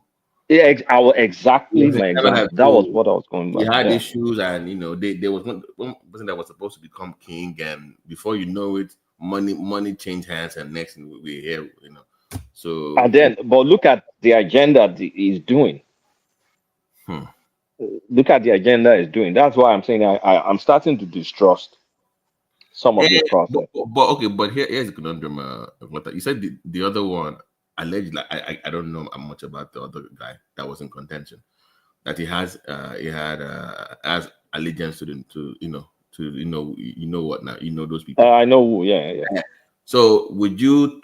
It's like a trade off now. Do you want that, or do you want? Can you live with? That's what I'm saying. Like, it's not a funny. It's not a. I mean, like your people say, own bruku don't theory. So It's can not a. you It's not. go ahead? Go ahead.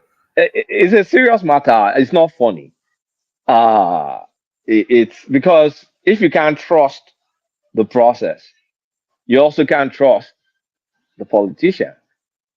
So what do you do? In this case, if there was no Professor Wande Abimbola that kind of like consulted IFA, it would have been a disaster. But him consulting IFA kind of like overrode some of those guys. Because And I believe that just like Doni had issues with something similar, they can suppress that story or cannot take care of it. It's a yeah, different problem. The other guy, that one, a long time problem. So they were like, oh, let's deal with this one and not ahead. So yeah, I get your point. Like it should be a transparent process. Like if you watch there's this movie that came out recently, the Seven Doors, Nigerian movie doing yeah, Christmas. that's only on Nigerian Netflix. It's not on. You can watch it on. It's like on Circle TV. They put it on a paid $7. You can watch it, like the 6 series part. It kind of speaks to what you're saying, where somebody shows up and they don't go through the process and they have issues or they're not told what they're supposed to go through. And I think uh, so how did what was the response of the embassy with that professor consulting the governor and the governor? I think they want to go to court. Really? Yeah, they will go to Yeah. court. So how? Because I've seen conflicting court cases where, in some court cases, they will say the governor has the right; he can override them. In some court cases, they will say, well, that the Afrobatis, they can pick anybody, but the governor has to approve that person. But they really want to present the candidate, not the governor doing that directly. So I've seen different court cases in regards to this. I don't know much about. I know the governor has the authority to appoint, but I know that the kingmakers they are the ones to present the candidates. Yeah, I think That's the one. I think the thing is, the kingmakers still have to recommend. Oh yes, that's the word I was looking for. Yeah, Recommend to they recommend. The government cannot. So the government cannot just go and pick No. anybody. He has to go to whoever they are presenting. Yeah, it has to go through that. Just like, okay, look at like if you want to get probably the chief justice today, right? It has to still be. It's not like the president can just say, "Well, I want to pick this person." So it has to still be recommendation. Okay, was this guy recommended by the embassy? No. So I fear for this guy because the Afrobaje is actually, I think the law is on them. It favors them. Yeah. Yeah. But the unfortunate thing is, I fear for the guy, but I think what they will still do at the end of the day is to placate the Afrobajes. Yeah, they will find a way to resolve it. Yeah, the same thing happened in Abeokuta now. During when Obasanjo was president. But Larry, the people that, from what the rumor I heard, like I said, is unfounded. But the people funding the Afrobajes have ulterior motives. No, that's even that other guy. You understand what I'm saying? He has spent a lot. He has, when you have time, read that Fisayos this thing. He's been spending since over 2 years now. If that guy died 3 years ago, the old Alafi. immediately that guy that this Gbagedegesh has been spending, he has spent a lot. A lot. He has So, spent a lot. so the governor, how do you think this one ends? No, I think what will happen at the end of the day, right? They just need to call themselves. This guy will get there, and they need to just call themselves, resolve some of this thing indoor, because I really don't see, them this court and court and court and court. The same thing happened in Ogun State. BT Obasanjo did the same thing when they needed an Olowu for of Owu. The kingmakers. There was this guy that came, and I know that guy at that time. The guy came from America, brought in a lot of cash, everything, all the kingmakers, at that time he gave all of them phones, did all sort of things, and they said, yeah, that's the guy. And Obasanjo just came in, and Baba now, he got all of them arrested. Some of the kingmakers said were still in their pajamas when they arrested them. Some of them were still in their towels when they arrested them. Thereafter, they had to Alake, Oshile, all of them had to come together, talk to those guys, and they just had to let it go. But for this, you understand, because the Bade Geshin guy, there's a lot of things around the Bade Geshin guy. And I think what the government did was basically, okay, fine, do the process again. Right? This guy has one or two issues. Do the process again, call people, interview them. But I think the kingmakers insisted, no, Bade Geshi is the guy, which you know So why. what? They didn't even bother to check. But okay, are they from the same ruling house?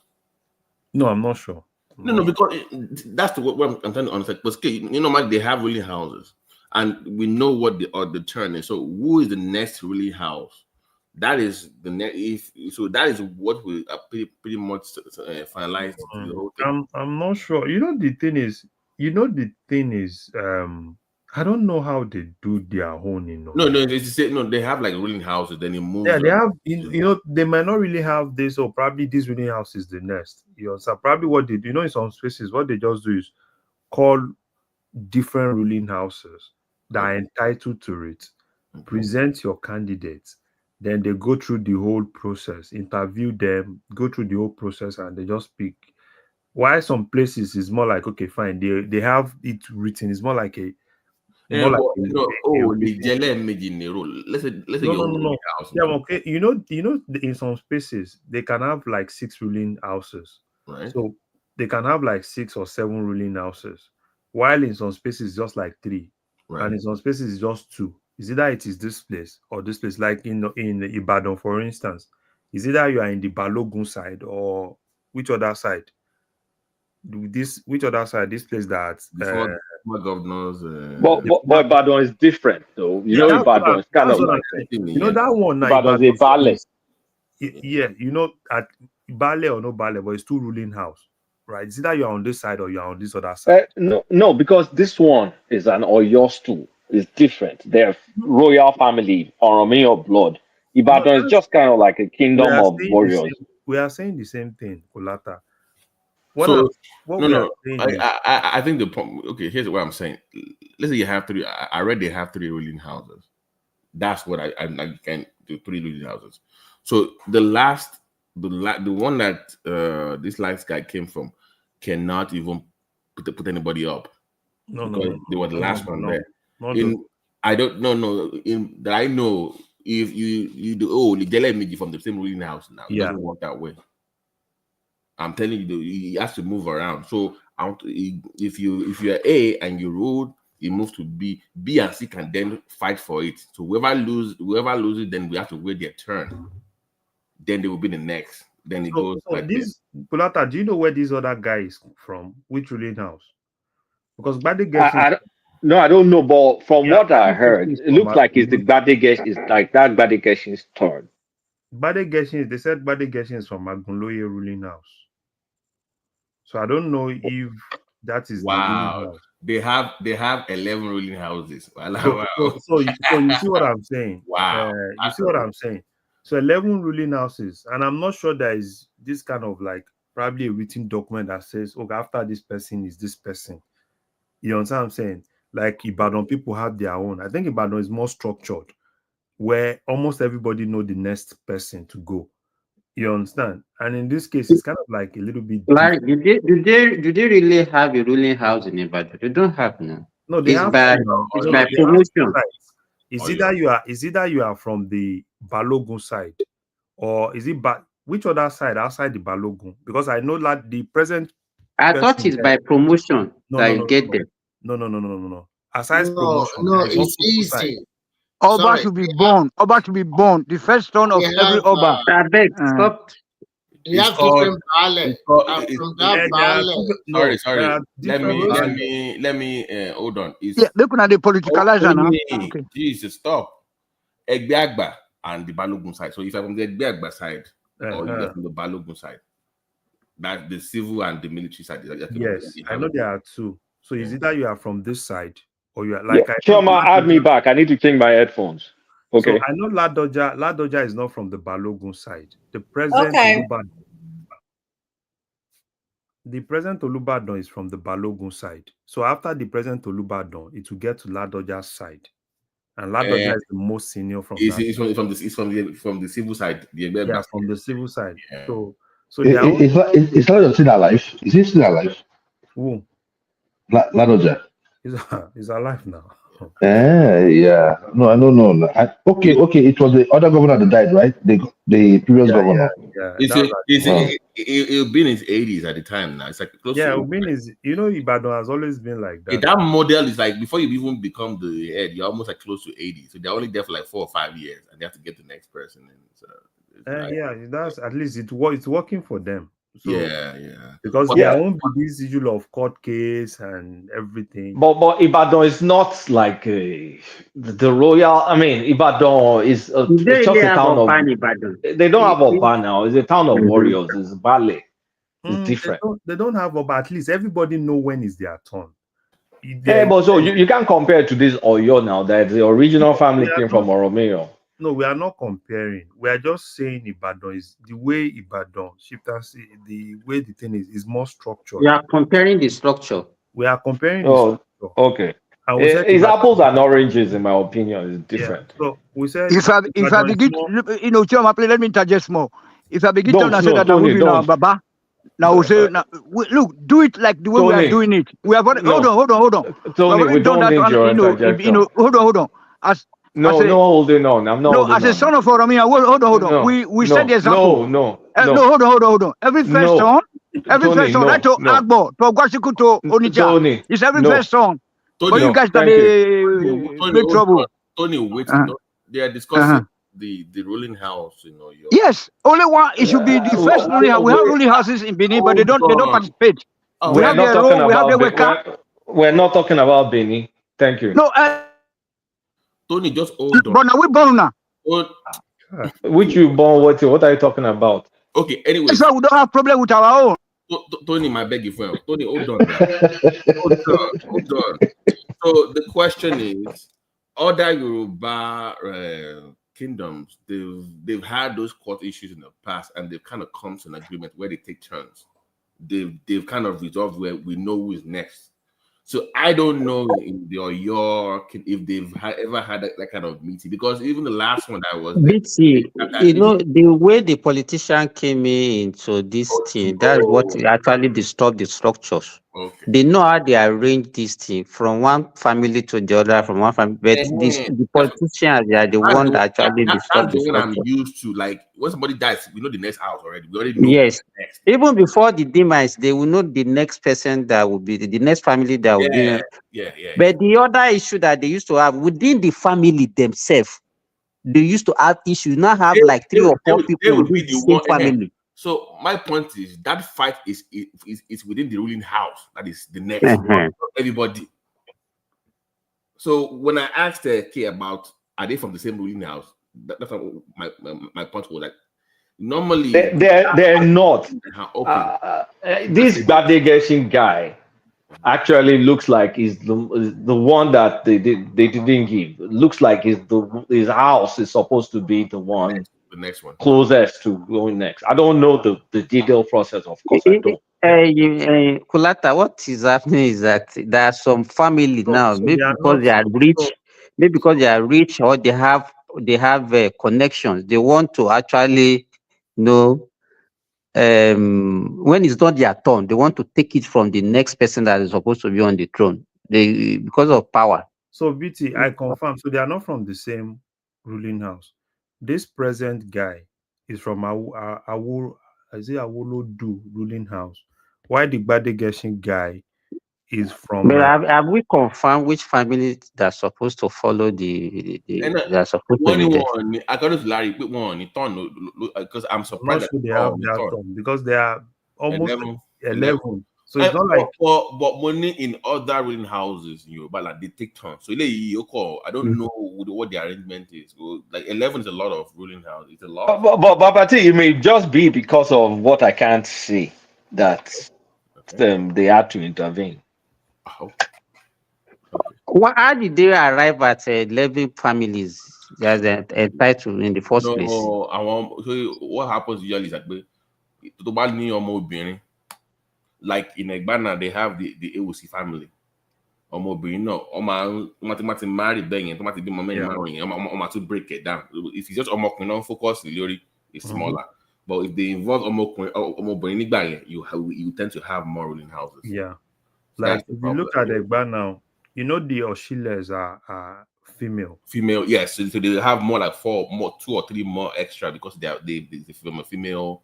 So is that right? Is that right? It's right. It's right. It depends on. Yeah, they will. How can a female child become a king? Where is the blood coming from? Hold on, Simba. No. Ijebu has had 2 kings, female kings historically now. They are 15th and 21st king who are females now. So that go to but female kings for real. Yeah. Even Oyo has had a female king before. My Elisha has had a female king before. Yeah. We promote female. But was it recently or just like maybe like kings like queen, like king, like I think was it recent? No, ancient. Ancient. Okay. But I'm saying that they don't make in some areas, in most like hold on, they don't make the woman the king. They will not make her son or her son. Yes, that's what I want to clarify. So they will skip the mom and pick. So that they won't think Oshile is just more. The thing is just that the son, right? But when they look at it, is from the son is actually benefiting from that from the mother's side. Right. Okay. Makes sense. So makes sense. Yeah, so they give you that opportunity. Probably is from your mother's side, and they think you're. So let's say family. Let's say when it was the mom's turn, maybe 100 years ago, maybe it was a woman's turn, and the woman had three boys or 3 sons. When it comes to their turn again, it would be three ruling houses now because it's kind of branched into 3 different families now, and they all have rights to be king. So it's not 3 ruling houses from the same mother. That's what happens. Yeah. And BT, this thing you guys talked about, like my wife's father is a king, and that was how he became one, because just like you guys said about the female, I don't know what they call their own female flock, but I think that was how it all happened. So now they now have like 3 families that lay claims to the throne. Yeah, they now said, okay, you are the one, but because the person that was holding it up for you, we can just go and say, oh, because you are now grown, that he should not step out. So they allowed for him to die. When he now died, then my father-in-law now took over. So it was that same system. Well, nice one. Yeah. But I think they will still, this issue, I think they will still, even though personally, I really don't like the state governors really intervening. And, and it's happening everywhere. The state governors. And yes. It's happening everywhere. But you know that Ogomosho too isn't it similar? Yeah. Larry minus Edo State and Delta State. Okay, no Edo States. We're not talking Edo. I know now, Edo and Delta complete. We're talking. The first Yes. one. Let me educate you guys. Let me educate you guys. No, Tony, please now. I beg, I beg now. Oh. The Ogbomoso one too is similar because that guy is Pastor Gandhi. That's Pastor Gandhi. He was a pastor in Maryland over here in the US. I've gone to I went to his church like twice before, but of course he has money and all. He comes from a royal family, but I think I don't know. Let me not say what I'm not sure, but I think it was coerced by government. So it's no longer Afobaje 100% nowadays. So for me, what I just Flatter, they made him king. Sorry, my brother, they made him king. He's the king. No, he's The pastor. Yes, Yeah, he's the Pastor king. Gandhi. For real. Yeah, he's the pastor. Is Gandhi Olaoye. Oshogbo. Wow. Is he Ogbomosho? Ogbomosho is a popular And pastor in Maryland over here. I think there's another one in Osun State now that they are trying to contest. Aside Ogbomosho, there's another one in Osun State now that they are contesting seriously. I think Governor Ademola I don't know, I've forgotten the city. They are contesting that. But I don't really like seriously. I don't really like so the role of Ifa divination in this. They are not even using all those things again. Let's just which is unfortunate, is my point. They are not even using. Sometimes Ifa even skis family. Like, okay, yeah, but in this case though, they used Ifa. In this case, but it's not the people that are supposed to use Ifa that used Ifa. It was Professor Wande Abimbola that used Ifa. I apologize. Here's the question: If I come to Kingdom and say, okay, I've used Ifa and this is the next guy, shouldn't the Oyomesi then confirm with Ifa to Abi? That would be let me confirm to make sure it's the right thing to do. She won't confirm, but Oyomesi may be Muslims or Christians nowadays. Oyomesi is not Christian or Muslims. Are you sure? No. Oyomesi, it's only Oyo State that I know, right? That the traditional institution in Oyo State, in that Oyo, is so strong. Do you remember that even those days when the late Alaafin was around, even though the late Alaafin was going to the mosque, he was still practicing Shango like almost if you go to that palace, you see visibility of Shango everywhere. Okay. And that is why even when they wanted to bury him. Okay, Larry, this is my point. Okay, I want your message. They're supposed to do they're supposed to pick somebody else. I get that. But what was the reason that they said that they didn't pick this guy? Okay, what was the reason why? That should be only D now. What the reason to present? So this guy, with what I heard, this guy was not even part of the process. Wow.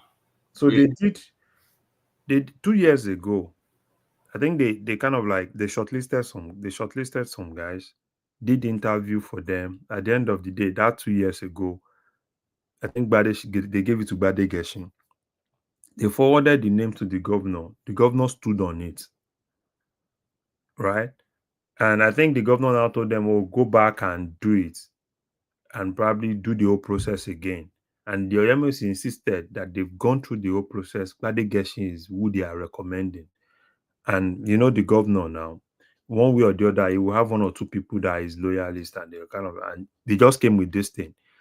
And and just like that, somebody did one professor, consulted the FA, which is normal. That anybody can just say that. If I want to support my stand, I can say, "Oh, Professor something." But Larry, how sustainable is all this proliferation of the royal family? How sustainable? Because if you have so many now, that's what you be bringing now. The thing before it was easier because there are very few. But by the time you say, okay, one female, Larry, to Kate's point, I just looked at the name of the Oyomesi. They are all Muslims. No.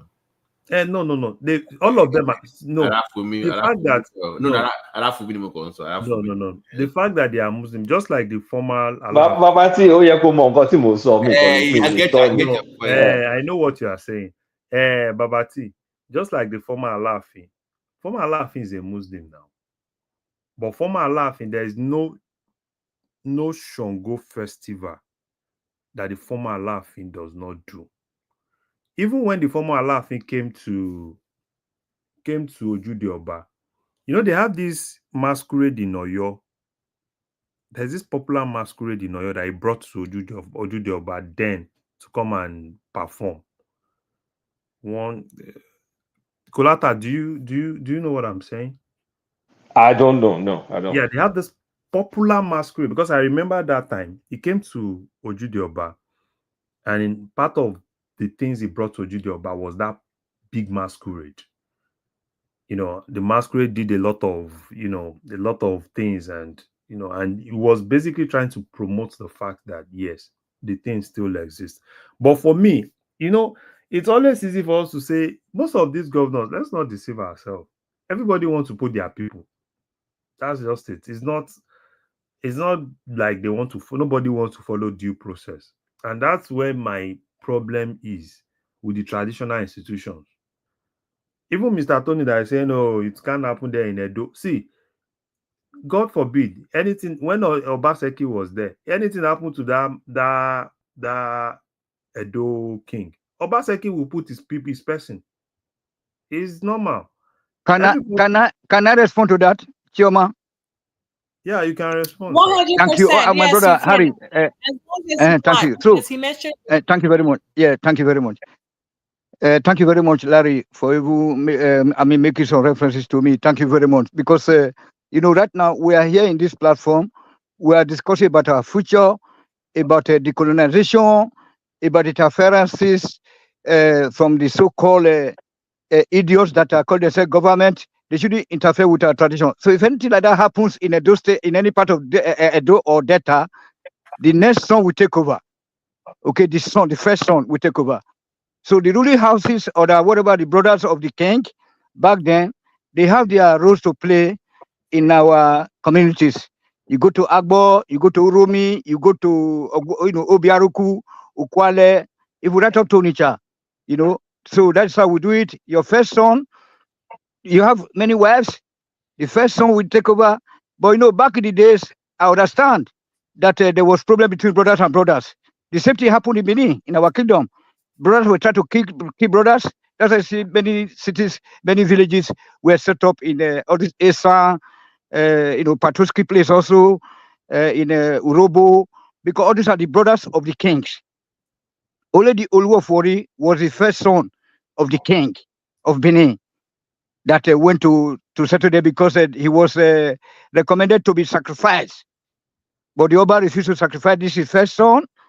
Then he let him escape. He asked him to escape with the children of the chiefs of the town, of the city, and then they went to set up with the Wari kingdom.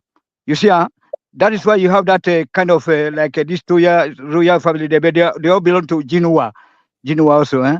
So, but in the case of our place, there's no dispute. The governor cannot do anything. The governor is just any governor is just like they have to bow. If the Mobasajo, if we bow to Oluwafori, they bow. I mean, look, our system is so crazy. Like in the case of Agbo, the boy was born, and then he was too young. He was 2 years old when his dad died. They had to take him down to Benin, where he grew up, went to school in Ibadan, and then they brought him back again. Then now he's of age. He's now the king of of Agbo. That's how we do it there. So we know the Ogwashiku, the same thing everywhere. That is it. That's what make That's why we are talking about culture, about tradition and religion. Okay. Thank you very much. So I'm recommending such a system for our place there. You, our younger brothers, younger family. Okay, thank you. We're all offsprings of the Ramion. Bye. Okay, sir. So as far as me I'm concerned, I don't even like the interference of some of these governors, and we need to be very candid with ourselves. Those guys have bastardized everything. People talk about respecting the traditional institution. Nobody respect anybody again, because basically, governor put you there, and most of the people they are putting are basically people that they just feel this person is close to me, let me put that person there. It's not because they are following the normal customary laws to be able to like come up with some of all those things. Now, this person now will go there, or they will be in court again. You know, the normal thing. It will go stages till Supreme Court, blah blah blah blah blah. And for me, I don't really think it's something that is sustainable. And Larry, sorry. The last one and the last point. You see, if the Oba dies and then there's no son, then brother to the Oba, the younger brother to the Oba's son, we have to, we have to take over. The younger brother to the Oba. If I mean, assuming that he has no son, you see, so then the younger brother will take over. Then if that younger brother dies also, and then the first son of that, the younger brother will take over. So it has to be within that family. You know, that's it. Yeah. And you see, another thing that I don't even like. You see, this, civilization is good, but I don't really like this issue of just let's go abroad and just bring this person. You know, in those days, there's this thing that if you want to be a king, right, you know how royalty looks like. And in some cases, some of them, I've seen kings, they say kings those days, some of them even send their kids to other spaces to go and live in other palaces so as to learn royalty.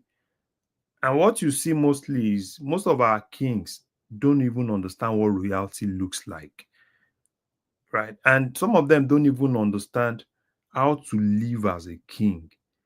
And that's why in most cases, people don't really respect them, right? There are a whole lot of them. You see some of them, they're in the Wasu is singing, and you see all sorts of things. And those are things that you I mean, there was one of them that went for Olamide's concert. I was so disappointed. Elevator, he was locked up. The NEPA go. I was so disappointed. We know, but I beg. Hold on. Kabesi went to Olamide's concert. And now we know that. Yes, Babati, yes. Yeah, he did. But this is not the first time now. It wasn't the same Kabe where Obafemi Martins. You don't have to mention the Kabesi. No, I wanted to. You don't mention the Kabesi. It's a shame. So don't mention the name. I don't need to mention. But Kolata, you remember now Obafemi Martins issue that time. Which one is that one again? Kabesi, that time that Kabesi went to visit Obafemi Martins at home. Ha! So that one is been gone down. Kabesi hang out. The man was hanging. Kabesi hanging.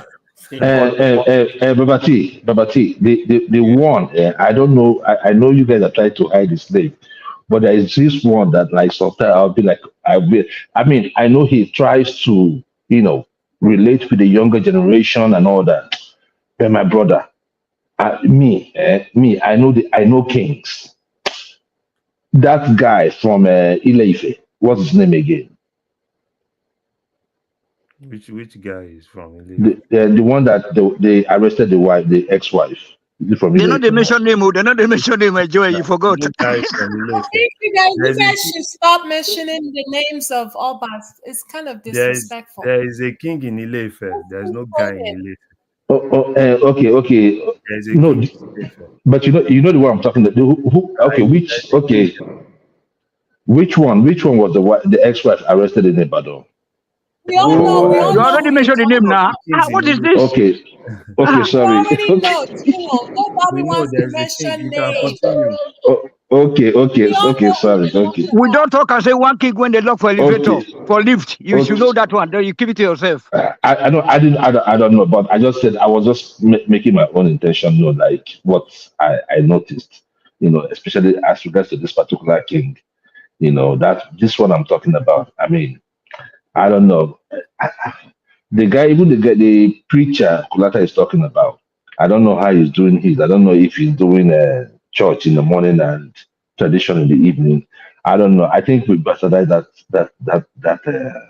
the traditional culture. We bastardize, and the moment the politicians came into it, that was when it was bastardized. Because when the politicians come in, they come in with the money, they come in with coercion, they come in with power, and that culture. I mean, I remember those days when we were little. We during Christmas, we see all this little masquerade. They will come, you call them, they will dance for you, you give them money, you know, Just use stuff Oba like of that, Benin as an example. Just use Oba of Benin. That's what the Koroya. So that is my concern. I don't think this things you guys are talking about is not only happening in the southwest. I mean, we saw the case of the one that happened in Kanu with what's his name with the Just guy from Emaya. Kanu. So since we're not Emaya. Don't mentioning their mention name. No names, name. No name. No names. Why do you you like know, to mention then names? talking about what's this other guy's name again? If you come to the east, Stop looking for names. You don't hear word though. Don't they mention name, Oga. no, I did not mention no name now. I don't mention no name now. They will I carry did you not go mention court. no Oh, they will name. carry you go. One man went to more court. It's all right. It's all right. No, but I did not Stop mention no looking name. for I names. said we saw the one that happened in Kanu, right? Then in the east too, it's the same thing. We have the politicians, coming into the traditional ruler, choosing who is going to be the king and all that. Those one are That is not part. religious leaders. They are not traditional rulers. You can just That is why don't you part of what. make mention of the ones in your area there Part of in our. Benin, Part of our. in Part of our. in Onitsha, in Agbo, in Ogwashiku. Make mention of those. You see that is royal or war. It's okay. Or war It's is okay. royal It's or war. okay. The first It's son will okay. take over. The first son in a war. Tony, let me tell you something. Even the one in Warri, Uh, there was some politics that was played in it. no, So don't I worry. know, but you have to be the same father. The same brother. Warri is in Delta State. My brother, No, forget I all these know now. things. They Yeah, all I know. play a part. The politician play a part in who becomes the I king. already made mention I of mean, that, imagine. but as far they can go, there is. Tony, please now. Okay. Remember Okay. the one that even Babati, the Ebonyi State Ebonyi State governor made his father a king. Really? No, Oh yes. there is no royalty. There's no kingship. Tony, stop. Okay. Stop. My God. So that's the point I'm making. So I mean, but Joe, yeah. Are they from a ruling house? Is the father from? I don't know. I don't know how that came by, but I was thinking that if it were real, or if they were real, Omahi or the guy or Elechi before him or Sam Egu before him would have done something, right? Yeah, But he comes into power. No, that space And cannot be open that time now. you say? Probably that space was not open. No, So no, he now but opened the when he was Ebonyi governor. one, the Ebonyi one was made up out of thin air. It's like I don't think it was royalty or anything. The governor just Exactly. decided. He just You decided to understand what make I'm his saying? dad. Compensation, it's compensation. I mean, even in Rivers, maybe they made Asari Dokubo king They now. make aside the couple or something too, like out of thin air. Just made him. You understand what I'm saying? So the politicians have come in. They use those positions to, curry up favor from, certain communities, but they're really destroying that institution. That institution Yeah. is being bastardized by I the think we need. politicians, and I hope I if think we we're going need. to have any restructuring, They it's need going to to start from work. there as well. They need to Okay, work. which one is the role model now? Which which model should we follow now? Should we recommend? Is it the first son, hereditary? Bini, are you happy now? Bini, we follow Bini. No. Is that okay You now? can also say Agba. I don't care. Ogwashiku. I don't care. Or Onitsha. Bini, But don't tell me let us about follow Ebonyi Bini. State. Okay. The royalty ends at Onitsha. Okay. All the rest are just with money, ego, owo, ego. Okay. So I think, Mr. Joe, you see, the thing is this thing is more of, those are reforms that we need to, when we want to do constitutional reform. Exactly. Those are things that we need to put forward. Because some of these kings, okay, look at the situation where some of those kings are even coerced to not, they can't even talk.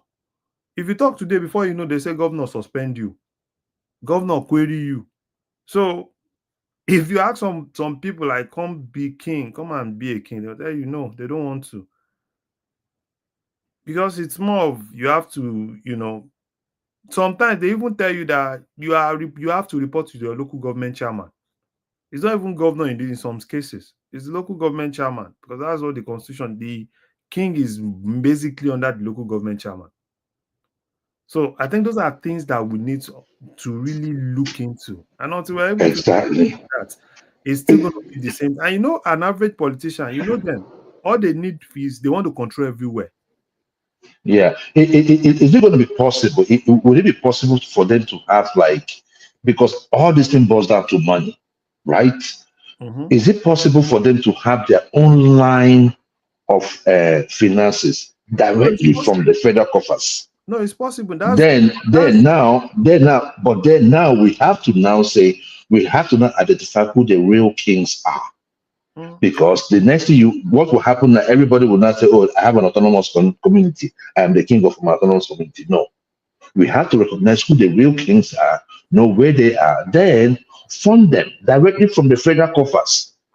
No government interference in how or who or how they get selected. I think that's how we're going to solve this. But if we But still allow you really can't fund them from the federal government because not all kings are main kings. A lot of them are tiny village chief, baales. Okay, to your point, please. That's what I'm saying now. I'm talking about the men. Like now we have now, if you come in the southwest, for instance, you have Oni of Ife, right? Obi of Phoenicia, right? We have Amainabo. We have the Sultan of those first class chiefs, those first class kings. We make sure that they have first class funding from the federal coffers. Then there are also second grade chiefs too, second grade kings too, right? We can also accommodate those. But the thing there is that the idea of having kings, like if you come to my village now, I think we have 5 or 6. And that's it. This one, I'm telling you, this one from one autonomous community. I say I'm the king.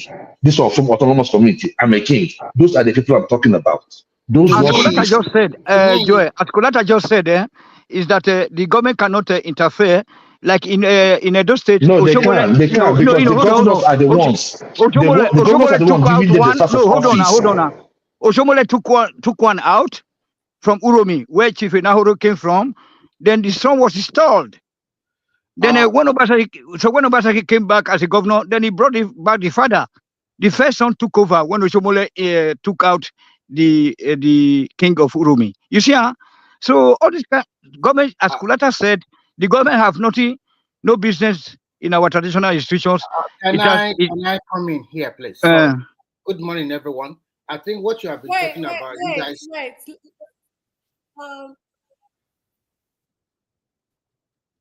Remy, is that Simba, right? It's Remy, not Simba. So I see where Jewel of Nashville is coming from, because I remember when Tinubu took office, they had traditional rulers. He had a meeting with the traditional rulers of Nigeria, and so many of them, even from Kano and different states, they were all in Aso Rock for the meeting, right immediately after he took office. So, yeah, that's all I wanted to say. But they are different. No, that's just to lobby, to talk to the subjects so that they can be able to vote for him. Tony, please. Tony, please, I beg. Okay, after you, Babati. They are the first, second-class kings, so of course they're gonna go there. But to add to what Kia and Jodo was talking about, please, when we do come to the point where we make some arguments and change the constitution, we must also add this, because this one gets on my nerves. Upgrading baales to kings. That thing, I don't, because you have money, you're a baale. Why? Because I get angry. How is king a kingdom? Yeah, Babati now. Babati, the custom are different from region to region. The king that one is the Alaki that's supposed to say, okay, you are ready to become a kingdom, not the government. So for me, generally, I don't support the federal government coming to being to control. I think that is why we are calling for, if not total resource control or devolution of power. So that's why, even partially, a state governor, because what is happening now is that our custom and tradition have been eroded. People are just taking laws into their hand, especially the state governors, and it's not boiled down to my people, or if you have a deep pocket. And unfortunately, in Yoruba land, things, oh my God, most of the people will rely on that they will pick the right choice. Everything. Yeah. The question we're supposed to ask is, at what point did they included traditional institution in our constitution, and at what point is now compulsory for the governor to be the one giving the staff of office to our traditional ruler? So Maybe those are the Kulacha Babati can answer that question, because I quite remember That's been happening. I remember Awolowo handed over the stuff to the. There's a video of him doing that, and even prior to independence. I think that started from the colonial. I think that's a colonial carryover that we should get rid of. When we have the native authority from 1960s. Sebi Awolowo dethroned. Was it not who dethroned the Awolowo at the Alaafin at that point? Was it Awolowo now? Is Awolowo? Because that time the Alaafin was promoting Akintola, so it's like a infighting. But you remember that even was which on your FIFA was it Adesoji Aderemi that was also a politician? Yeah, it was him. It was back then, I think so. I mean, it's by he was a member of the parliament then. But same thing as Sardauna. Shebi was Sardauna that was supposed to be prime minister of Nigeria. Can you imagine? Sultan of Sokoto was supposed to be prime minister of Nigeria, but he said, "Let me chill. Let me take care of the north." And then he now put what's his name? Tafawa Balewa. I would say, continue to say that we should decentralize and let the local people choose their leader by themselves according to their own custom. All these governors Remy, the problem is the people that you entrust with the tradition of even picking the Oba have been compromised.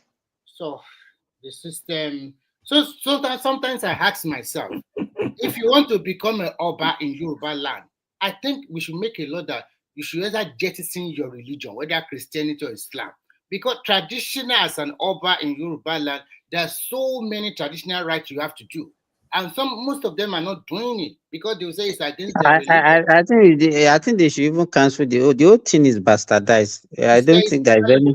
You see Oba that will be going for Umrah and be saying that is a Muslim. You see the one that will be buying to a pastor.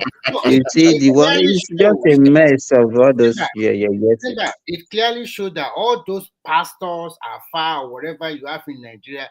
They are just administering over gullible people in Nigeria. That means that religion they say they are all lies. They are just exploiters. How can you call yourself a big pastor redeem and you just throw back to you? Quickly go and take it. Come on, man. Shebi, you say it's against your religion. You don't want to worship idol. Listen to my submission here. Tony, please, I beg you. What I know is that is for Benin Kingdom. Benin Kingdom is different from your kingdom. Your kingdom is different from how Ibadan choose their own Oba. So you cannot use your own yardstick to say everybody must follow it. No, it's not done that way. Everybody have their own custom. So you live your own like you are doing it. If it pays you, fine. But the others one that we are not totally comfortable with.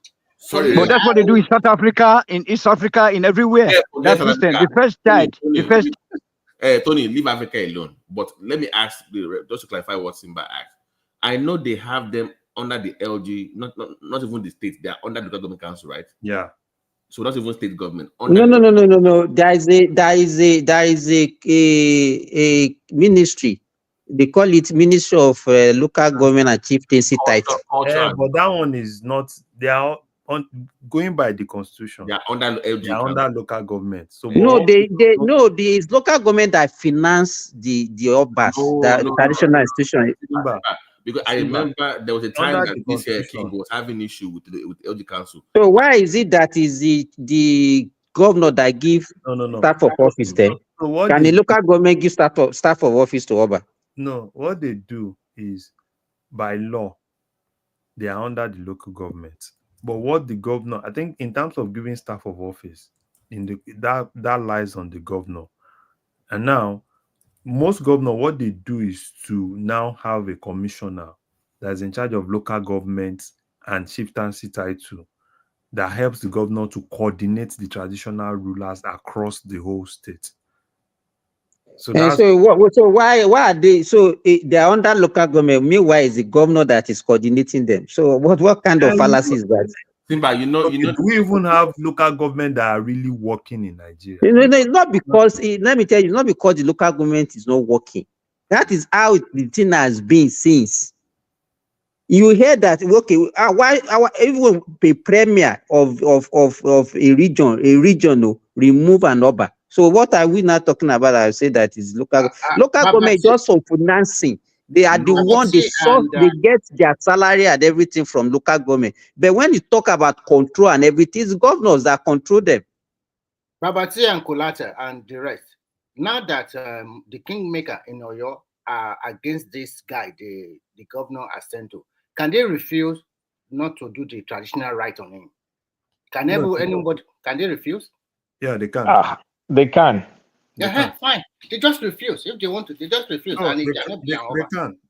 They can. And I'm sure he can't do what Obasanjo did that time. Yeah, he cannot do that. But it doesn't matter now. He can just go get the staff of office, and that's it. He will give the staff of traditional right. He will give them. Of course, I beg, forget about all those things. All those things still working. All those are they still working? But I'm saying that you know what another one that is going to be tough in Ogun State. May God keep the life of Awujale. May God keep the life of Awujale, because that's another one coming up. Larry, that is what I'm speaking about. You know, when you start having proliferation of royal families, it will bring chaos. You know,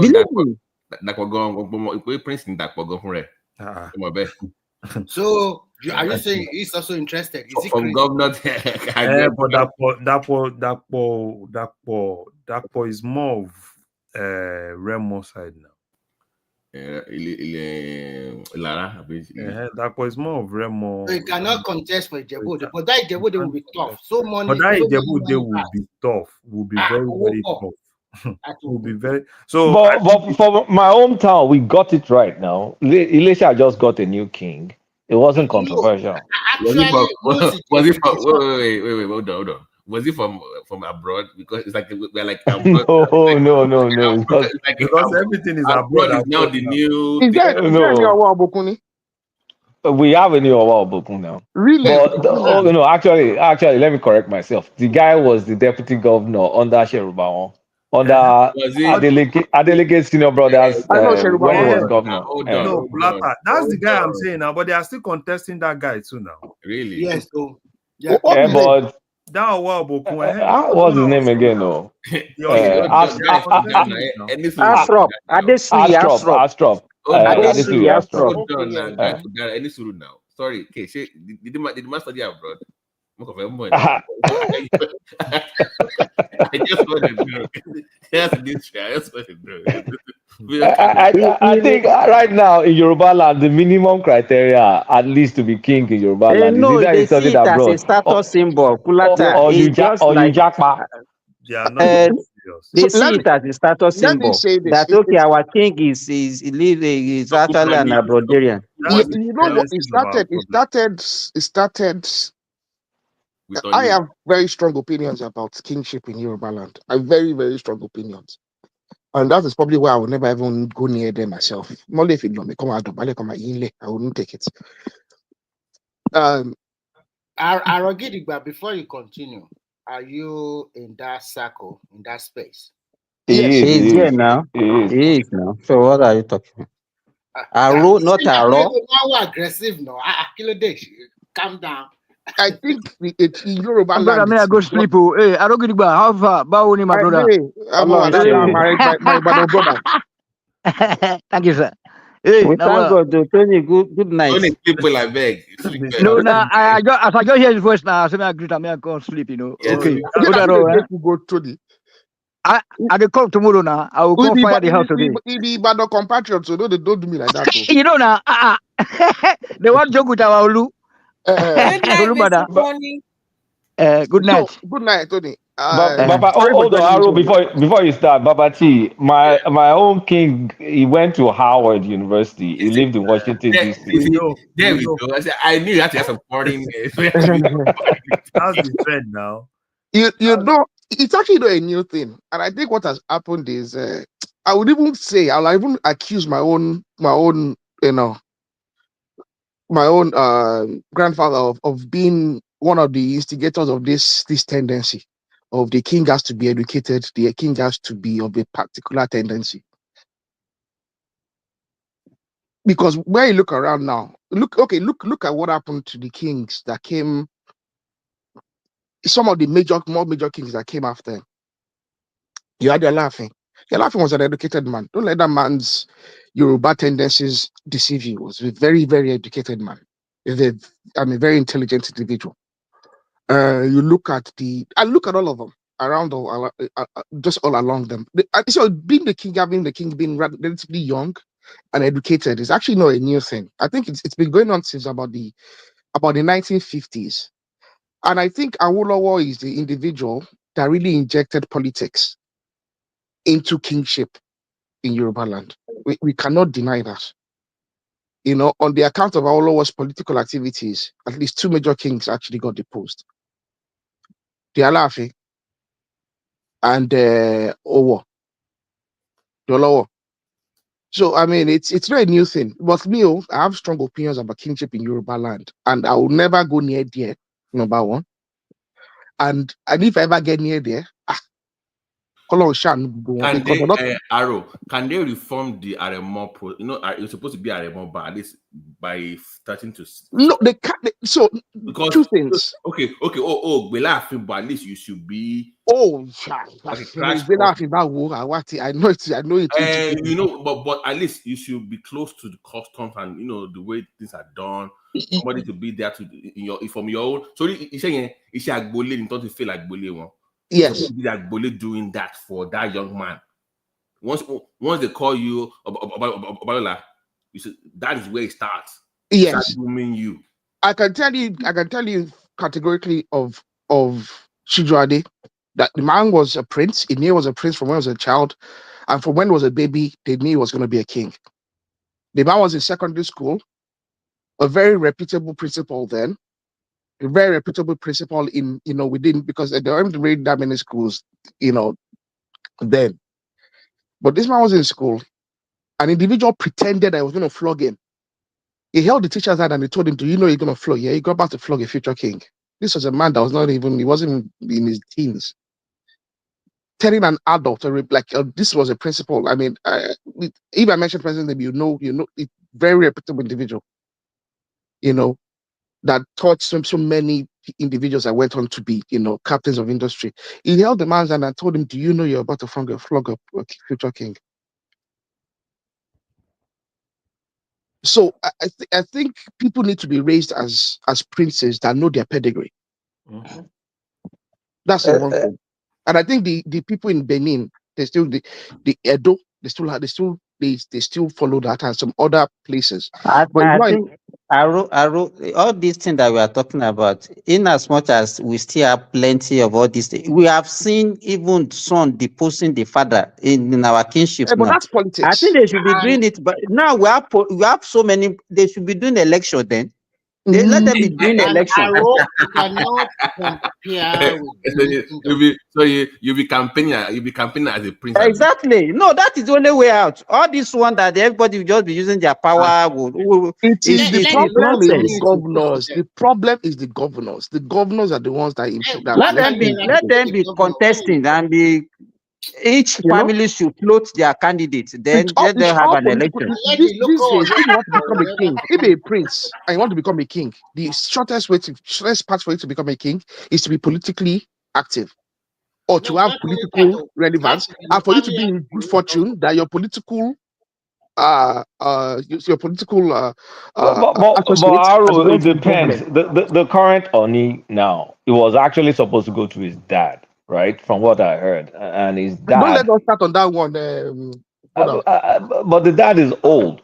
So he Don't will let me start on that never. one. Even the whole situation. I don't want to go in details about the intrigue of So that one Please don't go on into. the public no, forum. let's not go into too much details. But what I'm saying is, a lot of people don't even know, so they're not like preparing. The intrigues of Ile-Ife as of 2015 and now that happened, it's a totally different story.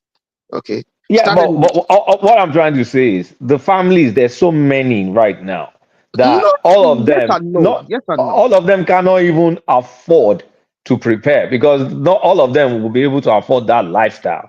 First of all, because the families are so fragmented and so plenty. So collateral. No, we know ourselves. Everybody I know, knows themselves. I know you guys. I mean, I grew up in the same affair. I know you guys well. But what I'm saying is, a lot of people just can't afford to prepare Sarogida from a and collateral. practical So can standpoint. we Yeah. say that we just have to live with what is happening now? Everything is in the hand of the governor. Because It's now the governors they're not going to let go because there's political interest. Because sometimes when they improve a ballot to a king, Arrow. So what's the value of a king? So what's the point? there's really none. When they improve a ballot to a king, sometimes it's not really just because the ballot has money or nothing. Sometimes it's because of political intrigues. The current governor, or a current commissioner, or a current someone of influence within that's to the governor or to the I government. don't even I don't even know why people are Influence. belaboring this issue. What is the role of the king even in our life now? What is the relevance? It depends on the community. The community will dictate what the role of their king is. their role is no more important anymore. Once they started going to who and beg, doing all sort of rubbish all around. What if I want to do anything in my time now? In my town now, I don't need to see the consent of my king for anything. I don't even need to know him. So what is the relevance? Because Well, the constitution guarantees you freedom now. Yeah, but now, the honest truth is now there's law of diminishing returns. Like if people don't respect the tradition anymore, like you have a Yoruba king calling himself a religious title. Can you imagine that? And because they put rascals there now. If you put rascals there, that's what happens. There is no decorum. There is nothing like people can emulate from them. They are just chopping side chick. no, when you put money first, is money people are looking for now. They don't want there is no town that want to have a poor king. And that's why they go after all these are Broderian people. Because they believe that people So abroad will have that money. Ewo king, was he a rich guy? The Igbo guy. See, the other thing about it is because they can easily get received as well. You see, local people as well easily get deceived. Someone brings money, entices them, and then they put him there. That working. Somebody put him there for his own selfish interests. Yes. The Ayodo Kun, what's that man's name? Yes. He put him there for his own selfish interest, but unfortunately, the thing backfired. So, guys, do you know that this thing? Do you know that this thing? It's also happening in the southeast. In the south is even very bad. Shebi Rivers State just appointed some people to kings. They just made the traditional ruler now. It's like, guys, I mean, you guys are even talking about if you know what's happening in the southeast and the south, but you guys will be baffled. They just made 5 traditional rulers now. I think the difference is that in those places, anybody is not even about royal family. We are even talking about royal in Southeast, South. No, anybody can just become a king. That's just it. That was why I was talking about the autonomy. No, it's not in every kingdom. But I was talking about those that, remember, I was talking about those that will form an autonomous community and they will be like, hey, I have a king.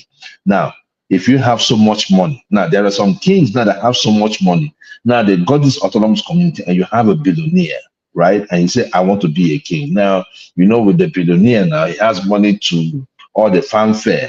So there are some. I understand why, Joy, you are coming from. When I was doing my youth service in Abbott Town, their Igwe, the man told me he studied in America, and all his children are in America, and the most beautiful house in that area is that Igwe house. So it's not today that people want to cut people from abroad to bring to be their king. Their king, because also in the villages too, they do it. Yeah, a They sort cut of them. pride and so many other stuff. Let me give you one example. There's a king in somewhere in the southwest, but thank God it's not a big town. That king lives in London, and he governs. Olugban, is it not Olugban? He governs his kingdom via Zoom. But Zoom. that one, You're kidding me. You're lying. I swear to God, I'm not lying. For real. Come on, like you're lying. You're lying. I'm not lying. Is it not? Does he live in London? No way. He still lives in London. Is it London For or real? America? London.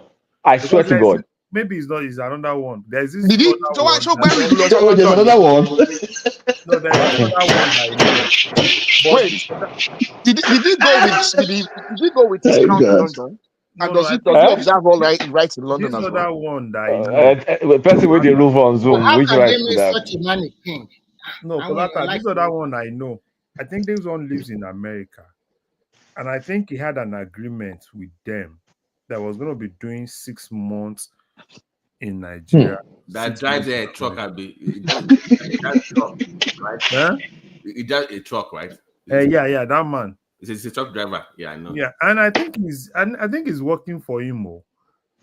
Because he goes to America, work for 6 months, make money, take the money back to the town, build schools, do things for them. I heard about that one now, but that was an agreement now. I think irrespective, he shouldn't be a king. He should appoint someone else if they offer him such a title, okay, and he knows he's not ready. So he should pass it over to someone else. When did we create a part-time? Arrow it will work because I just figure ahead now. Whether they are there or not, the time will run. So you know what is the it? man said? He said when they came to him, he told them they wanted him to come back home and be the king. And I think he gave them the condition because he said he doesn't want to, this issue of everything governor. At the end of the day, you won't even have your way to do your things. So I think they now agreed that, okay, fine, if that is what you want to do, come in, do 6 months, go back to America, work for 6 months, bring back the money, develop the town. And I think I think at the point, he had the schools, he built schools. So it's state by barter. We have turned kingship to state by barter. Whatsoever. If that is what works for them, right? The question I want to ask is why are we even over-laboring this issue? This thing has been happening for decades now. It's not something that is new. We have both civilian and even military government removing king and putting another one. So why are we so surprised that it's happening now? My brother a king to drive truck. No, he's not driving. Bye-bye. Who said truck? He's not driving truck. No, I thought you said that he goes back and work for 6 months. There's a king that does Uber now. It drives truck now. The one that does king that does Uber. Okay, guys, man, it's like so much for the night. Man. Let me go and sleep. Like this one don't pass me. Which one be drive Uber? I can go to drive Uber. I beg you. I just remember one of my friends, classmates in secondary school. He became king. Actually, near my hometown, Gonsef. The guy is a stockbroker. I'm actually looking at his picture. He's still doing all this investment banking, and he's king. Is there anything wrong with the king having a job? He's in Nigeria. You guys are not listening to me. He's wearing suit. He's not sitting on he's not sitting on his throne. Maybe he goes there maybe once a month. Who knows? I even need to talk to him. Okay, we wear suit and be looking for customers. What do you expect him to do there? Nothing to do now in a small town. So why did he take it? You see that, but because of greed every time, or just the title. This boy is my party. We went to boarding school together. Sorry. I have a question for you. So when you see him, no. When you see him, do you prostrate as a king? Do you prostrate to him? I've not seen him since they've given him the title. When you meet him, will you prostrate to him? Because he's a king. No. He can only prostrate if you meet him in the palace. If they meet outside, they will just shake hands. What are you? Now, if he meets him anywhere outside, he'll have to gesticulate to him. I if he meets him in private quarters, they can. No, I better. I better not meet him. No. You just avoid those situations. That's what I do. I mean, if We I were know boarding school together, drinking Gary, doing our pros. No. I know fit. Kulata, you see, in spite of the fact that we have our traditional system and institution have been bastardized, some traditional institutions are strong. There are some that if the king, if they select you, if the God select you as the king, my brother, wherever you are, it will be giving you trouble if you do not come back. So his case might be that, where he must take it. We don't care what you're doing, but you must take that's it. I've seen that All happen. those gods are tired, Seth. Those gods are no more. They are tired. Shebi, if I talk the one we go drink, if I say the ones our girls don't drink kai, as per the one we happen for Lagos that time, people were mad. I told you guys, say guys, see, these our girls. I mean, remember what happened during the election, right? Because all of a sudden our girls go out and say, man, you know what? That festival we are going to do on election day. And I say, this our girls don't drink kai. You don't drink kai again. They drink Hennessy. And when you start drinking those Hennessy, those drinks, you feel the sleep. So our girls are really sleeping, if you ask me, in Africa, because we started feeding them different stuff. It depends where you are. It depends the community. I know in my community, there's observations you have to do every year. I can tell you categorically that the year my grandfather decided he wasn't doing it, the year after it, he went, he was too old for it, and he told them, I don't think I can do this thing anymore. It's a bit it's too tedious. And he knew he was ready to go. So, and it depends on where you are. There are places where you can't joke with traditional rights. Exactly. You're obligated to them. Your life depends on it. And I think the only thing some of the kings do it because they have some of the priests as well. They pay some of the priests off. The priest will tell them one or two things they can do to circumvent one or two rights. How many of them are? Let me ask you. Give me a number, like percentage wise. How many of them lo work by? Not I can tell you in my own place, so that we will know in my own particular in my own immediate family, because the place where they are going to do Ibale is literally where my grandfather built his a mansion. He literally built it right next to it. I wrote that well. Even in my own town, the Igbale is now a town. There's nothing there again. I don't know in Yoruba land. Do you know why I asked that question? Because it is impossible for you to go into Igbale. I'm saying that you are born again. It's impossible. Once you go in there, there's no way. That means you didn't do it then. Wait, is Igbale? Is it Ikpebi? Is it the same thing as Ikpebi? No, it's like a bush now. Ikpebi. Yeah, Ikpebi. Sorry. Ikpebi. So in Yoruba land, I think the people are still respect in terms of or still doing some of those rights at the Ijebus. Hardly will you be an Ijebu king and you won't do that right.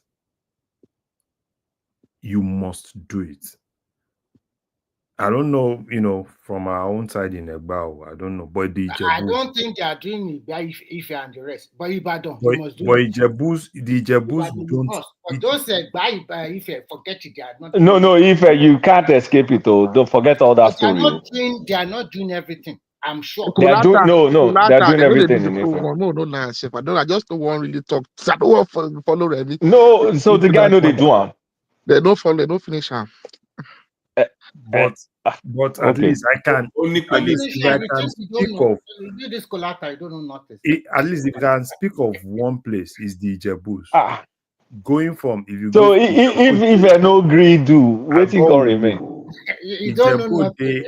Do you think if we did everything, they will be doing all sorts of things? Kulata, if we did private section, I will give you the full scope. Sorry, Larry. Sorry, I want Ijebu yẹn o le blame. So side the yẹn tó bá ṣe o le last lórí. No, you can. Àwọn yẹn now. You know, my grandfather was the king of Ilishan Rebel. And even when I was young, me roju worry, No, yeah, that's it. So I know. You have to do it. when they wanted to do for a Bumawe of Agowoye, that was so thick, because at that point there had to be some orals that has to come during the day. You have to go through those things, because if you don't go through those things in those places, like you said, you can't last more than a year.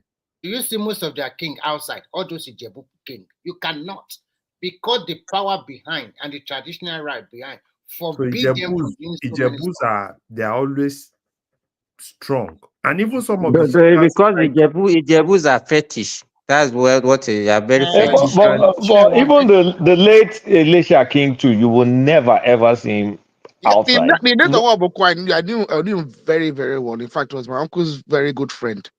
No party, no nothing. I can count the times I ever saw him. I can never count. See him. I Never. can count. These are the real one. But take one don't fò káàkiri yẹn wọ́n ṣe gbogbo nǹkan tó yẹ kán ṣe. BT, you know what normally what they are all of them are doing? You watch Shaworo there now.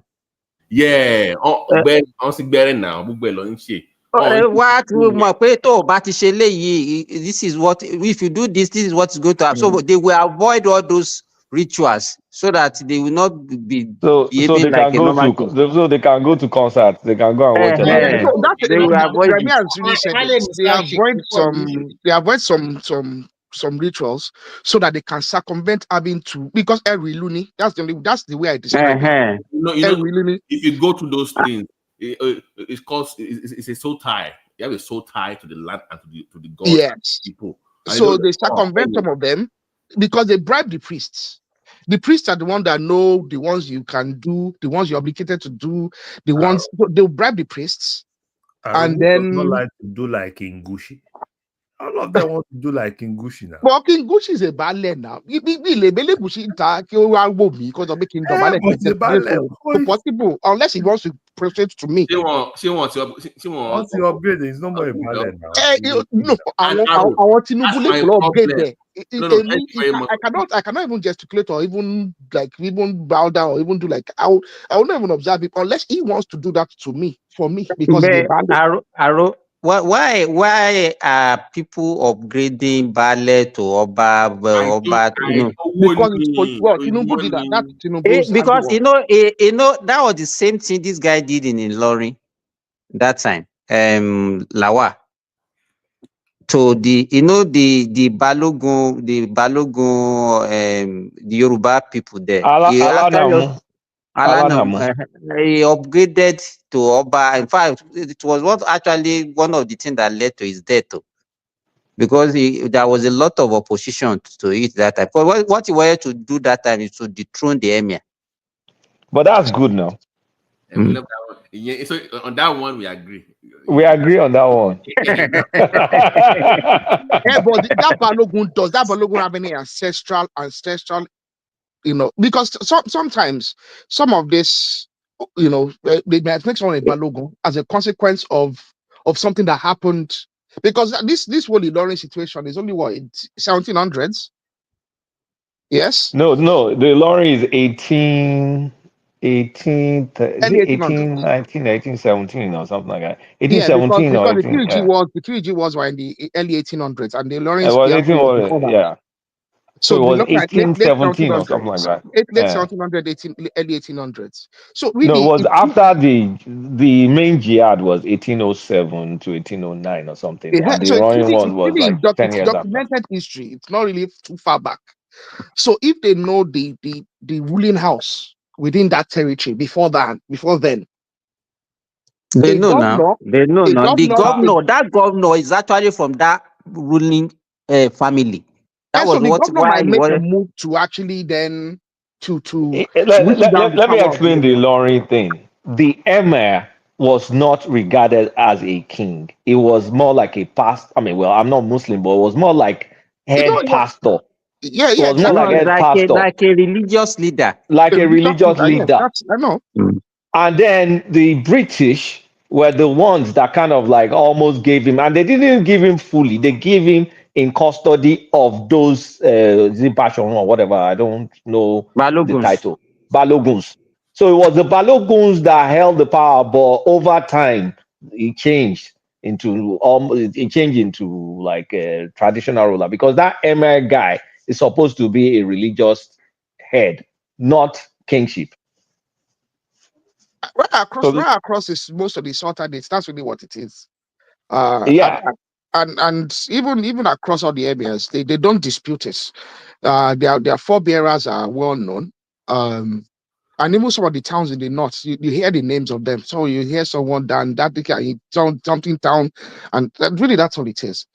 But if the king in Ilorin wants to make a move to return things to the initial state of play, he can do such a thing. But he has to be very careful. No, no, no, He no, has no, to no. be very It will be careful. very difficult because they are hiding under religion, and the people have been actually they won't succumb to such things. They will see it as like a fight against Islam. That's the main issue. So there you go. For Eh, me, but they have a plan now. I have a solution for that Ilorin issue, though. I have a solution. It involves the court and involves the governor. The No. basically the, But the they should most just of the leave. governors will pander They, towards they should just leave towards. that Ilorin. They should just leave They it should like just that. write to Lorry off. I beg. They Don't should bother. just leave no, it. no, no, no, no, no, no, no, Olata, see, no. Me, it's but better you let the sleeping dog let it no, go. I'm not saying that there's a solution. I'm not saying you get rid of the guy. I'm No, just no, no. saying you upgrade. See, here's the thing. Mm-hmm. There are kings or ballets in the local government that's around the place. The guy controls basically 2 or 3 local governments. You need to No, upgrade those. no, five, oh, Is five, oh. it up to 5? I Now don't think five. it's up to Ilorin, 5 no, just anymore let me now. mention them. Let me mention them. Kulata, they have 3 local governments in Ilorin. Main That's what he Ilorin. controls No, no, no, directly. no, no, no, no. It was one that control Asa and then Moro. Moro, I know about that one, yes. Then But Ilorin South, Ilorin West, and Ilorin East. So okay, making hear 5. me out. Hear me out. Those places have some kings, right? Traditional kings. All you Baale. have to do, No, they don't all have. They don't have they the Baale do now. say, He and supply them with oh, what they call Alangwa. That's what but what I'm saying, they traditionally, they have people that have there. All you have to do is create what they did in Kano, is what you're going to do. You create Emirates. traditional, screw Emirate. You create traditional kingship, Yoruba kingship, and make them first class kings. And with that, they That control was those what territories. Lawal did that time now. But And then immediately you limit Saraki this came guy. You to cancel but it. right now you've eliminated Saraki now, so you can do it again. And they actually thought this current guy was going to do it, but I mean, he didn't No, do it. do you think that the politician can actually have that Nobody can. political sagacity to say they want to? You can do it under Otoge premise, because Otoge was a coded fight. It's just this guy that backed out of the full Otoge. You can do it, because if you do it, you're not. I'm not saying remove the MI, right? Hey, the Keep the issue guy there. is the people. Let me tell you, you've never lived in Ilorin. The people, the Ilorin I people. know they revere him. I know. But Uh-huh. what I'm saying is you create first class kings. They did it in Kano, Kilo Shele. Nothing. Olata, even when Lawal tried it that time, it was it was a lot of issues. And I'm not It You was messy, very It's I'm messy. not even okay. sure. Honestly speaking, all I need is $1 million and to get the governor's consent. I'll do it clean, and nothing will happen. Olata. Volata. Ọ̀rọ̀ abẹ́lé nìyẹn. Me, Confessor, I've had this We thing are in live. mind for We are years. live. We are live. I get, see, guys, hold on. I get what he's saying. I mean, gonna agree, but you must do. The whole point is to isolate the guy. That's the point. Once you surround him with different people, my weekend over time. Oh my weekend, and you turn him into a pastor. I mean, so I said pastor, imam. Yeah, but what point? That's the whole That's point. going over the top. So if you weaken his influence over time, then maybe down 10, 20 years, then you You just keep chipping in. I had the plan. Oh, anyway, let me just shut up. So God will keep him more. That's another space. Those things are not written in stone. And this is what I just think. If God keeps him and the man, when he's done, he leaves, things will change. Who are you talking about? The present man. What do you mean?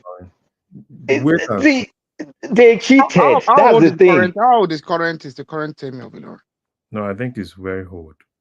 It's not that He's old not very now. old though. It's not old now. It's probably in his 60s Is he or not the younger 70s. brother of the former chief of staff? Uh-huh. No. Is he It's not the younger old. brother than the Emir older of brother? Ilorin, 60. Do you know what you're saying? I mean, his brother was the former, last chief of staff under Now Buhari. I know the brother was the last chief of staff. Babatunde, what was his last name? Let me tell you why. It's cheating because they didn't give the current position. That's not what they handed over to them. And they handed over the main thing historically, even before the British came, the checks were with the Bashorun. And they not only selected Yoruba Bashorun, they also had Gambari one. They had Olata, whatever the other one. Emir of Ilorin is 84. Is he 84? So But if they die, that means the maybe they're younger going to brother bring was another. that fellow must have been his But younger they're brother. going to bring another one now. Isn't it the same family? They'll bring another one. No, because I'm like 60. Emir of Ilorin. But if you look at it though, if you want to look at it, all their mothers since day one are Yoruba. They So always when marry you look, Yoruba women. if you look at their DNA, they're essentially Yoruba for all I think intents and they purposes. did that to pacify any anger. Any anger. That's why people They don't really always shout. marry Yoruba women. They always marry Yoruba women. And even in the north, the emirs in the north as well, they tend to marry Hausa women. You know that one of the accusations that's been leveled against the other sultan, the one that was deposed. No, not Sanusi. What's the other fellow? Is it Bayero? What's his name? Bayero. Is that one of his grandmothers is Hausa, the other one is Yoruba. I think his grandmother is Yoruba, and then His grandmother is Yoruba. Is Yoruba, but also I think his Is own his mother grandmother or his Hausa. mother? I think his mother is Yoruba. Either his Not his mother, but grandmother. also the outside, so they tried to. Some of them make a good effort because they understand, that there will be local sentiments. So that is. I mean, if you put it that way, that is, my own grandfather married from Modakeke, married around to make sure that they didn't have any issues. I didn't know my grandmother had people from Modakeke when she was buried just not long ago. So Monageke is just next door now. That's not far too far. but you know the history of Modakeke now. I know now. Till today, they are still pulling it, because there are some monies that have come along that I wouldn't say too much, but they've decided to complete their grandfather's work. So, I mean, you just have to be smart as a king. You have to be smart. Hold on, no, complete that grandfather. That's loaded. Can you no? Can you kill and complete? Kulata knows what I'm talking about. Yeah, but this is not in one. No, you see, you will have to upgrade. Don't take that guy away or whatever. Please, you can leave it. But what I'm saying is surround him with class one chiefs that are based on the indigenous people. That's all I ask for. But those ones would be under him, right? For where? They're class one and class one now. Under what? No, you can't just elevate a king to class one like that. You do. They do it. They do it every time. Arrow. They do it. I'm telling you, I only need 1 million. They do it. They might move it. They might move goalposts. I'll turn Jeba. I'll make it class one. I'll do anyway. Let's not. You should first make. So what you can do is make some class twos that have been there for a long time. They already have that. And then make they them already have that. They already have class two, but they're making that guy kind of like control those class two. So they're almost giving the guy the power of about Bini in Kwara State. That's kind of like, I mean, when it comes to traditional rulers. I don't know if there's any Edo people here. Do they do a rotation as well for the No. council of? So the Oba is the permanent head of the traditional heads in Edo State. You know the way they have their councils. Is the permanent. I think they tried to do the rotation and it blew up. It backfired big time. They do rotation in Osun State now. Olata, that Ilori is better they just leave it like that. No. It's just like somebody said. You know the thing is. Sorry, even Kogi go. I feel yeah, Kogi, yeah, because unlike Iloni, Kogi Kogi is different from Iloni. No, but what is it? Kogi, the Yoruba speaking part of Kogi is Obas that they have now. You don't have That any. they have now. More than Yekponi now. More subvert now. Iran is a different situation because this more subvert what was existing there. The Obas can have their respect again. Because let me not deceive you. No respect anywhere. Nobody respect anybody. And not Larry, your Oba is on TikTok. Hey, which one of them went to TikTok again? We value money more than any other thing. How about TikTok? Money.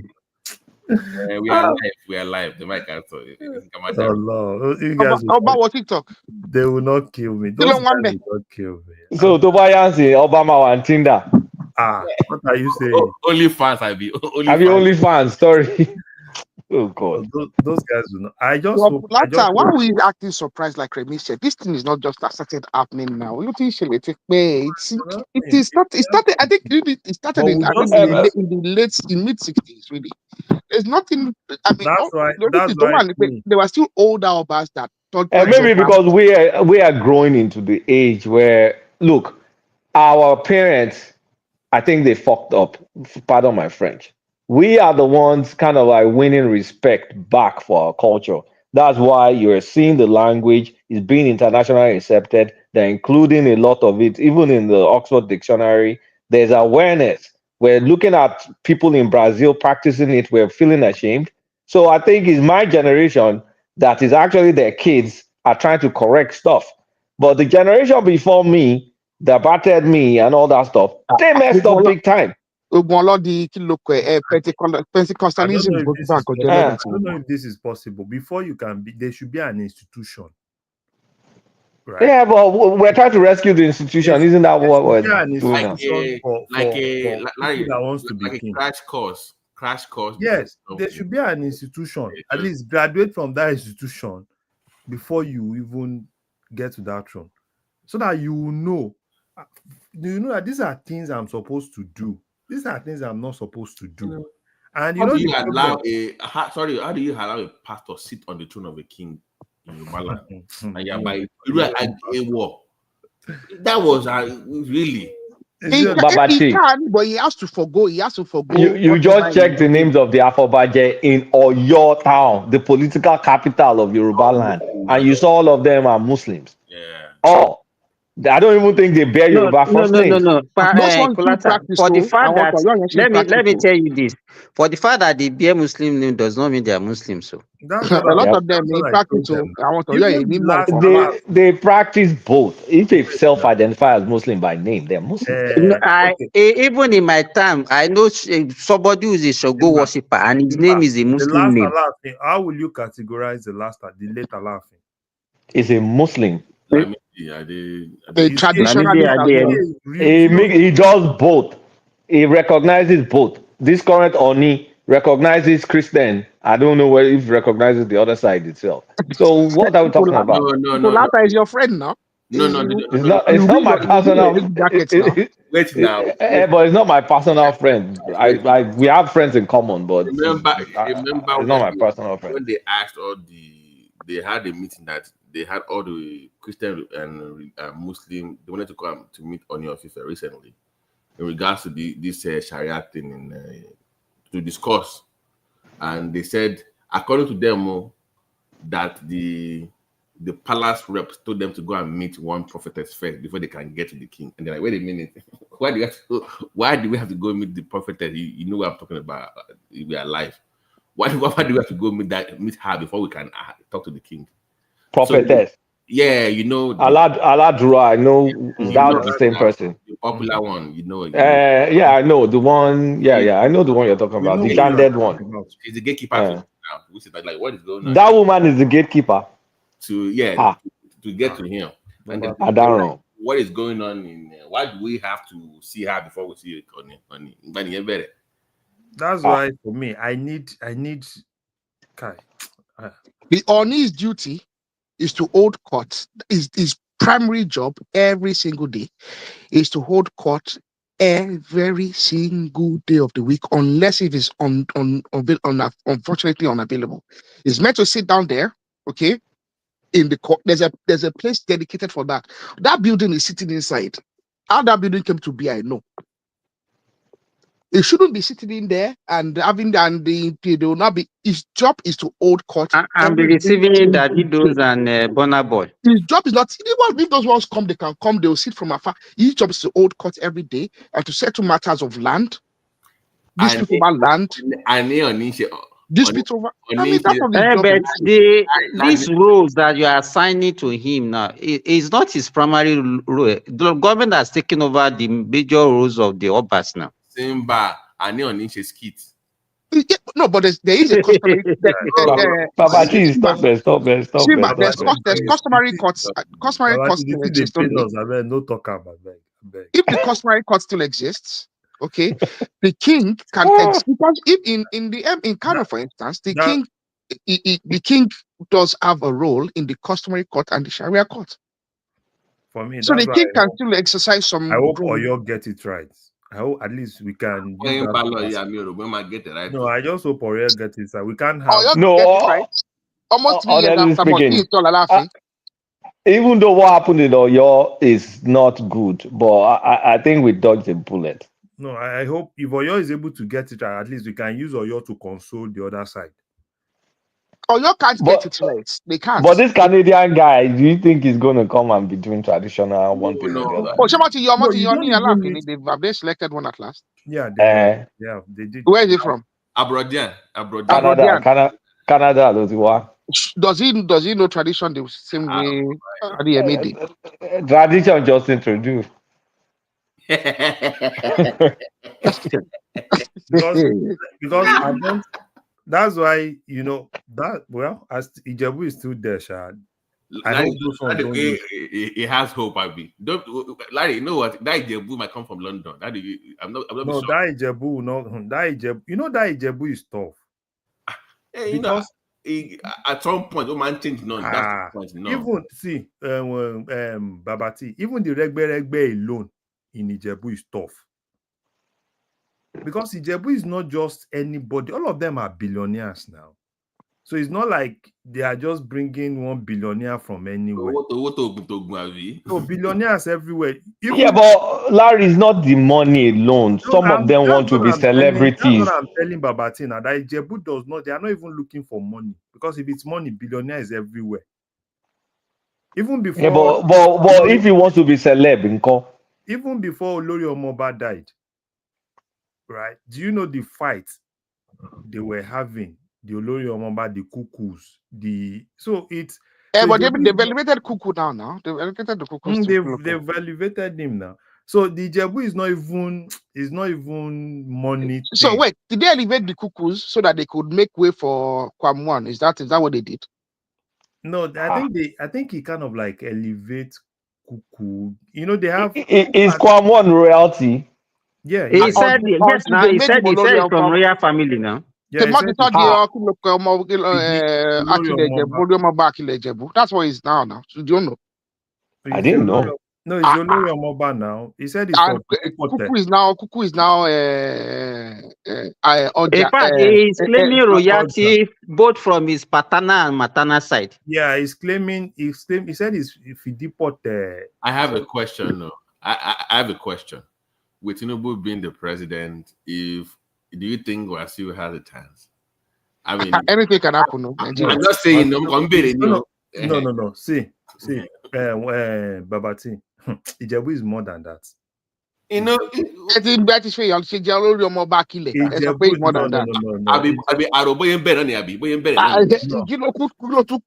No, the Olori Omoba thing. After that man died, I don't know if there is any other person. Probably KBC just felt, let them give it to him. But when it comes to that line, I'm telling you, it's not just Wasiuke. even the Adenuga self. Everybody, Ijebu is just beyond Ijebu Ode. For you to have a king in it, for you to have an Awujale, you have people coming from Agowoye, from Oru, from Ijebugbo, Ijebu-Jesha, Ayepe, everywhere. So it's not just one person just say, let's just give this guy. No, it doesn't really work. But wait, the question to ask is this: does he have the political clout? Yes. Does he have the social clout? Yes. So what are you talking about people coming from this places? Political clout or social clout? He doesn't even have that political clout and social clout. His friend is the president. Which president? Bro, it be like saying you don't know Ijebu. Larry, which president? Which president? He already should be common like the king of Wasu. King of Ijebu. Let's not deceive ourselves now. Let's not deceive ourselves. See, it's even beyond all those things. Even the Okewos, everybody is beyond all these things. That's why everybody's just like, okay, fine. God should just. The Okewos, are they not from Agwawoye? Yes, now. So Ijebu is big. There is powerful power. Everything is there. Let's look at this simple Ojude Oba. So, Larry, are you saying that any of the part of the kingdom can become the Awujale? Is that what you are saying? You know that Awujale thing, it's a little bit, it's not because so I think they have only 4 royal family that can become an Awujale now. No, I don't know the number. But I know it's not. So apart from Ijebu, all the other Ijebus, can they lay claim to the throne, or they are just it's only people from Ijebu that can become Awujale? That's what I don't know. You know, all of them are because the other towns, they have their own obas also now. Yeah, they have their own Oba, but Ijebu is kind of like, there's this kind of like interrelationship with all those things. But I don't think somebody from, like, let's say somebody from Agowe can be Awujale. But I know it's within themselves. At the point, you see somebody from Ayepe still laying claim. I think what's the capital of Ijebu? What's the capital city of Ijebu? The way Ilesha is the capital city of Ijebu. So they will have their own royal family there. Yeah, I think what happens is some of those other towns, like you say, that surround Ijebu, and they will have kingmakers from each of those. So it's like a compound. So each of them will contribute somewhat. So they'll have chiefs whose duty is that are you saying what is on ground, or you are just postulating?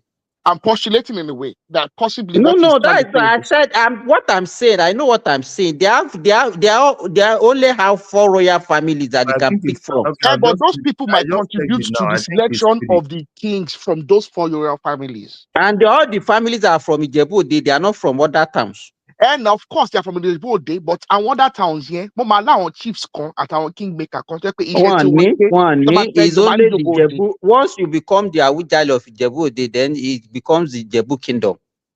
The other towns, they have nothing to contribute. The other towns will have their own stuff. They will never contribute. They have their own king. It's like saying if Ewara contributes to Ilesha king or something. I just checked. No, of course not.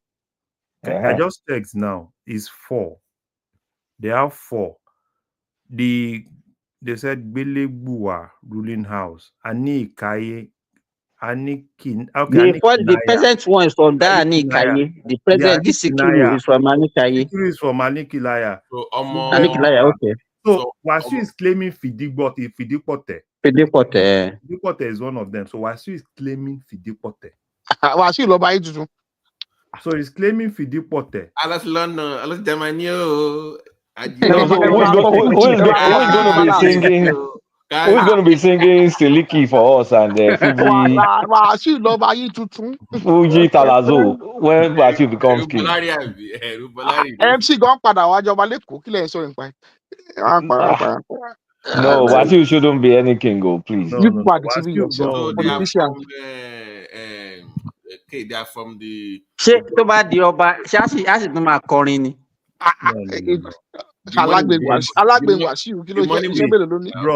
Bros, even that Olori Omoba that they gave Wasu is too big for him. Larry, Sherumba any. I don't be Ijebu now. Sorry. So Ijebu, they are the Oborogon of Ife. They came from Ife. Oborogon for Obanta. Yeah, Obanta from Ife. Okay. But some Ijebu will tell you they are not from Ife though. And they have their Gebuland history. You know, I told you about their ancient buildings. They had prior to BT, earlier on, you are talking the Remo people. They are not part of Ijebu now. No. You have the Ijebu, you have the half and the Ijebu, you have the Lishons. You have I want call they speak Ijebu, but they're not really Ijebu. No, they are not. They are not Ijebu. But they speak. They don't agree that they're Ijebu. Don't agree. So the Shagamu, the Okene, and all those areas, the Peru, they are all Remo. those, they are Remo. They are Remo. They are not really Ijebu. They are Remo. So is the Shagamu king that is their own general, I mean, for their own kingdom. General Vasia. So those ones are with Akarigbo Remo. I think I think honestly that part of our culture they still stick to their thing for the most part. No, they do. I mean, well, I don't know. I don't know. I mean, for the time that thing is heavy. That thing is no. Emma, no for basically no my Wasiu long. Larry, Oloma, them will no, let's wait and see now. Wasiu long. Even that Ijebu one would be very interesting to watch. Even this thing they gave him, Olori Omoba, they gave him. You know, some people don't even like it. And we don't like it.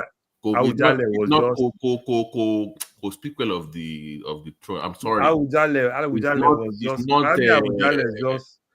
I'm sorry, guys. I'm sorry. He's not worthy of that. But Basiu is playing his politics very well, because you know the guy has relocated to Ijebu. He's living permanently in Ijebu now. And it's bad. Like play. No, no. So for Larry say, dear, none. What Ijebu No, I didn't move. It is when it gets to that time that you know, because even the Fidipote, some people are still disputing it, and I think Awujale is just the last time Awujale was just it's from Fidipote, this and that. Yeah, wait, it's not Awujale that will say it's from Fidipote. It's the Fidipotes that will say that Omowalile. That's what you know. What I'm saying now. You can't just come and just be associating with a family. Do they know you there? That's what I'm saying now. Some people are still saying this and that, but Awujale confirmed it. That he knows his father. This, you know, all those things is a whole lot. But let's not deceive ourselves. Well, I don't know what the future holds. You understand what I'm saying? But even Wasiu himself knows that. If not because Wasiu became famous, he's the son of nobody now. But they are saying he's the son of a prince now. So I don't call him the son of a prince. And that is what fame. I mean, if you are rich, that's what people will rewrite your history for you. No, it might actually, to be very candid, it might actually be. But by the way, before we forget, so what do you think they should appoint as the next? Since this woman died, Lawson died in Egba. Yellow. No, that yellow day thing of Egbaland is it's a little bit, because the people that are supposed to that yellow day thing is before Lawson, it was Madam this woman Teju. Now Teju Osho, they gave it to Lawson. You know, Lawson at the point was having problem with Alake, and they settled and everything. But this time around, it's gonna be a little bit somehow. It's gonna be a little bit and I just hope Alake is able to name because they tend to give it to people that somewhat socialites. Name us the influential socialites. But even the influential people in Egba, you understand? Everybody is. I don't know. Name one though. Who are the people that are there? There are people. We don't even have those people like Lawson in Egba now. It's the politician. You know, everything is more politics, because You don't have people like those days. You can talk about in ṣé Egba. àwọn èèyàn ti tán lẹ́gbàá ni tó ń sọ ń sìn àgbà o. No, you don't understand what I'm saying. There are people that their names are always there. Like in Egba, you can talk about Lawson. And even those days, I don't know about Cash Madam that just died. Cash Madam, we know them in Egba. Okay, is Cash Madam Egba as well? Yeah, she's a little bit, I don't know, Cash Madam is neither here nor there. But at least she's prominent in Egba now. You know, there are people that are prominent in Egba. So, but this one now, me, I don't even know. Ẹ lọ play orin Òbí, àwọn tó bá ti kì í mú kan nu wọn. No. Àwọn tó gbọ́ àwọn yẹn ti kú now. Àwọn tó bẹ̀ kú ti kú now. So, probably we are looking for one young person. But me, I don't want all these abroad there. So, don't go and, because at the end of the day, àwọn tí Ṣẹ́gun Johnson kì í kọ́lé máa mú àwọn tí wà ní New York City nìyẹn, àwọn tí Los Angeles. So I don't want these abroadians. I just hope they are able to. At the end of the day, don't be surprised. You must own a business in the land. You must be you must be prominent. You must own a business. Yeah, someone that commands respect. Yes, and that's what I'm. That's what I'm saying. Well, no, they are there. You know, when they wanted to give Alaba Lawson, at least everybody knew Alaba Lawson. She owned schools, she owned businesses, she was part of the Chamber of Commerce. I mean, she was. Yes. I'm actually scratching my head though to think of someone. I'm sure there's someone there. What about this woman? This woman that does this Nikki Art Gallery. Where is she from? No, she's not. She's not Egba. She's not Egba. Because more political Egba. In fact, a lot of them, I tell people that if you really want to know the wealthy people in Lagos, the Jebus and the Egbas, they've taken over Lagos. Whatever is left is what all of us are fighting over. Even that woman herself, no, that woman cannot be alive. Cannot be. I have a guess. It might be from that family again. The Joshua, they might just probably. There's a Ted Joshua but she's passed away. Who do they have? Who do they have? They have people in that Ted Joshua family. They still have people. No, who do they have now? At least I know Larry's. How many sisters does Larry have? One of his sisters passed away. She was my friend's mom. Yeah, so no, I don't really think it's. I don't really think it's gonna come from that side. I don't really. What about the Abiola's? Which of the? No, Abiola is not prominent in it, but no Abiola family is prominent in it. Yeah, none of the wives were. Well, the other wife was the Otun Yalodi now, and she passed away. Yeah, none of them is Abiola. This thing is time now. No, can you even point to one Abiola family that is prominent? Yeah, I can't think of any. So, can you point of anybody? You can't point of anybody now.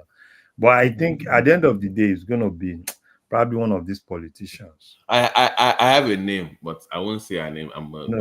Keep your. I feel one bit, but let me put that. I'm gonna put a last name in the comment section. Okay. In private.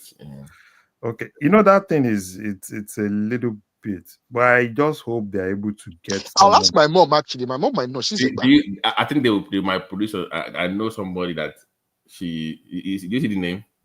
Yeah, let me see. Yeah, I've heard of. Yeah. So, I've heard that first day. Yes. Yeah. So yeah, but the thing is a lot. But I just hope God is able to help them to look for somebody that can at least bring everybody together, because that position. So, Larry, are you saying now that Egba people have lost their relevance? Yeah. Oh no, we know where you're going with that. No, I'm not saying that. I'm not saying that. I'm only this one that you cannot even mention one person that is. Larry is just dribbling around like Maradona, Sha. No, that's not what I'm saying. I said for me personally, I've not really seen that prominent person like those days of Alaba Lawson. Before Alaba Lawson got it, a lot of people knew that Alaba Lawson would get this thing, right? Those days of the Tejo shows. Tejo show was so prominent in Egba that almost everybody. Those days of what's this woman's name? The Kuti. There are people in Egba that the Kutis that are prominent. It's not just you being rich. right? You command respect.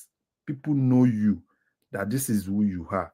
So for me, I'm just saying, from me sitting here, I can't pinpoint. No. But the man promotes tradition and is a prominent No, Baba. Baba is not telling you that he needs to hear now. So. Yeah, but I mean, out of respect, the man's a prominent man. He promotes Yoruba tradition.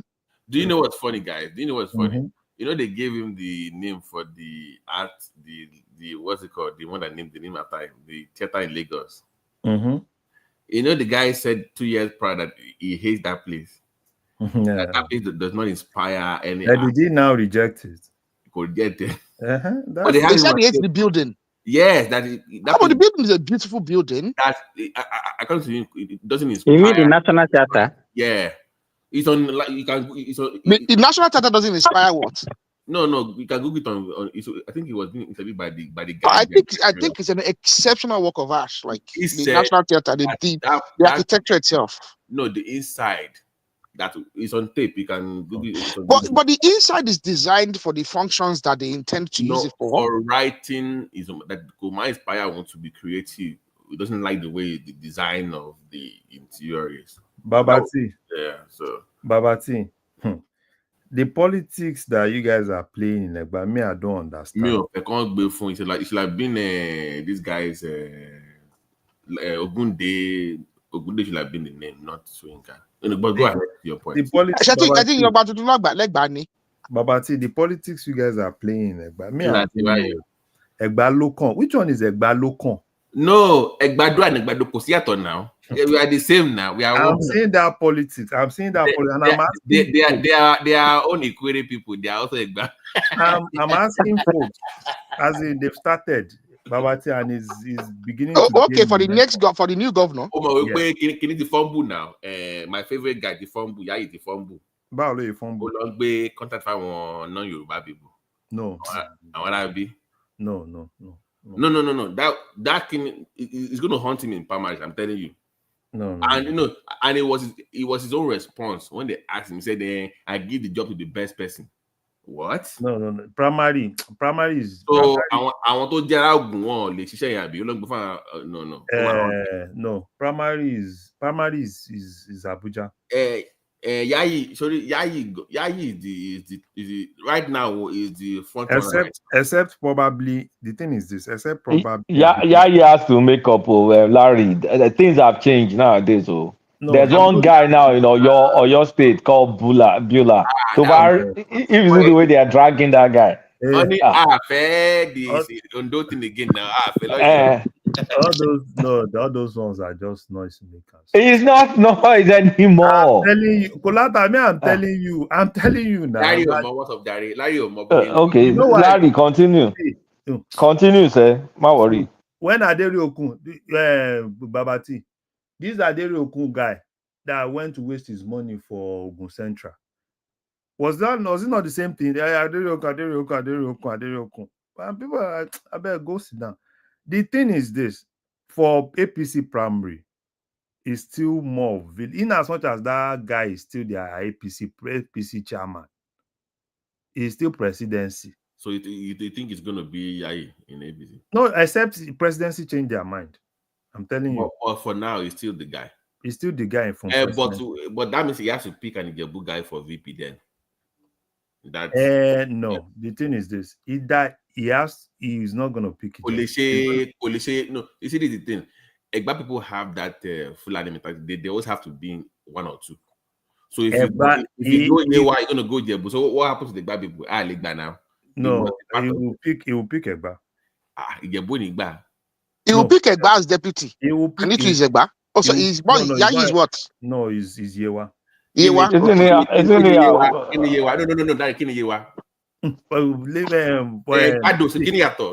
Leave that one. Yewa is a new name now. We've always known them as Egba. Okay, do you know why?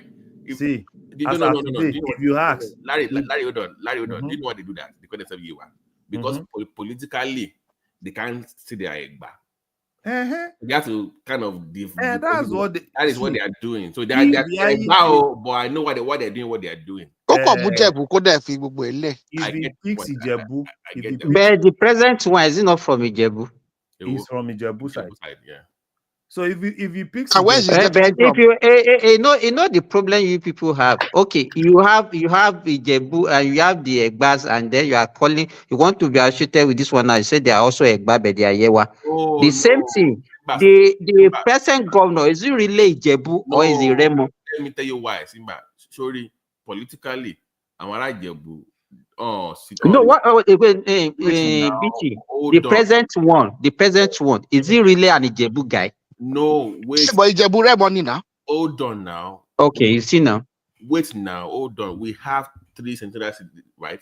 We have the Ijebu, the Ogun East. Thank you, Babati. That has all the Ijebu and Remo, everybody there. In the middle, we have the Egbas. In the west, we have the Yewa or Egbado, whatever. But here's the problem. To the Ijebu people, Babati. To them, so if that guy picks anybody, if that guy picks, I'm saying, wait now, politically to the Jebus, they're the same people to them. So to them, but the middle we have the most votes in the middle. We have the biggest share of the vote. So who has the biggest share? Is it the Egba that has the biggest share of the vote? No. Ijebu has the biggest. No, they don't. They no. don't. No, don't. Even show me told you that when it came here. I'm telling you stay with me now. Egba is bigger than just they have the bigger vote, trust me. But the only thing for the Egba is if in most cases we are always able to take a little bit from Egbado to join our votes. But if it is based on, let's put it one-on-one, the Jebus have more. But you know, Shegun said something. He said PDP because wait now, hold on. Shegun in Egba. Forget him. But more family point no so. PDP for their governorship. To notice. So here's the wahala. Yeah, forward. You know why? It's not like they don't pick Egba. So for everything. Hold on. So say by mistake for the past since 1999 for some reason okay, you know why? Where is that from? You know why? Benga Dane is also Raymond. Babati. You know what changed that thing for Egba is Obasanjo. Even the real Ijebu have never been governor of Ogun State since 1999. The Ijebus are the outsiders of Nigeria. No. That was Ijebu now. That was Ijebu. Don't do that. Is Remo? That is from Shagamu. Discussing is Remo are the Fulanis, the Ijebus are the outside people. The thing is this, Babati. The way I'm saying it, Yayi would pick somebody from Central because he needs Central. Yeah, you need. Ijebu will come all out. Probably they will give this guy. They will give Ladi their ticket again. PDP will give Ladi their. So can you hear me? I'm going So no, Ladi is going to get that ticket. Again. All this one, Shegun. I told you all this one, Shegun. Ladi low to fend. Sorry, no, Shegun Fumble. No, Shegun is just Babati. Ladi and Abati 2.0, right? No, which Abati 0. Abati. Did Abati come out as Ladi's deputy? Yeah, for the last one now, it was from the Egba. They picked him as. Really, they picked Dr. Ruben Abati as deputy for Ladi. He was deputy to Buruji Kashamu now. Oh, money. Kasham, you see now that Abati deputy to Kasham. I'm telling you. He got all Sheni now. You can imagine a good doctor, doctor deputy to Buruji. Babati. Yeah. So it's not like PDP don't like Egba, but Obasanjo changed the whole thing. The fact that Obasanjo, if you remember, the fact that Obasanjo came from Egba, that was why we PDP couldn't even pick another person from Egba. And after Obasanjo left there, You know, PDP is been power tozu. Ogun State PDP has been power tozu. You know, those days when Obasanjo was there, you were seeing the likes of Martin Square. But wait. Isn't Obasanjo Owu? It's kind of like He's that. still within They count He's them as Owu now. No, Egba. Owu They people are count them not as from. Egba. He's still They within. are They count them as Egba. you know, He's still within the senatorial zone. Here's their problem. They have this attitude because they are the smallest kingdom. And they came from Kwara State now. So they give them the No, crown. Molowu, Osun State. No, the Hey, first. but the original one lay one crew Ogun lo lay one níbi tán ti wá. They are originally from Kwara area. The ancestral villages in Osun State. No. So if No, I think they're up north. No, the ancestral home is in Osun State. And no more Benny. There's an Ogun in Osun State. They were the first to get the crown from Ife. Among the They are Yoruba from kingdom. Ife now. No, they migrated though. Owu people migrated. Let me bring it. Let me bring the history. I've checked it this thing Owu is before. from Ife. Do you know that's why this Owu ló kọ́ gbadé, Owu la kọ́dá o, tó bá dé. I mean, they were in a different place. They weren't in Ogun State before. They moved from somewhere. Ife, But that's what I'm making that. No, not Ife. No. They do. Bolata, go and check it. Go and check it. I'm going to check it now. I mean, they do. I'm already starting to check it. There's an Owu in Osun State. In fact, why do you think I knew Orile Owu believed to have been located in present-day Osun State. Okay, you're right. Orile Owu. No. Once you hear once you hear Orile or Abule something. Orile Owu is in current-day Osun State. Orile is not. Okay, let's okay. But so that's believed to have been where the origins come from. So, Babati, what will happen now? Presidency, except presidency change their mind, Yayi is still their candidate, but the governor is also playing another card. But the card is playing now. They are using presidency is trying to use Gbega Daniel to shank him in that side. But don't forget, Amos did the ADC thing. No, wait. That one, all those things will not fly. All those things will not fly. Nobody wants to waste. You can't waste your money on that. Those things will not fly, and you can't even face.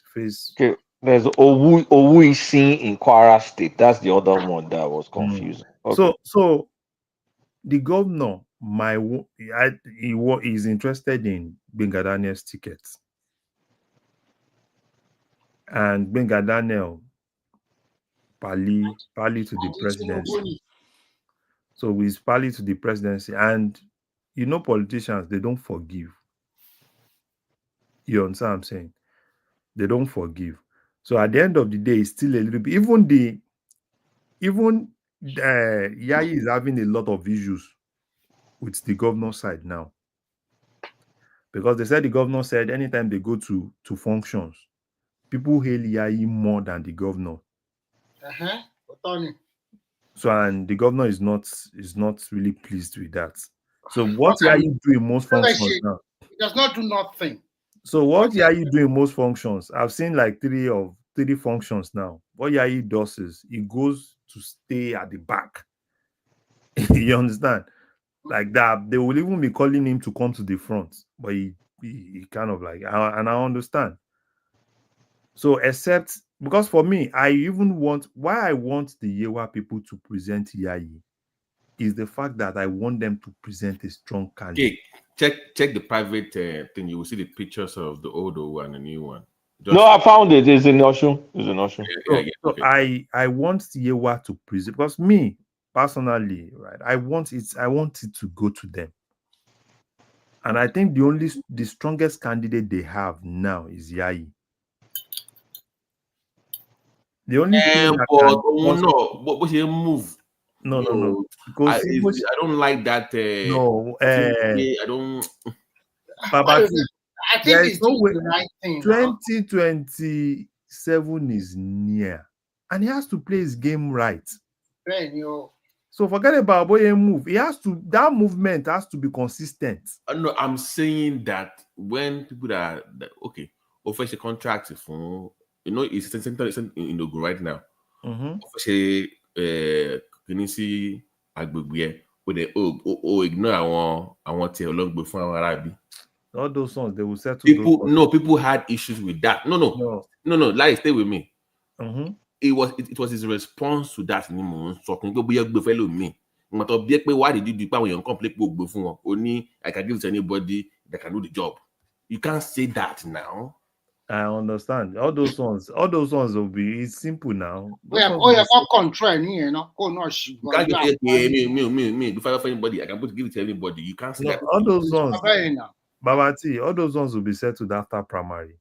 But that's the role of the kings. It's the kings that should correct their all those ones their subject. Because no, like, do you know why there's an issue? Because when he said that and he said he just gave the job to the best person, do you know the first thing they said? And is able to liberal.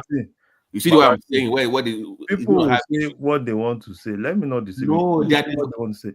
But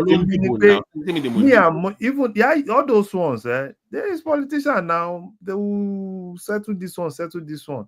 The major thing is the ticket. The only problem they have in Yewa now is 2 people are interested in the senatorial ticket in Yewa, and the 2 of them now. So they are dragging that ticket. Akinlade and this other guy. What's this other guy? This other guy that Bengadane brought that time to be governor, that they later gave House of Rep. What's GNI? So Akinlade and GNI are dragging, they want that senatorial ticket. So, but for me, I think they should present their best candidates. I don't want what happened during Obasanjo with that Olurin and Olurin. So, do you think PDP will pick an Egbaman? No, PDP will not pick Egbana. They will pick their normal Yewa now. And you're telling me they don't? It's deliberate. They will still do the same thing. So Jabu party need PDP by. They will still. You know why? Because the thing is, Egba will not bow for Ijebu. It's not a matter of bowing. Like if you're a PDP, so for the past 20 years, you know why I said they will not bow for Ijebu? Power cannot go back to Ijebu now. Like they won't give them anything. They can. So why can't they pick Egba then? That is Egba will present a candidate. Mm-hmm. That's sure.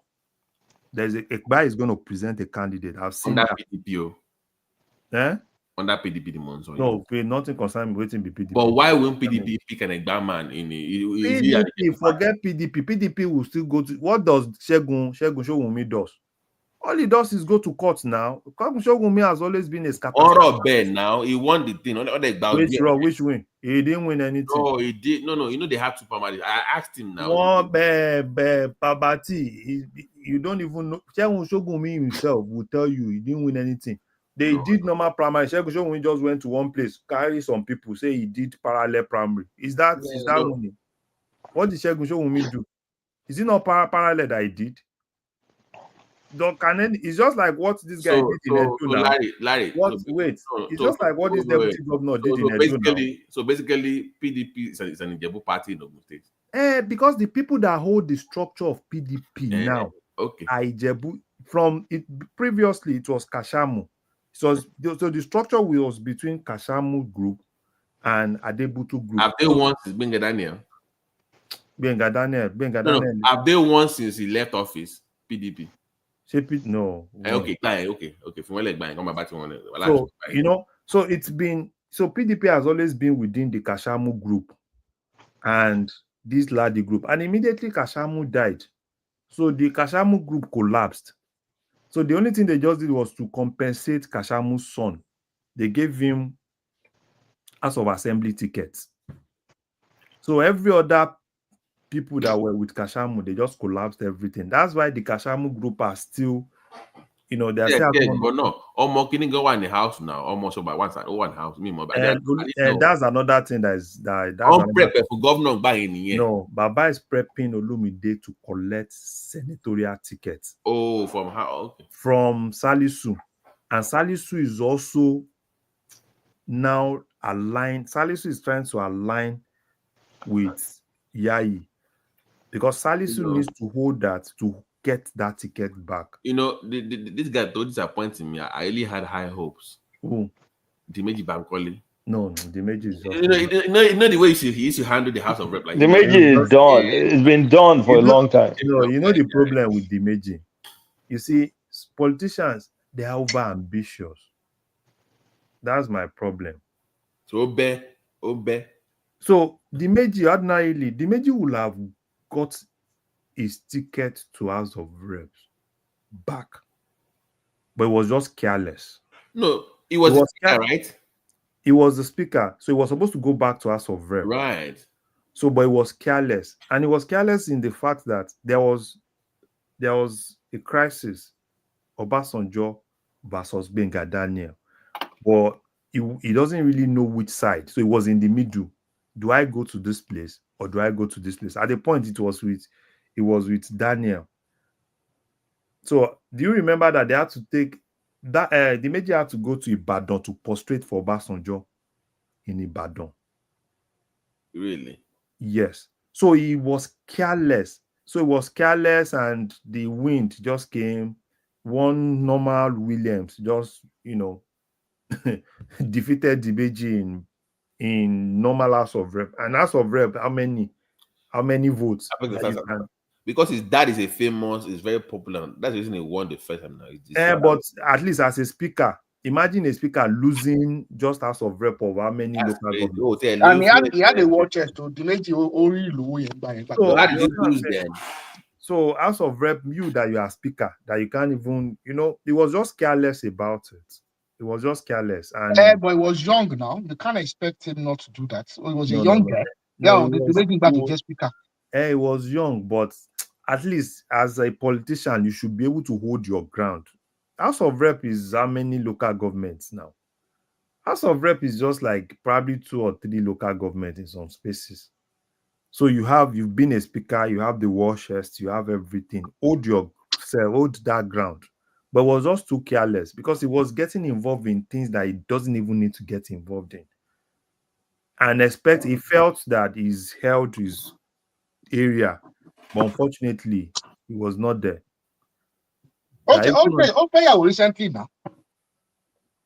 So thereafter, instead of him to now come at the point where why was he running for APC primaries? It wasn't it was Tinubu that brought all of them.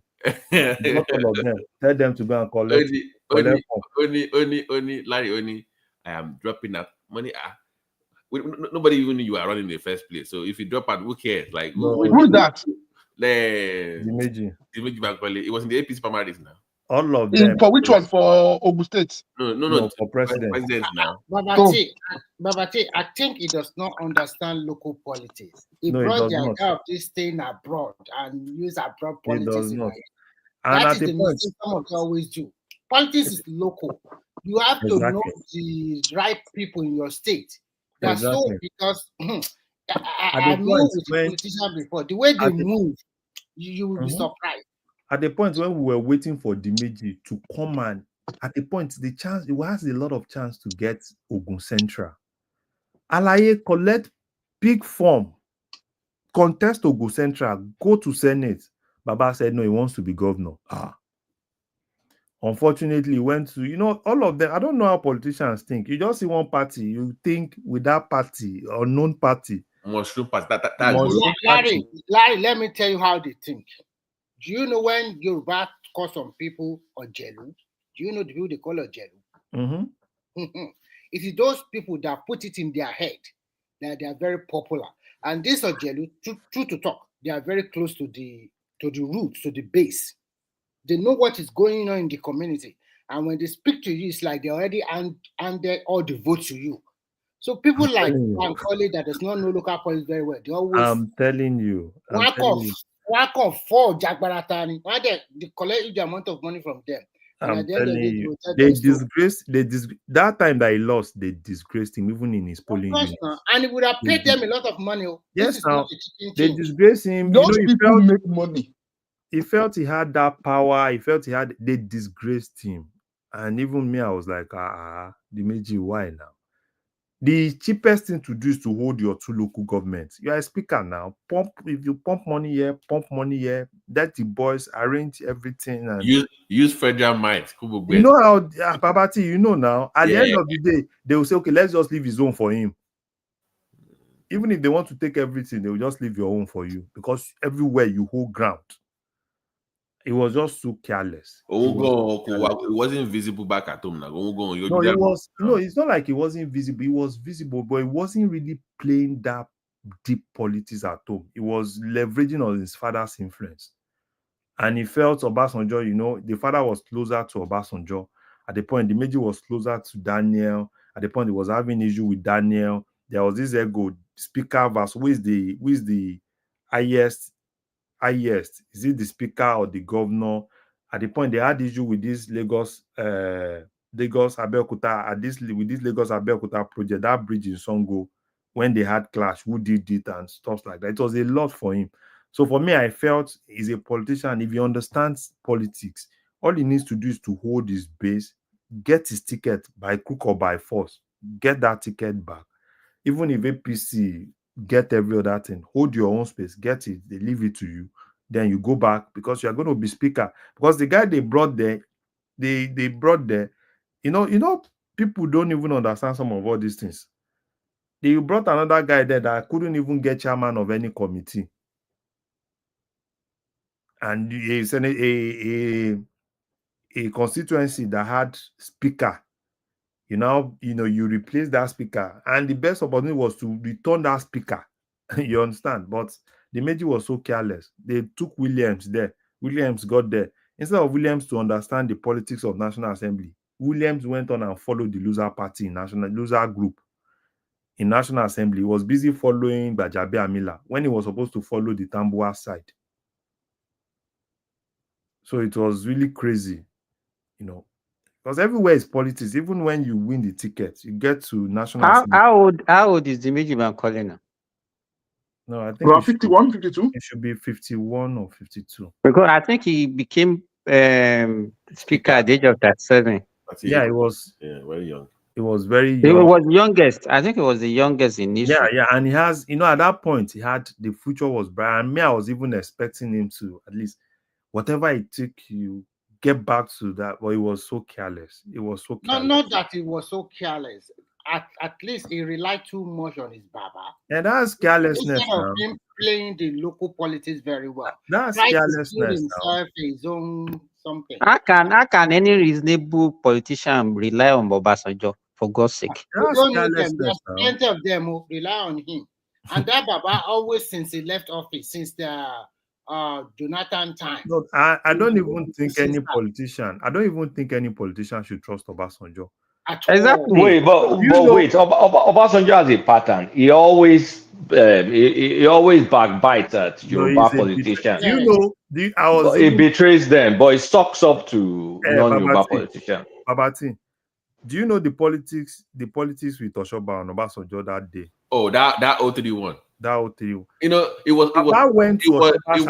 was only Tinubu that knew it was bullshit. No, you know what Baba he knew it was lying. It's like, don't trust this guy. I think the arrangement was the same thing like what Tinubu had with somebody like Makinde 2023. Yeah. But Baba now betrayed them when Oshoba can never trust Obasanjo because he has been beaten more than once. You know what Obasanjo did that day on the election day? Baba went to Oshoba's house.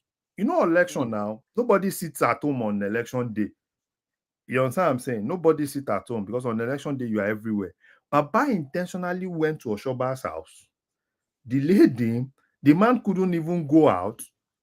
You understand what I'm saying? The old men on the streets, doing the main thing, they were looking for where Baba did now, where Baba did.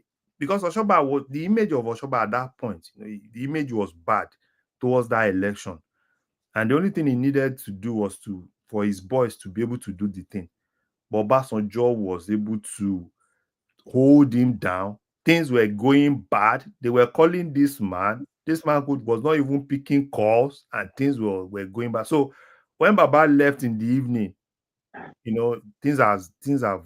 You mean the governorship election or the presidential election? The governorship election. You know that time. But it All was of not them only. just fought You for are it. just talking about what it was a plan. Then it was a national plan against the Southwest. No, And you know it was not only about that. They also used political talk. In they used Ibadan, It's political not. Ajebisi talk Let me now. tell control you, everything. they started the groundwork They planned very started well. when they eliminated Bolaige. Yes. But One all of the of reasons them why were they eliminated. in Eh? Simba. All of them were Yes. also greedy. We are live, bro. Okay, go ahead. It's not. It's there out there now. It's not. It's not a secret now. So all of them were also greedy because what Obasanjo did was to promise them. Obasanjo promised them they shouldn't worry. All of them will get second term. So why do you think Tinubu did not go with their plan? No, because what spoke to? No, you know, Tinubu at that point was even having problem with them because at that point Tinubu was having problem with their Afenifere side. This Abraham Adesanya side, you know, all of them felt Tinubu was this stubborn person that was not listening to them. So was already having problem with their Abraham Adesanya side. You know, they kind of like said, just leave him. That boy, he's so arrogant. Amugboni. You understand what I'm saying? So Tinubu was basically just doing his own thing. So the Oshoba, the Ade Farati, all of them, Lam, all of them. So they were Bisi Akande. Bisi Akande, all of them. So they were Tinubu was that bad guy. And Tinubu won them, but you know that Amugboni Efile. Amugboni Efile. So that was what was so Obasanjo promised them. So and that time, you know, their slogan, Ete president is Kinikon, Ete governor is Kinikon. But it was not the same day now. It was the same day. That one was the same day. No, Obasanjo moved. He was one that moved presidential. No, that's what it was not the same day. Let me tell you. Before, just hold on, Larry. The gubernatorial election usually come first. In fact, it's supposed to be. In fact, it comes even the gap usually maybe more, even almost 1 month or so that time. Because I remember 1999. Atiku had already won as a governor of Adamawa State. I know 2020. He was one that changed it because of what his plan. He now brought government presidential election forward. Àwọn tó gbówó wá, Larry, àwọn tó gbówó wá. At the PDP state, nobody even remember. That's what I'm saying. Because that day I remember. Are you telling me that the election was not the same day now? It's the same day. It's the same day. So because I remember that election, they were saying it was same day. Simba, it was the same day. That Baba did a lot of wrong thing in that country. You remember that day now? President is umbrella. One of my best friends, Babati, one of my friends already told me they were started jubilating in Tinubu house because my friend was close to them and we were close. And I was asked, why are you jubilating? We have not even voted. Why are you guys jubilating? He said, I don't know nothing. Even before they start counting the vote, they're already killing a big cow. They're already big celebration. They know what they have done. By the time Lam and the rest they say blah blah blah blah, they already they already kick all of them out. Of course, all of them, before the election, all of them were not talking to Tinubu's group now. They were not. And they thought that he was so arrogant. They said, Amuboni. But you have to understand that unlike the rest, Tinubu was the least of them that was invested in the Afenifere. October had the history of Afenifere going back. Arrow. 70. Sideway, Odi, Umbrella, Edionidi, wow. I remember now. They changed the whole thing last minute. What happened? And you know what's crazy? The same day, this guy was still on TV, Oshoba. Umbrella on top. Babati, let me tell you this. Let me give you this.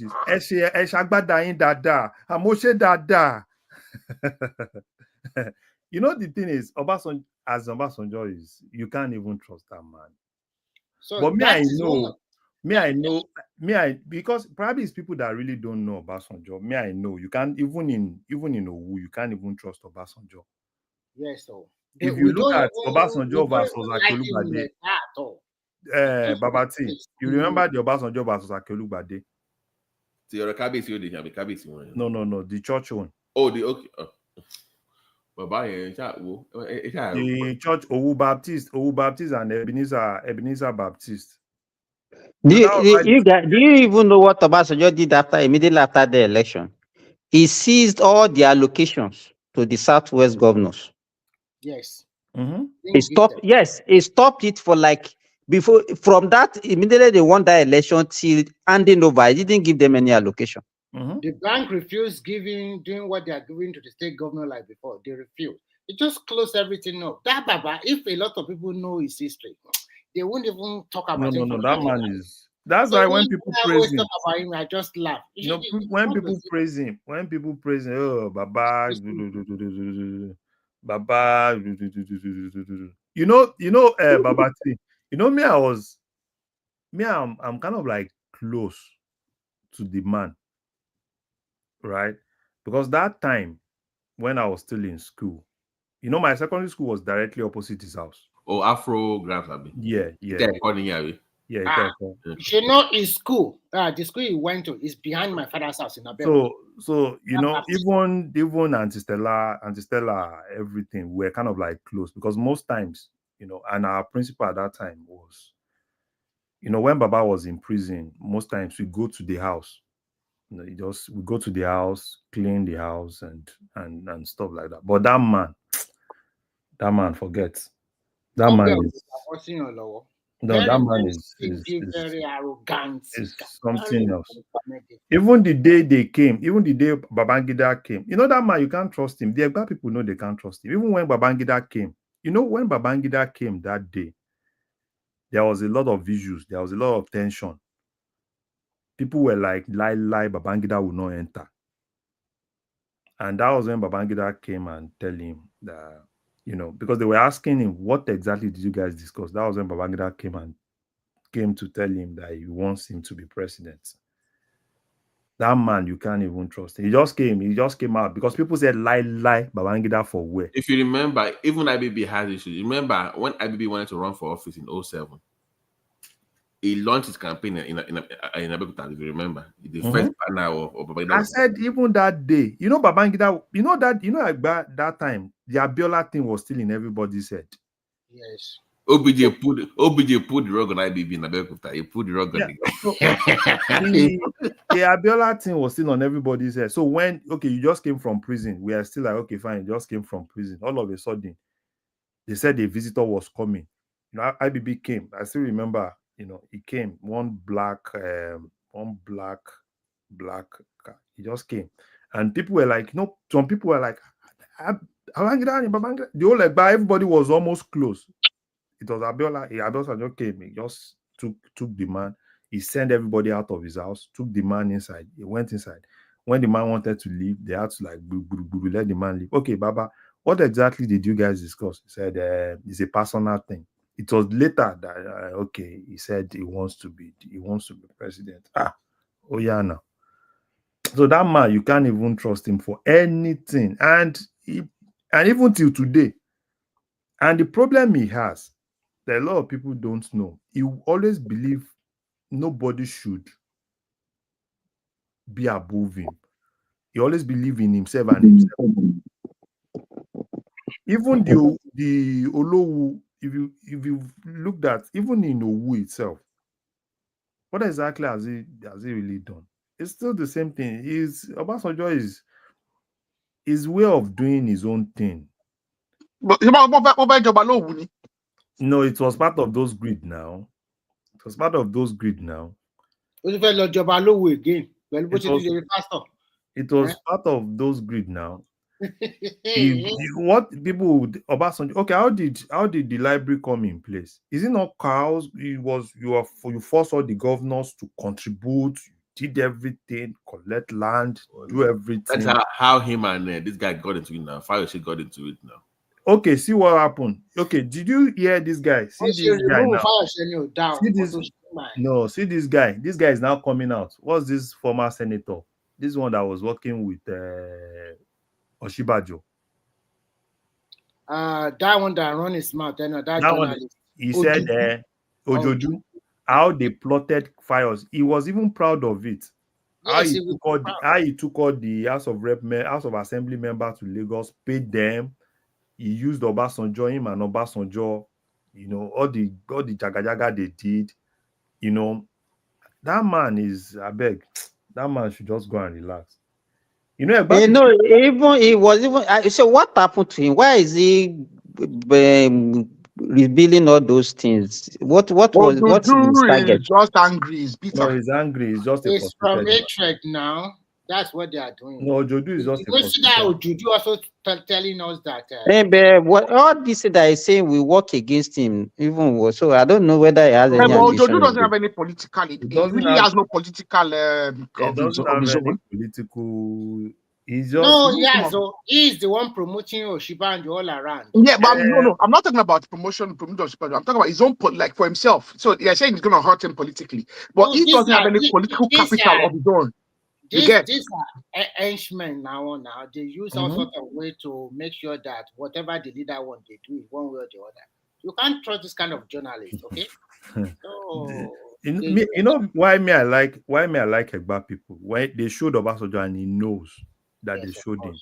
They showed him with Iyabo. The first time he was able to house people, bring Iyabo in. The second time, he said, Edibo, Iyabo ma wole. Do or die affair. Do or die affair. Edibo, Iyabo ma wole. The man lost his own word. You that you cannot even win your unit. This is a man. But you know that's John now. So you win unit like John. No, lie. Win which unit? Win unit long. Oh my God, Lord joke go. Iyabo Lord joke. Win which unit? Iyabo go papa bajana. No, yes. Larry, Larry, is this one from the grapevine? Is it really true? People were to Benga said this now. But apparently, because those are the people that all about pé gbà tí Benga náà ọmọ yẹn dé pé bàbá ẹ̀ sọ fún pé kó fọmọ yẹn lẹ̀. Ọ̀nà ẹran àgbà ni.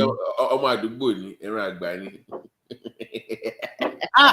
Àwọn obìnrin burú kọ́ ló ń ṣàánú ọkùnrin ni Ọlọ́run bá ń bọ̀. Sorry. Bàbá yẹn Remy, sorry, that sports club Egba yẹn. Is it Mike menu below live? No, Baba T, I beg. Because don't do be I'm gonna buy it. Baba T, I beg, no good there. I said ọdún ìjà láti sọ Baba T. Mo kò láyé ìgbà yẹn àwọn bàbá wa bí ìyàwó mẹ́rin márùn-ún. Ìyàwó kẹ̀. Ìyàwó lẹ̀. Ìkọ́ tí wọ́n sọ yàtọ̀. Bàbá mi ò sọ. Baba T, I beg, ẹ má lọ bẹ̀ẹ́ o. No good there. Wọ́n gbádùn kínní yẹn gan-an. But the man, but Baba gangan fúnra rẹ̀, even the Baba na Baba wey be say you wọ́n máa gbọ́mọ fún rẹ̀ ọmọ yẹn gan wà ké kò sí 50 kọ́bọ̀ tó máa rí gbà. Ká ló ń gbére ẹ lọ fún. You know, people will package now. They package for Baba now. The girls they know him now. So waiting. Wọ́n ṣàbọ̀ ọmọ yẹn wá nǹkan kan jáde one way or the other. And then go package. Then they package for Baba package and.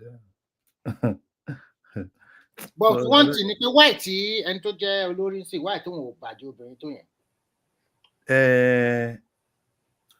Ẹ ti ẹwà náà.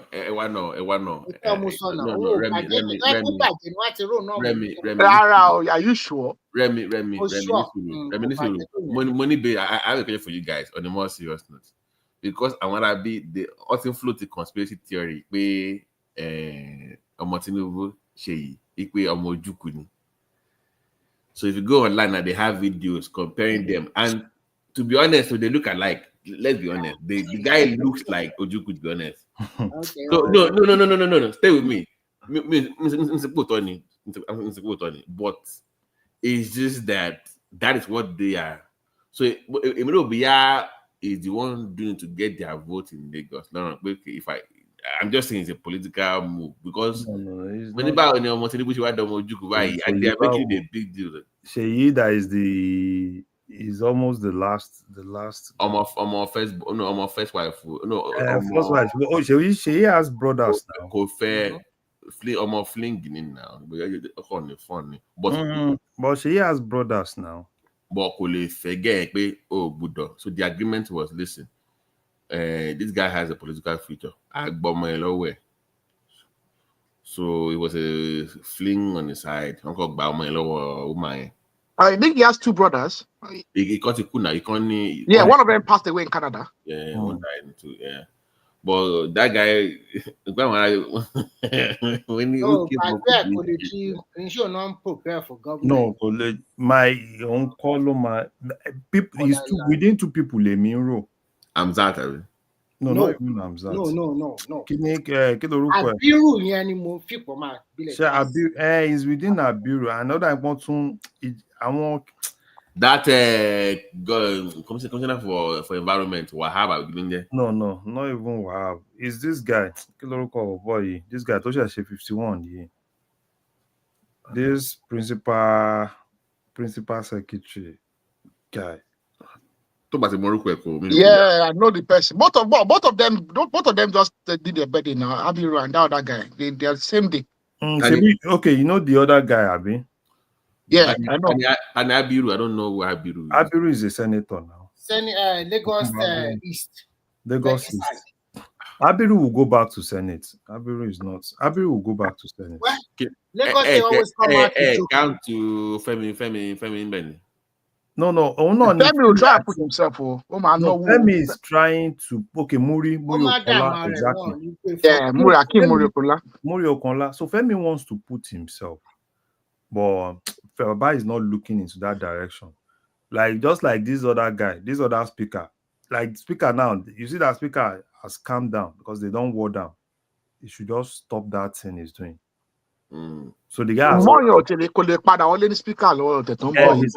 are bringing the UFC.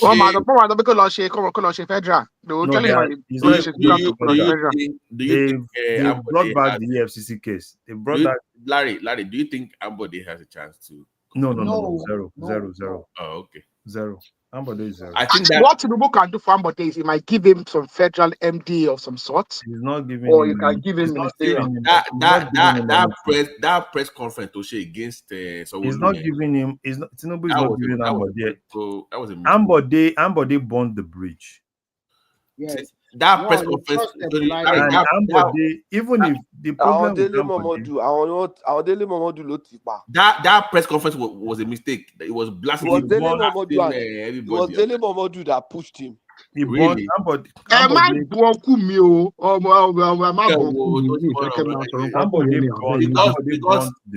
Because Larry, the day before, it was Tinubu at a book launching. Next day, press conference. So he went to Arrow. He asked me. Ambode really crossed the line. That was crazy. I'm like, what is this guy doing? Ambode really crossed the line. And even I really appreciate Sanwo-Olu because Ambode did a lot of damage to Sanwo-Olu. A lot of damage. But Sanwo-Olu is just a good guy. He's just a good guy. So even Ambode, some people are trying to bring Ambode back into Tinubu circle, and there are some people that are like lie. Is the same Sanwo-Olu that were insulting that is trying to bring him back to Tinubu yes, circle now? So some people are like lie. Larry, Tinubu wants to, but sorry, Ambode Tinubu law. It's more like the locals don't the. The Lagos Ambode. There are a lot of people that Ambode has issues with now. Yeah, he kind of messed up the Lagos. He has issue with a lot of people, and that time, Ambode had people that were pushing him now. He took away. Remy, remember he took away this thing by Fashola, that waste management, and gave it to his friends. Apart from that, he was arrogant to the power brokers in Lagos. Even Aregbesola. You know what he did to Aregbesola that time now? That they said Aregbesola was in his office, governor to governor. Aregbesola was there. At least they said Aregbesola should sit down. the governor is not available, the governor is busy for a whole day. And Aregbesola left. And that time, Aregbesola was, before they had issue with Tinubu and everything, Larry, was a key figure. Larry, this Sanwo-Olu is supposed to be a good role model for prospective governor. No, I'm telling you. When you balance everything, pan. No, Sanwo-Olu is very smart guy. He's a good guy. He's a good guy. I want citizens like it. Balance. He's a good guy. Sanwo-Olu is very good, actually. The same and way, it's not the problem because those story help and people lójú kòkòrò. Exactly. Kò dẹ̀ ní pé pé àtẹ̀mí ni mo wà ń bẹ̀. Kò ní ìgbéraga púpọ̀ jù. To notice Sanwo-Olu is always with his deputy, like their co-governors. That's the thing. Amzat, because if not for Amzat, because Amzat had to step down for him, remember? It was very tough. And Sanwo-Olu doesn't have Amzat's political, because Amzat was politically, politically connected. So Amzat was giving him a good run. Okay, our GAC, they wanted Sanwo-Olu to run, but a lot of the grassroots wanted Amzat because Amzat Lomo. And our if they don't try and get Amzat to step down and consider to be deputy, that will be a very tough. Primaries very tough. So the fact Amzat stepped down, they have to give it to him, because if Amzat was to stick to his guns, lost primaries and anything the primaries. No, of course. And the thing is, people don't know that politicians can forgive, but politicians don't forget. No matter how, they can, we'll forgive, they can bring you back to their fold, but they don't forget things. And that's why when people are Ambode, I'm like, Ambode where? Ambode where? Ambode can only be there, be in their good books, see them, greet them, that's the only thing. I know Sanwo-Olu is just trying to at least be that good boy, bring him back into that fold. But it's not like, they can now trust Ambode to be able to like give Ambode that position. Lagos State governor. Do you think that, because, when Fashola was there, nobody thought nobody could surpass him. But I think at this point, Sanwo-Olu has kind of like surpassed, in my own opinion, no. So the next person coming, you gotta. Actually, if you ask me, if I have my way, I'll put Amzat. Just to continue the. Exactly. I just want them to put Amzat. But without if I have my way, I will just put Amzat. But the power brokers in Lagos, I don't know. Those, I don't know. So why don't they want to put Amzat? So go fetch. Is he fair now? Fair now. But he's not making the push like everybody else. No, because him and someone the money alone. Sanwo-Olu wants him, but they are trying to understand the body language of the presidency. And the presidency is not even giving anybody language. So with that equation. No, Sheyi is not going anywhere now. Even his father knows that if he tries to force Sheyi, that will be the end of it. The people pushing Sheyi are NURTW boys now. I want to boy. Sego and MC. But Larry, NURTW has been in Nigerian politics for long now. So, do you people know that Awolowo was formerly secretary of NURTW in the late 40s? Really? Yes. Go and check. London. When he came in, because he became a lawyer in 1946, when he came back, he was actually secretary of NURTW. In fact, that was when I now remember that is it maybe Tinubu was actually borrowing most of the things that happened before. No, you see what I was shocked when I read it. I listened to somebody, and I now understand why Tinubu cannot leave those guys. There's this man, Yasin. Yes, I know Yasin is from Ofa now. Yeah, so that Yasin, at a point, Yasin did an interview with some people.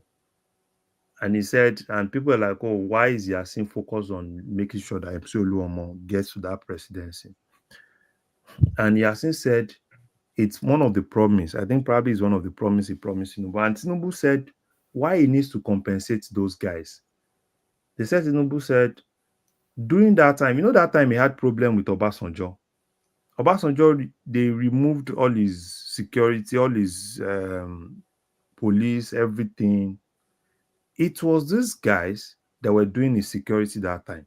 So they said those guys were basically just sleeping in governor's office. They were in security. So, and that time, and I think that time, Tinubu has always more like, he's going to compensate them. He's going to help them rebrand that union. So it's more of like payback. Some of all these guys, when they are with you, they are with you. And that's why every politician, the first thing they want to do is to force control URTW. If URTW is not in their control, they will disband it. Those guys are powerful. No, they are. They are powerful. They are the most powerful informal sector within any space. They are the most powerful informal sector. So you can't even do without them. All the dirty jobs, they do it. But why is this? Why do they? I mean, we do ourselves a disfavor. It's actually across all states. There's almost no states in Nigeria that doesn't. Those states, the way they have their own. What's that? Tony Kabaka. In Anambra, apparently, I even heard Anambra is one of the worst. It's everywhere. It's everywhere. Apparently, Anambra is one of the worst in Nigeria. Like at least they don't cost anybody in the middle of the road and start just taxing regular citizens. They do that. It's just that they do that. It's just that people don't. People don't look at those ones. It's everywhere. It's everywhere. Even in the way is our brothers are magnified in one of Lagos now that they are now making it to look as if it's a bad thing and all those things. The problem, I think Yoruba, we have been having issues for long. Even as at 1951, even Azikwe, that he was a member of parliament in the Western region. Yeah, I know. You understand? And it was not the only one. There are so many Igbos that are members of our own parliament. So they've already infiltrated to the Western region, and that's why they have seen us finish. And that is why they are also laying claim to people like Adeniro, Gusanya, all those people. They were the people that were supporting Zik that time now. If not because people cross carpeting, that was when they invented that cross carpeting. Now Zik will have become the premier of Western region now. Yeah, we discussed this the other day now. Yes. So it's just is there any state that they don't have NURTW? No, NURTW is everywhere now. It's national, man. It's everywhere because they are the foot soldier of politicians. If you want to be a politician, if you're a governor today, the first thing you want to control is NURTW. That's the first thing. They are your foot soldier. Yes. Yeah, but I wanted to talk the Dirty December thing that they were saying earlier. I was surprised people were like trying to downplay the. No, I'm also surprised. That was why I came back for. I'm like, wait a minute, this is huge. This should be. I mean, Shoma's zone was like, ticket fee is getting expensive. Like, demand and supply now. You guys, are you so poor in America that people cannot afford tickets? No, we are not. What is your problem? No, it's the business class. I said business class. And I told her that as you are interested in that business class, every other person is also interested in that business class, which means it's going to be expensive. Yes, so if you can't do business class, there's no problem. The regular flight is like 2K plus. 2K plus. Yeah. How about the business? 5? I know now. It's 6,000. What? 6,000 plus. If you can do, you may not do direct now. And first class is around 8,000.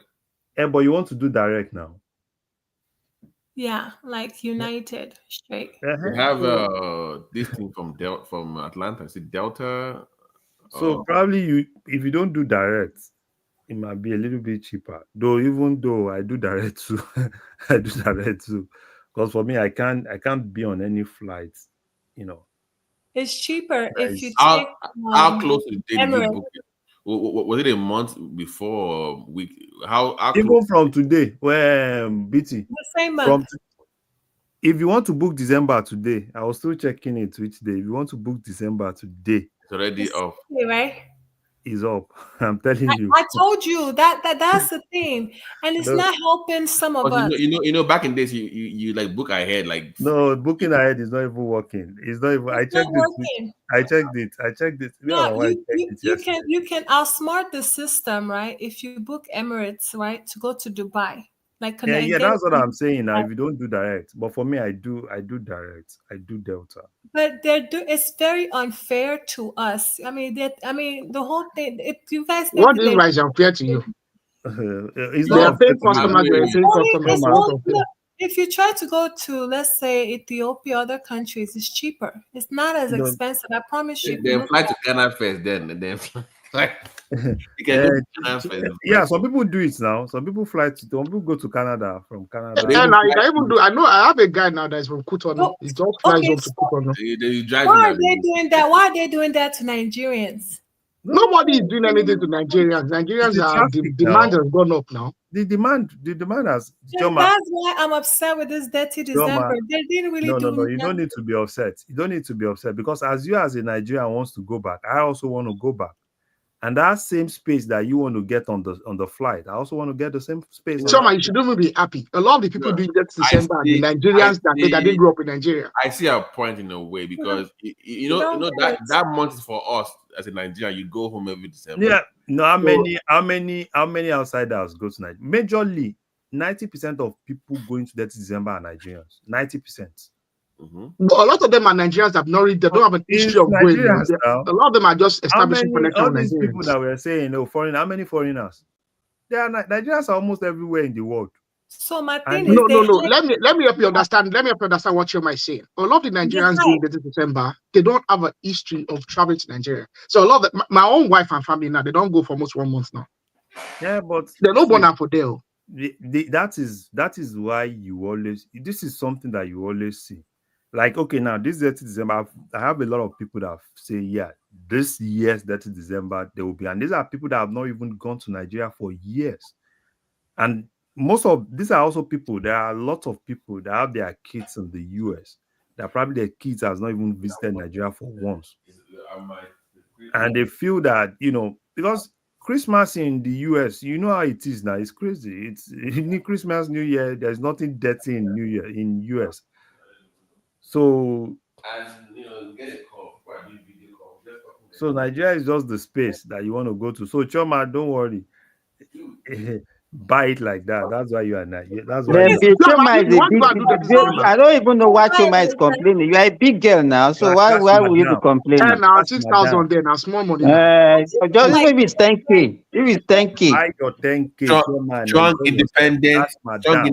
Don't need no man, right? You can do it. I think I was been about price now. Or who is the other person that wants to marry Choma? Choma, are you not Cash Madam again? Cash Madam.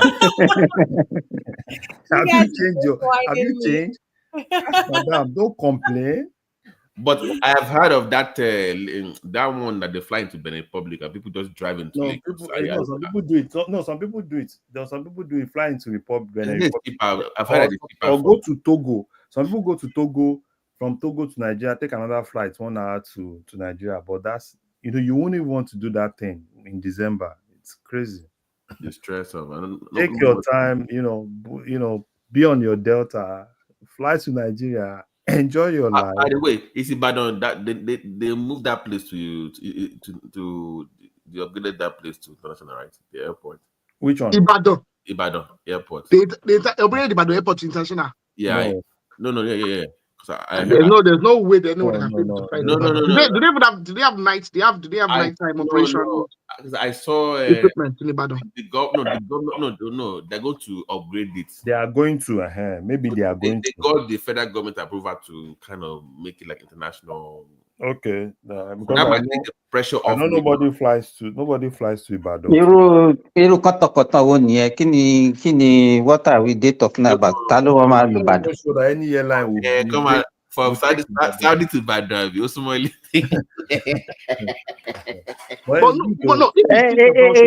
If you look at the volume of traffic in our airports, they are very, very low now.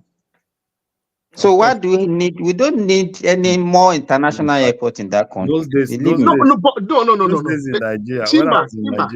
The reason the volume of traffic is low is because we've actually not optimized. Because Nigeria is geographically, we're in a very niche position. That Ibadan is something else. There was a day I flew. So we need to increase transit. I use this. That's the problem we don't have. Transit. Do you know Overland? And I know Overland. I know Overland now. Oh, that place. That's more. And that's the route now. Overland is between Lagos, Ibadan, Ilorin, and Abuja. That is they do daily flights now. Then they go to Akure. That's another mode on here. No, they have changed. Hey, Larry, they have changed. Overland has changed. They have new airplane now. All those propeller planes that they are using, they have abandoned them. Propeller planes are not bad. I saw one on YouTube. Is it Green Airline? Is it Green Airline? Green Africa or something like that. Yeah, it does from Ibadan to Ilorin, all those that one, they are notorious for cancelling flights. I took Overland. Simba, turboprops are very good though. Turboprop planes are very good. They are very reliable. The only problem with turboprop is cabin noise can be a bit loud, a bit higher than I don't even like that. I don't even like that thing. I took Overland from Abuja. Yeah. Cabin noise can be a bit loud. Like, I beg, make this thing just drop me. But they are very, very efficient. Turboprop planes are very, very efficient. There's a lot of airlines. I think the guy that owns Overland is a pilot, and he even at least he drives one of the planes. I think, but he has I think he has bought a new set of plane. He has abandoned all those old small ones. And there's no reason why we shouldn't use more turboprops in Nigeria for shorts. I mean, if you are doing Lagos, Overland has really upgraded. If you are doing Lagos Ibadan, you are doing Lagos Akure, you are doing Ibadan Akure. There's no reason to be using jets. Use turboprops. It's cheaper to run. It's cheaper to maintain. It's even in failure as well. The failure, you don't have the issue of bird strike. A bird strike on a turboprop and a bird strike on a jet is not the same. Bird strike on a jet just scrap the engine.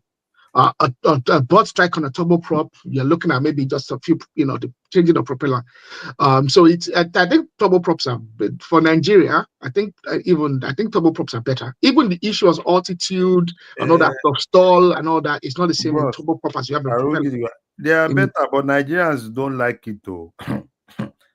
That time we will tell you, I beg, make I just get down from this thing. I beg, who send me? Come. That day I was like, who send me? Who send me? What is this? What now? Was it turbulent or what was the issue? No, it's the noise everywhere was. Turboprops make a lot of noise because you hear the acoustic sound of the propellers, the kind of a whirling sound. It's the same sound you hear if you live very close to a wind turbine. It's a very disturbing hum. Arrow, to your point of making Nigeria like a transit, that means you must sign deals with your international partners. But Nigeria already has those deals. The problem is Nigeria, the failure of the aviation industry and the failure of the several ministers of aviation over the several years. I mean, look at some of these agreements that we have.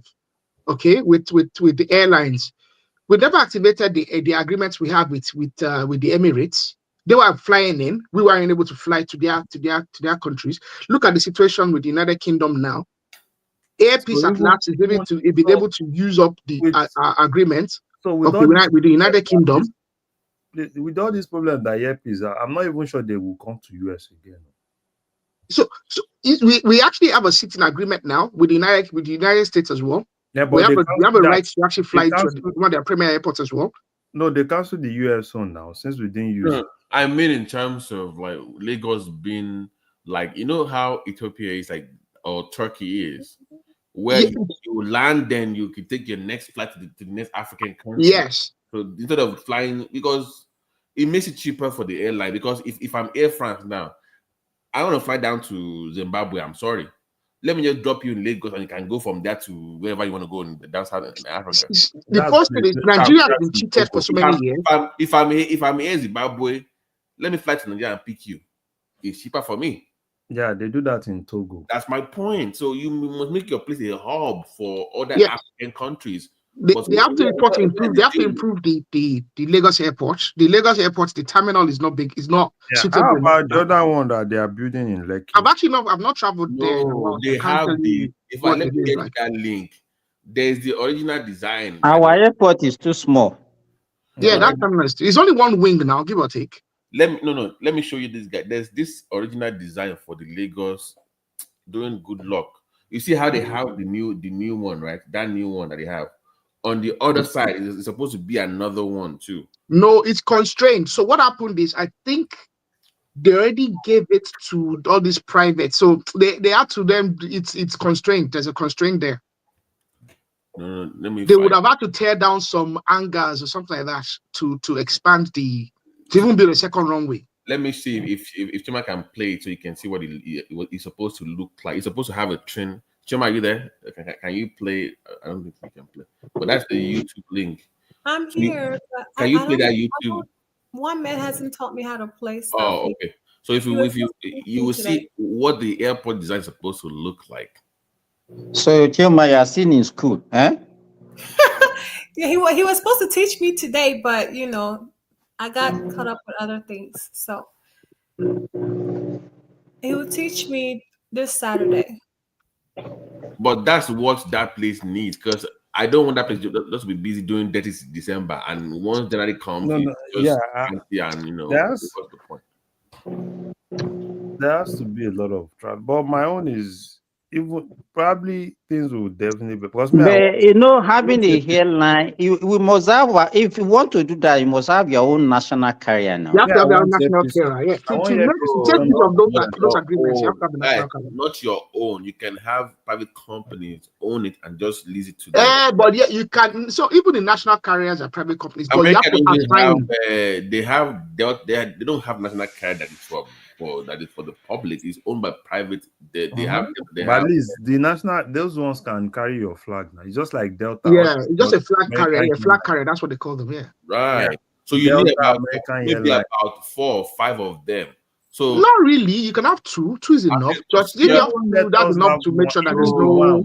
I'm saying to service, like example now, somebody is flying down from, let's say, England, and they stop over in Lagos, and they can have another flight from Lagos down to. So somebody will servicing that route. You can have somebody that is going to Asia and wants to pass to Lagos and stop. Coming from the US, stop over in Lagos and continue. BT, that one is not about your airport. It is about having your indigenous airline. That's my point. You need more of them that can do both local. Let us look at that. Emirates is for Dubai, and they also have the Etihad, which is for Abu Dhabi. It's the same country. You understand? In fact, Emirates, they have their own hub, like their own terminal, different from other flights that even fly to their airports. Yeah. So do you think the new airports in Lekki can solve that? Can remedy? But do we have the money to have? Because for you to do that, you must have a lot of planes. You have to invest billions of dollars. Let me give, for example, Saudi they have a national car. They call it Saudia. But now they want to float an international one, which is Riyadh here. You can see that it's already there advertising, but they have not started. Simba, my point is nobody buys that much. They all do it on wet list now. It's all leased. Somebody's Emirates and they buy you. They don't need to. They have their own kind of like. For the average country that don't have that much. Do we have somebody that can make a private that can make such a huge investment? I mean, at least the earpiece we have. No. The earpiece cannot even. They can't even try it. They cannot try it. Earpiece will still mess up. I know it. Anything needed now by never last. Wow. The earpiece that we are waiting for in the US, but me, I'm not even sure. Because you know, do you know why, Larry? At one point, the way the guy, because he was You know, he's supposed to invest in his personnel, and he and what failed. happened? He just kind of shrunk. I don't know what happened to the Chico was to make Olori and what happened? He just pulled back from those routes. Is he still But they're doing talking London? that former president gets earpiece now. Really? Good luck, Abi. Yeah. No, I think. Well, I don't know. I've heard it in a few places from people that seem to know one or two things.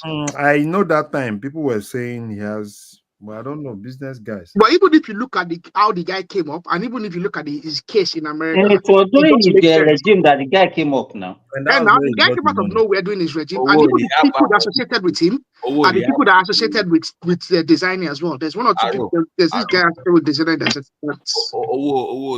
go for the app. I want you to don't blow pipeline in local so we local gen now. Yeah, because even case in America, if you look at the details of the case, he does everything just, you know. And there's this Kogi guy as well that is associated with that. But why not? Wow, only any case for designing as well.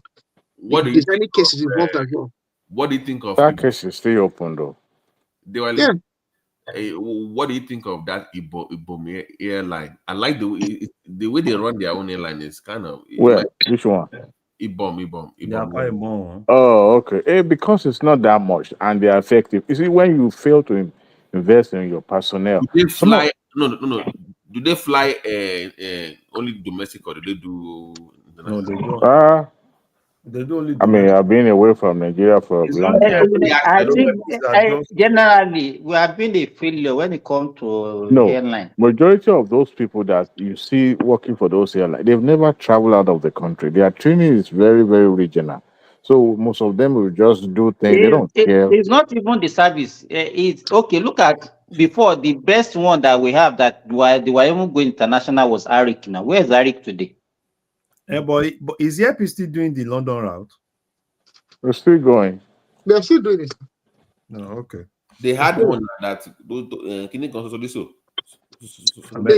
doesn't go to Heathrow. It goes to. It does not. It goes to what It's unfortunate when you have people.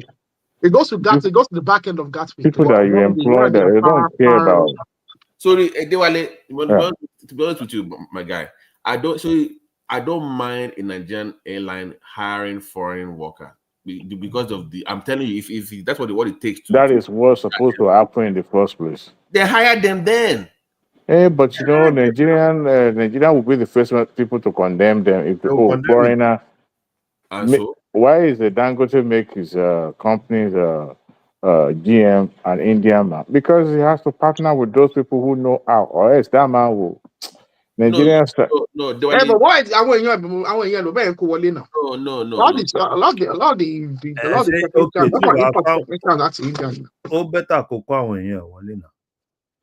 They should bring his people and let his people help to build the refinery. But those people don't do any skill transfer. That's the problem. There's no skill transfer. No, they are. I wrote somebody employ you and give you that task. No. Which you recruit the people that work for you.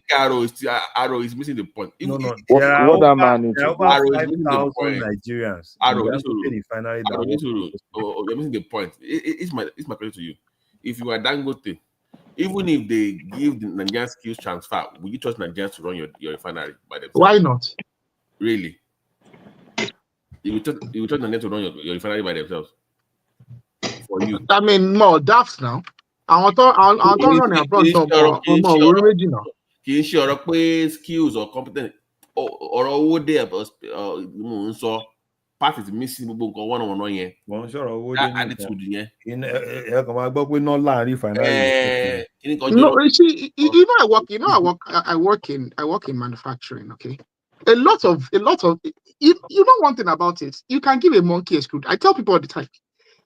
I'm not trying to diminish engineers, okay? It's actually not a very difficult thing. When it comes to manufacturing, process control, it is not the biggest thing in process control is training and standardization. It's not the skill that we are talking about, Aro, it's the attitude. Even the attitude, see, the attitude is the same everywhere. I work with different people from different places around the world. It is not with Nigeria. It is not the same thing. The attitude is something you build it into. You build a culture, you build a work culture, okay. And then what happens is you actually get you secure, and over time it will improve. It's not something that you This one is not work culture. If I'm Dangote, at least maybe after the refinery runs for like 5 years, probably can actually have confidence and start making those guys. And to be fair to Dangote, Dangote has been sending people to, I know since 2000 now. He has been sending guys to for internship for everything in India since like 5 years ago. So he's been sending even 8 years ago, Seth, not even 5 years, because so he's been sending people to India to, and see me, I don't even, if I'm Dangote, I bet make the guy, if nobody say the guy they run that Indian guy, they run that refinery, I they tell you problem could not happen. Even that refinery, you go just know say, you go just say fire from nowhere. To be frank, he has been with that guy for a while. Ari, I think his name is Ari or something. So he has some kind of an English first name. The guy has tried for him because that guy also was part of how he's been able to expand his cement and his sugar productions. Okay, so his cement, his sugar, everything. To be frank, the growth of the company and the stability of the manufacturing aspect of that company, that guy has really done a good job there. The guy left and came back now. He left and he came back when if that guy after he's closed his cement factory. I am telling you, you will have had fire in that refinery. Fire. Particularly when he was even having issues with all these cabal. Okay, but wait. Does the guy the guy obviously is not in the operations, like, well, I won't say operations, but he's not really an operations manager anymore. Like at this stage, really need to, the thing is this, it doesn't really need to be an operation manager. It's just like, for instance, in tech now, you have a CTO. It's not like the CTO handles all the codes. Now, you don't know what concerns CTO with code. All you just need is to give direction and be able to coordinate the engineers. And that's exactly what the guy is also doing, right? Coordinate people and ensure that they are able to build this refinery, right? Imagine a situation where you have a Nigerian and you need the expertise from some of all these India, and you say, oh, it's Nigeria that you want to head to some of these engineers. They'll just tell you, okay, no problem now. They'll tell you, okay, no problem. You just keep doing and keep doing. And see, India they have a culture. And that's why, because me, I'm in tech, right? If you give an application to Indians to build for you, they will intentionally build shitty application for you with the notion that you always come back to them. And that's why even for Dangote, I don't know if that is because that's their culture. They do it. And it's intentional. So that you keep patronizing them. So is there any sector that we can run by ourselves without a foreign input? No, Babati. Yeah. It's just that our culture in Nigeria is quite strange. Honestly, attitude can be changed by making sure that you inject new culture. Somebody mentioned banking now. DTB actually revolutionized banking in Nigeria. Remember when this bank started in 1991, I believe, or 1990? They gave them license in 1991. I believe they started operating, I think, 92 or 93. I'm not so sure. But they changed the way banking is being done in a way that when you see a banker, some of their staff then were young, freshly recruited, and they make them feel like, okay, this is the way things are done. And even those who have not even been abroad before started doing things different. I could remember then, if you dress shabbily, you could be penalized, for that. So to me, the likes of Etihad and what do you call these guys in Dubai? What is their name? You just mentioned Emirates. They employ experts foreign, yes. from what do you call them? Philippines. No. British Airlines. This other one in Holland. What is the name again? KLM. They employ them, and they flew them to Dubai.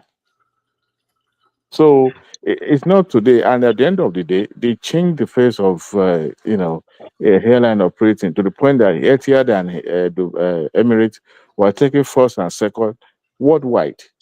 Even till now, they've been winning it for like years now. They've always won best airline in the world. There's nothing wrong in hiring foreigners to help you change the way you do things, to change the culture, and to at the end of the day, it's about the bottom line. But you also have to make it. Even in some of the people you will find at their desk then were foreigners. They were helping them to run the airport. Even the airport that was built in Dubai, they were using British to help them. Didn't know, to my surprise, when I was in Lagos, it's been a while. But some of the places that we went to, some of their mid-level stuff were Kenyans and people from South Africa. Mm-hmm. In Lagos, I'm like, wow. There's nothing wrong. There's nothing wrong. But we want to be a nationalistic this thing, and just like no. But you have to grow. You see, you have to grow local capacity. And you can. It's a gradual. You have to be it has to be systematic and deliberate. I think in Nigeria, what happens is a lot of the times when we bring all these different individuals in, they intentionally undermine local growth. It is evident. They intentionally do it because they themselves want to sustain themselves. They want to be able to come back and get that contract. It's a juicy job. It's a lovely job. It's a cushy job. The weather is great. You get paid the same way you get paid everywhere else in the world. You don't have the same tax liabilities. It's a lovely job to have. And those individuals, and to be frank, those individuals are just technicians over here. They couldn't get a job over here. Do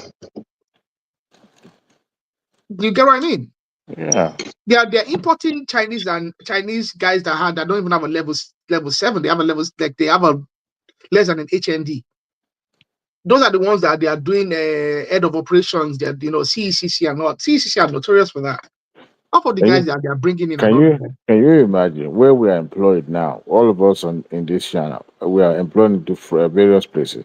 Can you imagine those companies saying, "Well, we are not going to employ you because you're a foreigner, even though you already nationalized yourself." Naturalize yourself as a national. No, I'm not. That's not my. I'm just saying, we like to claim and say, "Oh no, it's now employing Nigeria. Must be Nigeria. Must be employed Nigeria." But we are dwelling abroad and they didn't bring me from Nigeria, did they? In all honesty, isn't that if the more Nigerians we see working in corporate Lagos, isn't that something that place is growing as opposed to just we looking forward to just having Nigerians work everywhere? Don't you want to see more non-Nigerians like Africans and Europeans coming into Lagos to work? Isn't that a positive? I wonder. You want Uganda or Kenya? You're losing what I'm talking about. I'm not talking about Nigerians. No, I'm not talking about employment. I'm talking about at the moment in Nigeria, we are graduating a lot of students. Okay, we have several universities in Nigeria graduating young Nigerians. Okay, who want the opportunity to go into the industry as well.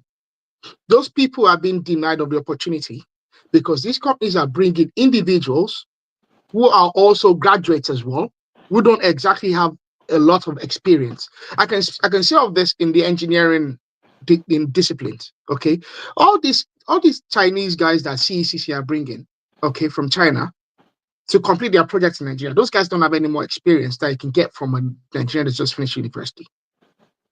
CECC don't have do CECC have an internship program for young Nigerians? Does Dangote have an internship program? Or would he rather just, so it is an easy cop out, okay, for these companies to bring. I can't speak of other disciplines, okay?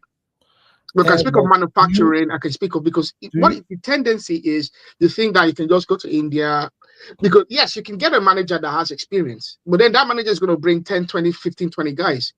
Do you think those 15, 20 guys actually have the capacity, or do you think he can actually get young graduates from Nigerian universities that can do those, that can satisfy that role as well? So do you blame those guys? Because there is a law, right? I still know there is a local content. And it's not being fulfilled. There is a local content law, right? That kind of like identify the number of expatriates that can actually be on a team. So, but if Nigeria is not really looking into all those laws, right? So, do you blame them? I know, like, for instance, Indians, right? Indians, the Chinese, there are a whole lot of them that don't even have the right papers, but they are in Nigeria. A whole lot of them. They don't have the right papers, they don't have the right qualifications either. They don't even have the right travel documents. A lot of them. A lot of them. So when they are traveling back, they will bribe the immigration. I still remember those. I used to have, when I was in Nigeria, I used to have a friend in immigration. That guy, when there is no money, is this guys just look for one of their sites. Immigration. That's what that guy used to. But things are going to change now. So it's there's a lot of lapses, right? There's a lot of, and that's why for me, I want people to come, but I want you to come legitimately. Look at what happened with those Yahoo boys. Just these guys put some boys, put some system in that space, start teaching them cybercrime, and some of those people do not even know who actually recruited them. They go every day, they pay them per day. Adewale, lie does not want to open borders in Nigeria. No. They pay them per day, and these guys are basically doing complete Yahoo. Oh, I saw that that story that a whole building is building. And nobody knew what's going on. Put system everywhere. Those guys were resuming every morning. They were even doing shifts. Some will resume in the morning, some will resume afternoon, some will do night. And they were paying them every day. And at the end of the day, if there's an issue, right, you see an IP, where's the IP coming from? The IP is coming from Nigeria. And it's always the same thing. Nigeria. And those are things that I think the government needs to look into. Because most things is, everybody, what they do, because they know that Nigeria has this bad name outside Nigeria. So most of them, now they go into Nigeria, they make Nigeria their headquarter of their fraud. And until government is able to wake up and stop that thing, because I don't see a reason why somebody in that space will hire a whole building, put Nigerian, some of them, if they said they dress casual, they dress, they dress official, you think they are going to work there? I think they have something that they use as a cover, like something legitimate, but in between they are doing something shady inside. They must have used something really authentic to allow those people to come and work for them, because nobody will go and work. Now, it's money. They pay them per day. Wow. They pay them per day. It's not even per month. They pay them per day. And an average youth, they said, we'll train you. They will pay you per day. And per day thing is not a Nigerian thing. Take for instance now, fine, you just go, they pay you 30,000 per day, which is very sure. You want to go back tomorrow now? You'll be the one asking for overtime. Okay, can I do it now? So they want to go back tomorrow.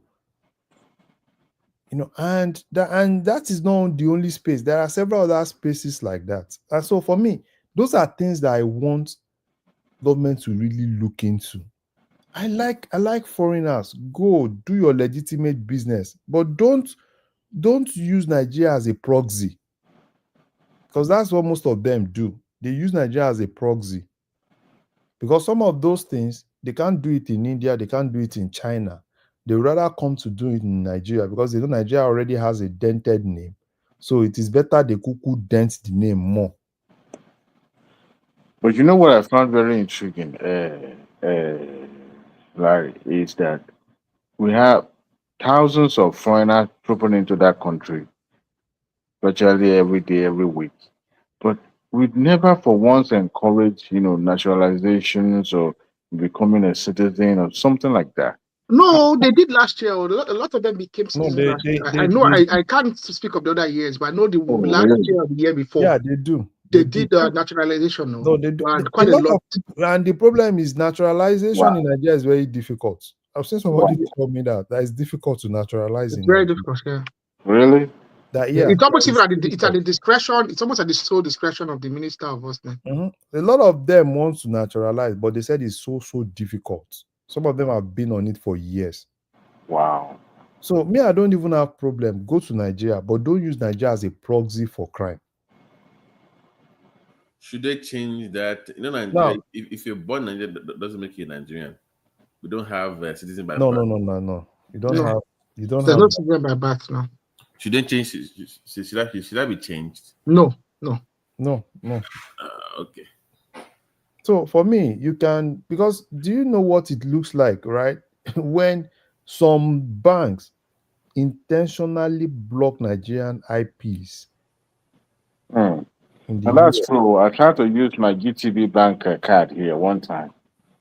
I think I was trying to buy a flight ticket or so. I can't remember that thing. They won't let me. I had to call them. Yes. I remember very well. So that is the essence of all this, because these guys, that's what they do. Because everybody wants, they kind of like want to turn that space to headquarters of cybercrime. And Indian is the headquarters of cybercrime. Yes, but you know they're already tracking them down in India now. So they have to now all of them I think they are using Philippines as well. You see the rates. If you see the rates they are moving into Nigeria.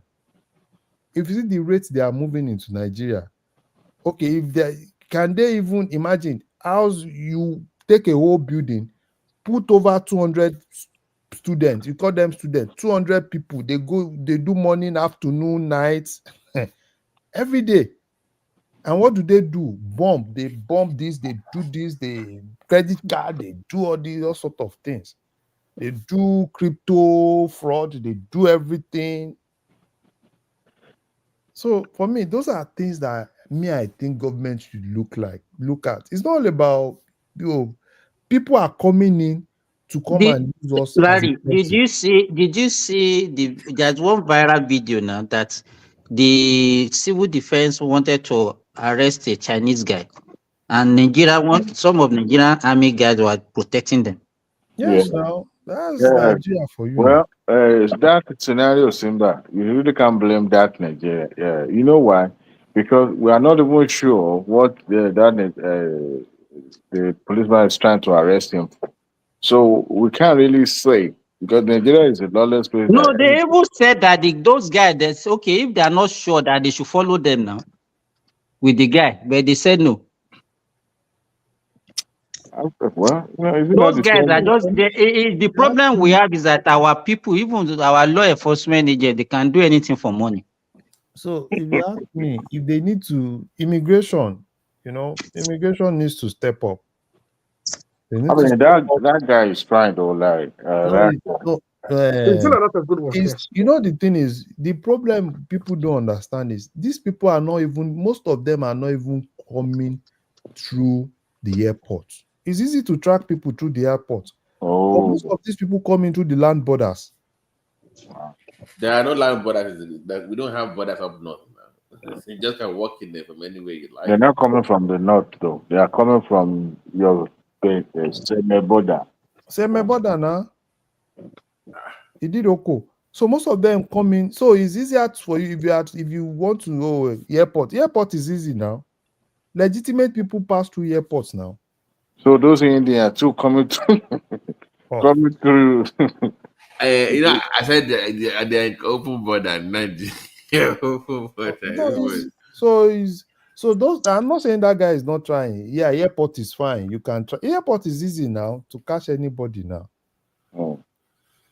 But when you know you are coming into a space, use this, you find your way, Some of them, they come through the land border. But why the Nigerians, as even that citizens, are we actually security conscious? When we suspect foreigner doing bad things in our land, do we report them? And if you want Nigeria. You know that before now, I'm not so sure of now, but before now, whenever you are traveling to Nigeria and you ended up with foreigner, somebody that has to be with the white shirt, the immigration will first of all separate all of you. So those foreigners will first taken care of, and they will clear them first before you that you're even in No, Nigeria. it just seems like that because there's usually less of them. Well, You get what I mean? yeah. It's if you look at crowd control, it's better to clear them out first because number one, they're not Nigerians, so you just Why want should to have it that be? image. Why should it be? You not that that you're in it's even getting America, won't they let you in first before you they It's let not that it's even getting better. Those days we used to have these Oyinbo. yeah. Yeah, It's not that we are not that doing is what, but also it's easier to Oyinbo. clear them out first because there'll be less of them. No, everywhere I've been to, they let their citizens in first before they And take because their the citizens have people. an express, check-in. Not everybody. Not everybody. Let me even tell you, if you get to Muritala Airport today, as I'm talking to you, is what I experienced a few months ago. You say, okay, before you even enter the arrival lounge, I mean, not a departure lounge, you will be on the queue. Because most of our flights are scheduled for around the morning Nice. stroke afternoon. Yes. Nice. Now, the foreigners, they will not join the queue. And our security personnel, they will just collect for a few money for them, allow them. But it's you, Nigerian, that they will face that you cannot pass. You have to be on the queue. Yeah. We both learn economy. We If both they have learn at their the way, same they'll time. make you lose your Yeah, flight. again, we got parody. Last time I went to Nigeria, we know about enjoy queue. In fact, I plane on one movie. That's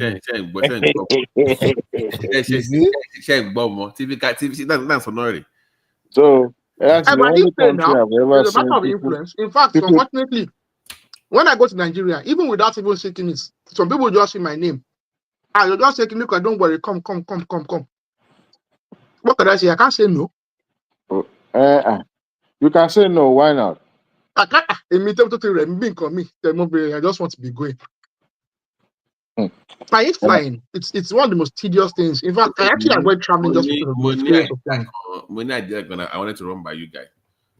Is it possible? It's a lot of money, but is it possible? Can you mean like a cruise line in Lagos to just like Babati, God will bless you. I was thinking about this thing. Say that again, Babati. Like in your garrison, like a cruise line where you can just go on from Lagos. Babati, I was thinking. I think I don't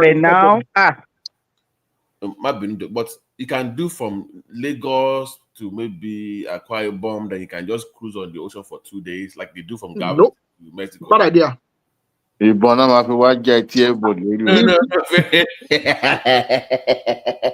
Babati, I'm only asking now. You can't do Lagos to Akwa Ibom. Rather, you can do Lagos and you can do the West African coast, maybe all the way to maybe Freetown. Babati, before now, I was thinking about it. I was a lady in Ghana that runs a tourism company like that. So what it does is that she partnered with some government officials and agency. So they kind of like give her some protection, provide some other services for her. So some places are designated as a tourist center. For example, I was thinking in my head, what if I'm able to get the government support and run a tourist program whereby I advertise in the Western world, get all those people in, use one bus to transport them from one place to another, then take one police escort from the police post, maybe 2, 3, 4 of them to follow us everywhere, like a palace of Oba of Lagos. Some, But you don't need government approval to do all these things that you are saying. it's just the protection. No. If you have your money, you can on your own. No. Wait now. You need. You want to get the protection free. Is that what you are saying? No, it's not about protection free. Access access to places in a way that you will run it. In fact, even some airline will be designated as official airline that will be partner. Even when they see nobody will ask you for bribe. Exactly. They already know, when your people are coming, when they're going to fly, like maybe have a tour to Abuja, then some other states nearby in southwest, if or some south or south. I'm very sure, Adewale, if you want to do, you won't have any problem doing such a thing. No, If you want to do it. let me. Dewale, I have an idea with that. Hold on. I was, like how you have Expedia, right? When you go on Expedia and you want to book a flight, it will tell you, do you want to add a car? Do you want to add a hotel? Do you want to where are you going? If I say Ocean, do you want to add this? We have ABCD going on in this place. Do you want to add this for a discount? Where they've already booked it, everything with they have like a planned calendar for their visit. That way, on a day could come, okay, where's the car, where's the bus, where's the this, where's the that? It's already planned with your own agency or whatever it is. So maybe partner with airlines or partner with some bus services, hotels, and in those locations. But those are what you just said now. There are a lot of businesses, a lot of partners that are supposed to have such a package. Right. But yes, you have. So do we really have all those people on ground now? Like that, what do you call it? Those cruise lines stuff, whatever. You maybe partner with Lagos State, maybe from Lagos to Ekpe and come back, or stuff like that. In a way, it's just that you can't do it by yourself in Nigeria. You still gonna need government to help you smooth and streamline out that program. If not, but the issue is that we have this kind of idea. You have not actually explored and see how is visible it is. We have this mind that it's going to be difficult, and we just immediately we finish talking about it. That's the end. Let me give write to the tourism board now. Just write to the tourism board. Arrow, let me give you one that they do in Abeokuta. Fela has a huge fan base in Europe. They have a huge fan base of Fela worshippers. I'm telling you. And they come to Abeokuta every year. That's why they come. Guess what these people are not doing? They not have all these packages where they are coming to see Fela's house, but they have their tourist guide and they have deals with the hotels. So they will come and see Fela, but they're also going to Lumora. They're going to Centenary, or they're going to Ake Palace. So they know people that will give them access to see the Alake. They are going to Boston. So they kind of made it like a whole week long, for maybe 3-4 days, whatever for them. But because they get the discounts if they go with the package, but they have partnerships within the city. So that's what I'm saying, that you need something like that you can partner with different hotels, different tourist sites, different areas to say, give me a lower cost, I will get you customers. Yeah. But before then, there are some places that are more or less like an institution or government institutions. However, you would need great access to some of those places so that you can have a curator that will be there to follow those tourists. In a way, you would need government intervention that will help you grant those access. Now, as for the hotel packages and all those other things, those one can be sorted. Those one can be shopped around.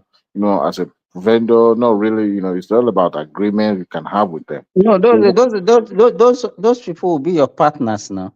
Yes, but when it comes to moving from point A to point B, and then you need, you would need the board of tourism, I believe that's what they call, to actually help you open some doors in a way that you will have more places they could visit, those public places. For example, now if you have, it's not as difficult as you are looking at. Let me give you, for example. Difficult. You don't want to limit yourself to Lagos or South. You want to. That's what. Let me tell you, all these places that you are talking about. Even as students, you go there, we don't give them notice. When you get there, we are bringing foreign. It doesn't. It don't need. They have people that are there You understand? It's not as if you just need to go and meet the governor before you can do all those things. You don't need to go and see president before you can do all those things. There are people in charge of those places. Those are the people you just need to see. It won't cost you anything, because those areas, they are not even money. I mean, what profit making this thing. So it's not as difficult as that. It's just the will. We know what we do is that most of the things that we always have this mind that our country is corrupt, things are so much difficult. Then we just Nigeria has never shown you before, Simba. You know, this idea is very bright now as we are brainstorming and talking about it. Do you know when it comes to implementing it, you start seeing roadblocks left and right in a way that you yourself will say, why did I even get myself involved in this? You know, you yourself take your family all together and travel to Nigeria and see how tedious it's going to be. Not talk about bringing foreigners that have no idea where you are bringing them into.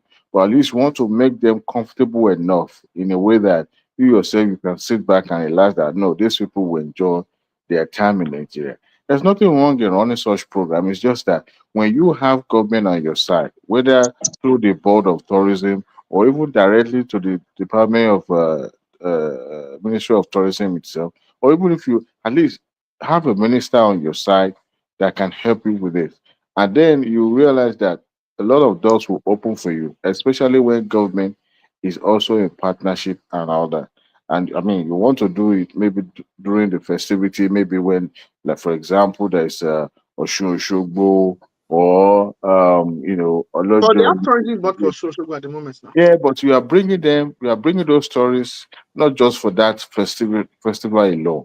You are trying to, like, okay, bring them at the time where there will be a couple of activities that they can just stop by and witness those activities. So let's say 30 December, right? They come for 30 December. If you have a bus service, like I was saying, I wish Oshun had an airport, but one the airport lost. So no. let's say that No, airport. they parí ẹ̀ lágbára Ọlọ́run. No, they parí ẹ̀ lágbára Ọlọ́run. Kí ló ṣẹlẹ̀? I think they said that. I think the government has disapproved it in a way or something like that. They moved it. Adeleke, they want to be flying their private jets to their union. The state in Leru, Adeleke family has completely put him on the.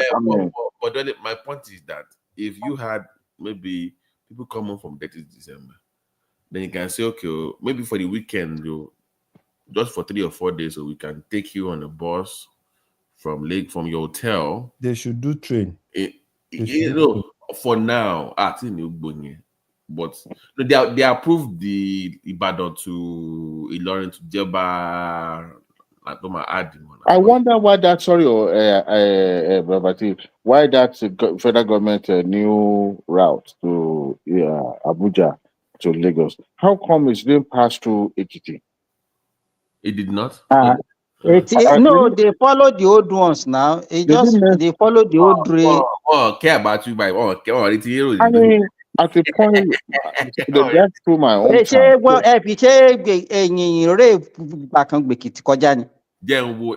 on. Let me look at the map. I remember looking at. No, it's not from Ibadan to Shogbo to Ofa and to Lorin. It's going to stop by on this thing. It has never been right from the creation of Nigeria. The rail has never passed through.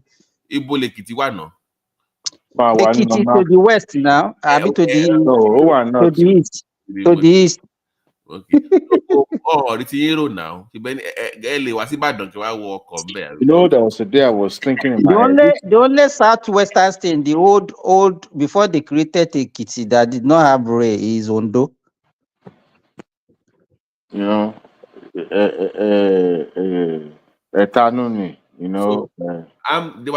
thinking that because once you approve it,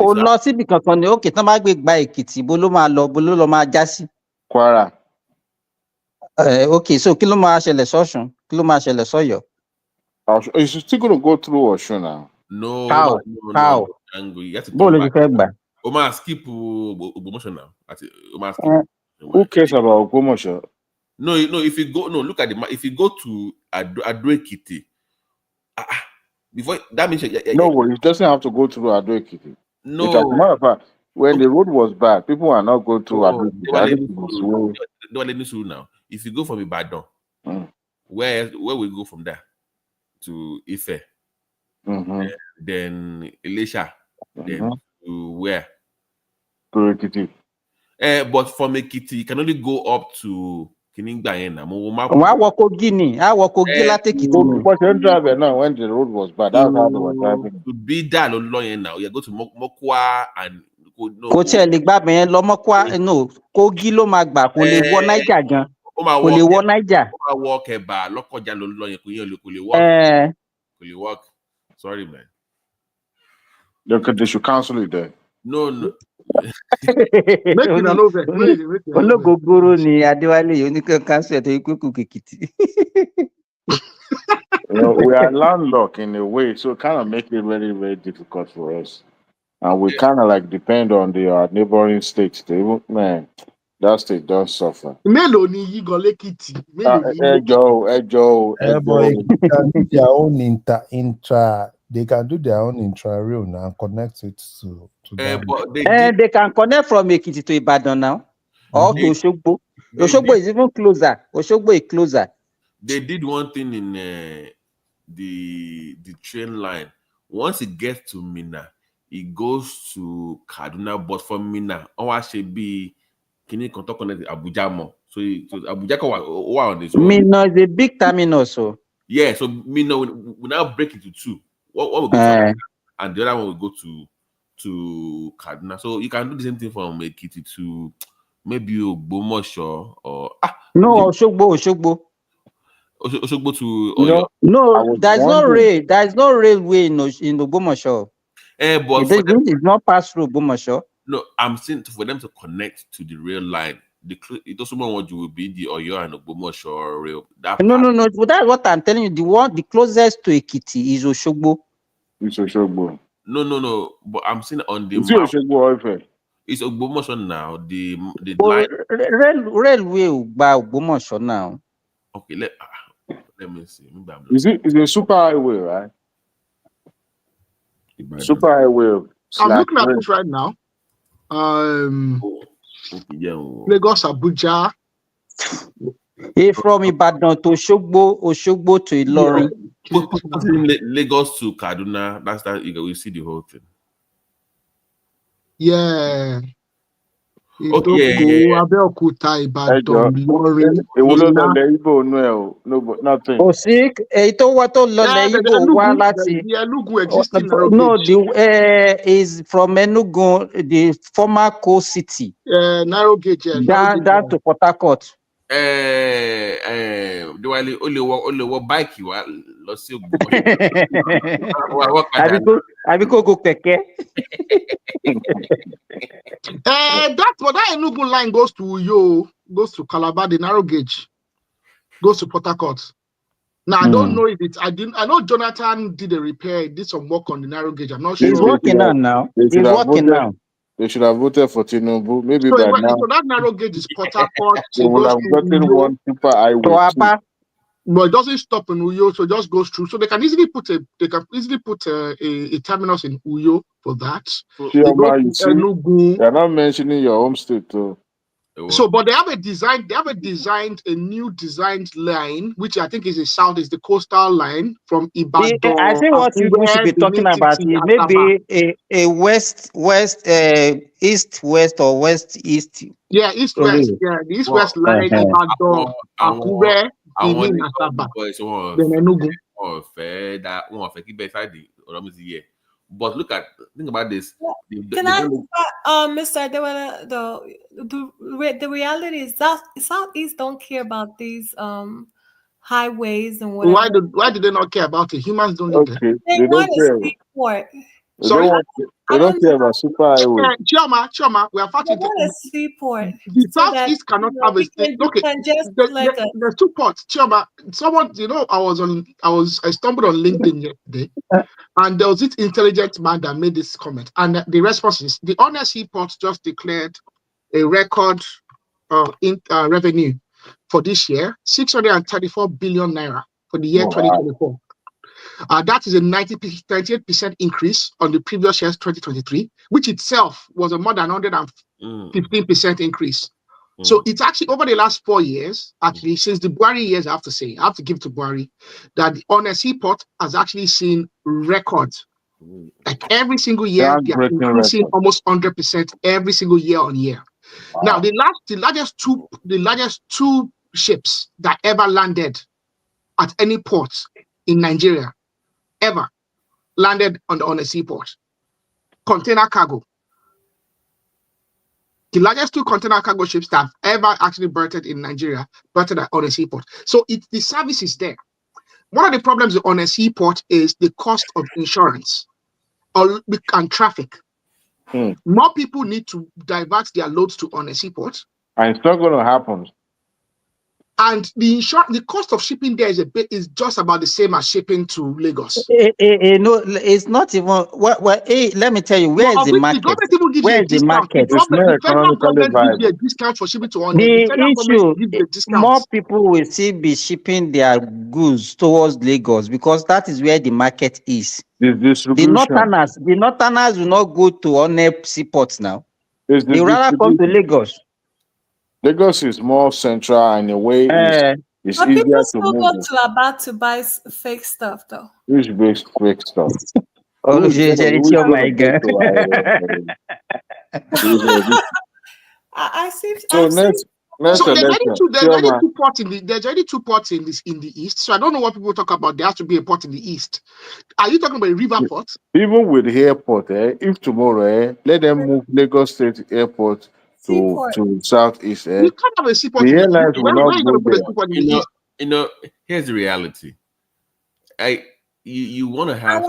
I'm just going by what I heard. You can't put a seaport in the east. Where are you going to put one? Here's the problem with the argument.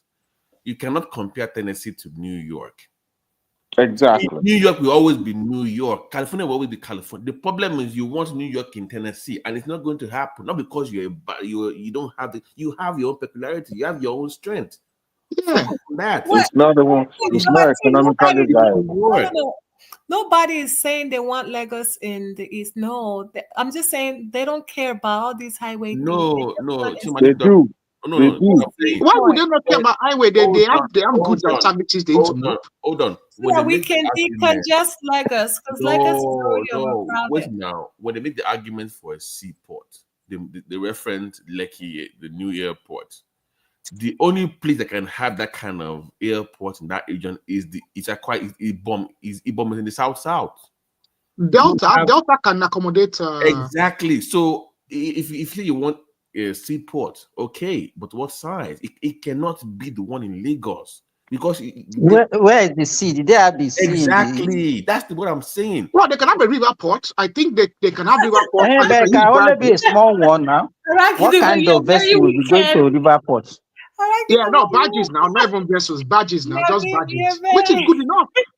It's good enough. Chioma, tell my people to vote for Tinubu so that you can build one super highway to them. I mean, I know. Actually, I think Tinubu is a kind man. I'm sure it's possible he would do that. I mean, he went to Enugu to commission a project now. So what are we talking about? He's a cool man. He's nice, But when I go drink Nagari for the next second time, if you no vote for that man. I don't mind. Nigerian politics, don't mind that I'm like yabbing and all that. All these presidents, it doesn't bother me. As long as Why can't we, the Southwest state, have a kind of like a connecting rail line that will connect those inner states? Chioma, guess what? Next year, everybody's getting as a region. They have regional stuff now for everybody now. Development committee. So every region, they have their own regional committee now. You are getting about 400 billion naira each to do whatever you want with your region. We in the West, we know what we're going to do with that money. We already have done commission now. We know what the reports. So in your own region, you have the money to do whatever you want. They have given you the money, but it's for your region. But you must then agree amongst each other. And the funny thing, Southeast has an advantage. It's smaller, so you can do more. It's smaller now. It's just like on your state, just one state. It's just 200-kilometer radius now. So the money is there for you to build whatever you want to do, collect as a group. So, but they have not, because I know in the West, even before the money came, we already agreed. We want real, we want power. That's the two main things. They will build a palace for Nnamdi. If we can have governors like Alex Oti, I beg you. Forget Alex Oti or Alex Oti. What is Alex Oti doing? Southeast will progress. That man, by the time we take his breaths, siphon all their soup. The man is that is going back to APC now, don't you know? The way he's borrowing, He's a lucky guy because he's doing nothing and they are promoting him. Why is he building an airport in Abia? For what? What do they need the airport for? You know, everyone have their own, so it must compete. It's like the airport in Ekiti is already filled with weeds now. I don't know. I'm not averse to states having an airport of some sort. Okay, but I think the airport should be strategic. I think because airports and seaports really they are beyond just places where ships go. Seaports, airports are strategic. They are strategic sovereign facilities, and they are strategic sovereign. We are not even economically buoyant to the extent that how many people travel by here in Nigeria that we are building airports. If you look at the cost of building the infrastructure in the future, you blame ourselves for not building it now. Sure, you know. But if you look at it the other way around, it's like a money missing road project too.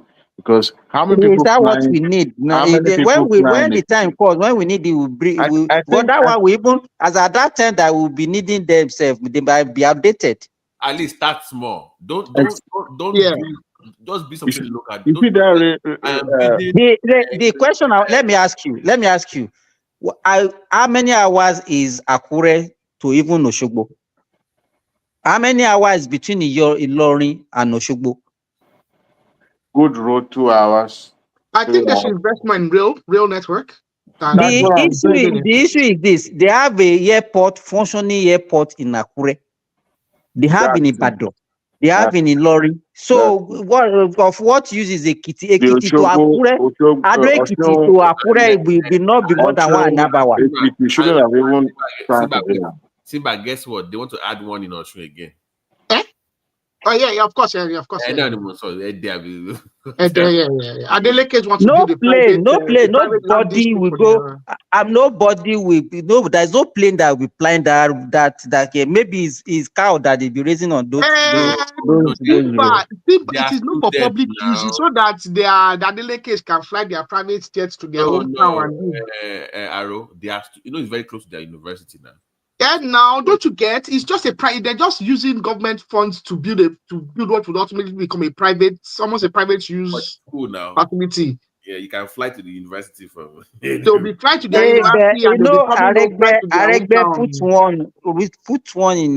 Was it Ofatedro or something like that? That place is literally next door to there. That place is literally next. But what they are doing is they are moving it closer to their hometown. Even still, that's how stupid they are. The location where the current airport that they started is literally less than an hour away from where. No, it is the next village to there, and they are still they are insisting that they want to put one literally next door, like literally at their doorstep to their house. The committee that recommended airports in the US, many private airports. Yeah, airfields. Yeah. Because there's a lot. Because also in the US, you have to understand there's a lot of hobby pilots as well in the US. And it's private owned for VIPs only. Yeah, but there's a lot of hobby pilots in the US as well, and there's a lot of business travel. There's a lot of VIP business travel that happens in the US. There's substantially a lot more than you find in Nigeria. You see that airstrip in Ota that's been licensed to. Oyedepo. That airstrip, it won't take much time before it fully becomes a full-fledged airport. They're going to pump money to it, and they'll be inviting their foreign partners. You know about he will not be able to. He will not be able to do it. no about 40 minutes from that place is Wasimi. We were supposed to have an airport before they moved it to the Jebu side. You know that Benga and his Jebu politics, but we forgive them. So we will take the Songo as a compensation. But it is actually a very dangerous idea to actually allow. I think in Nigeria at the moment, where we are to allow a depot to go ahead with that airport. Why?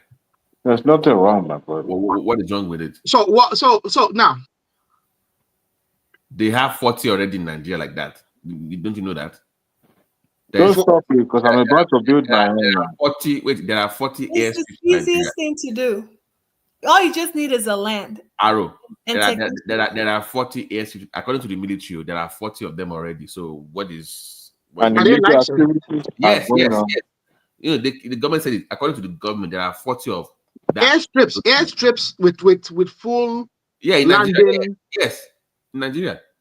But Babati, if you look at what are they using them for? VIP, so they have their they have like smaller planes, jets, and stuff like that. Mina has some. I know Mina does. Yeah, they have it. According to the military, there's 40 of them because typically it's not difficult. The main issue with those airports is they don't have.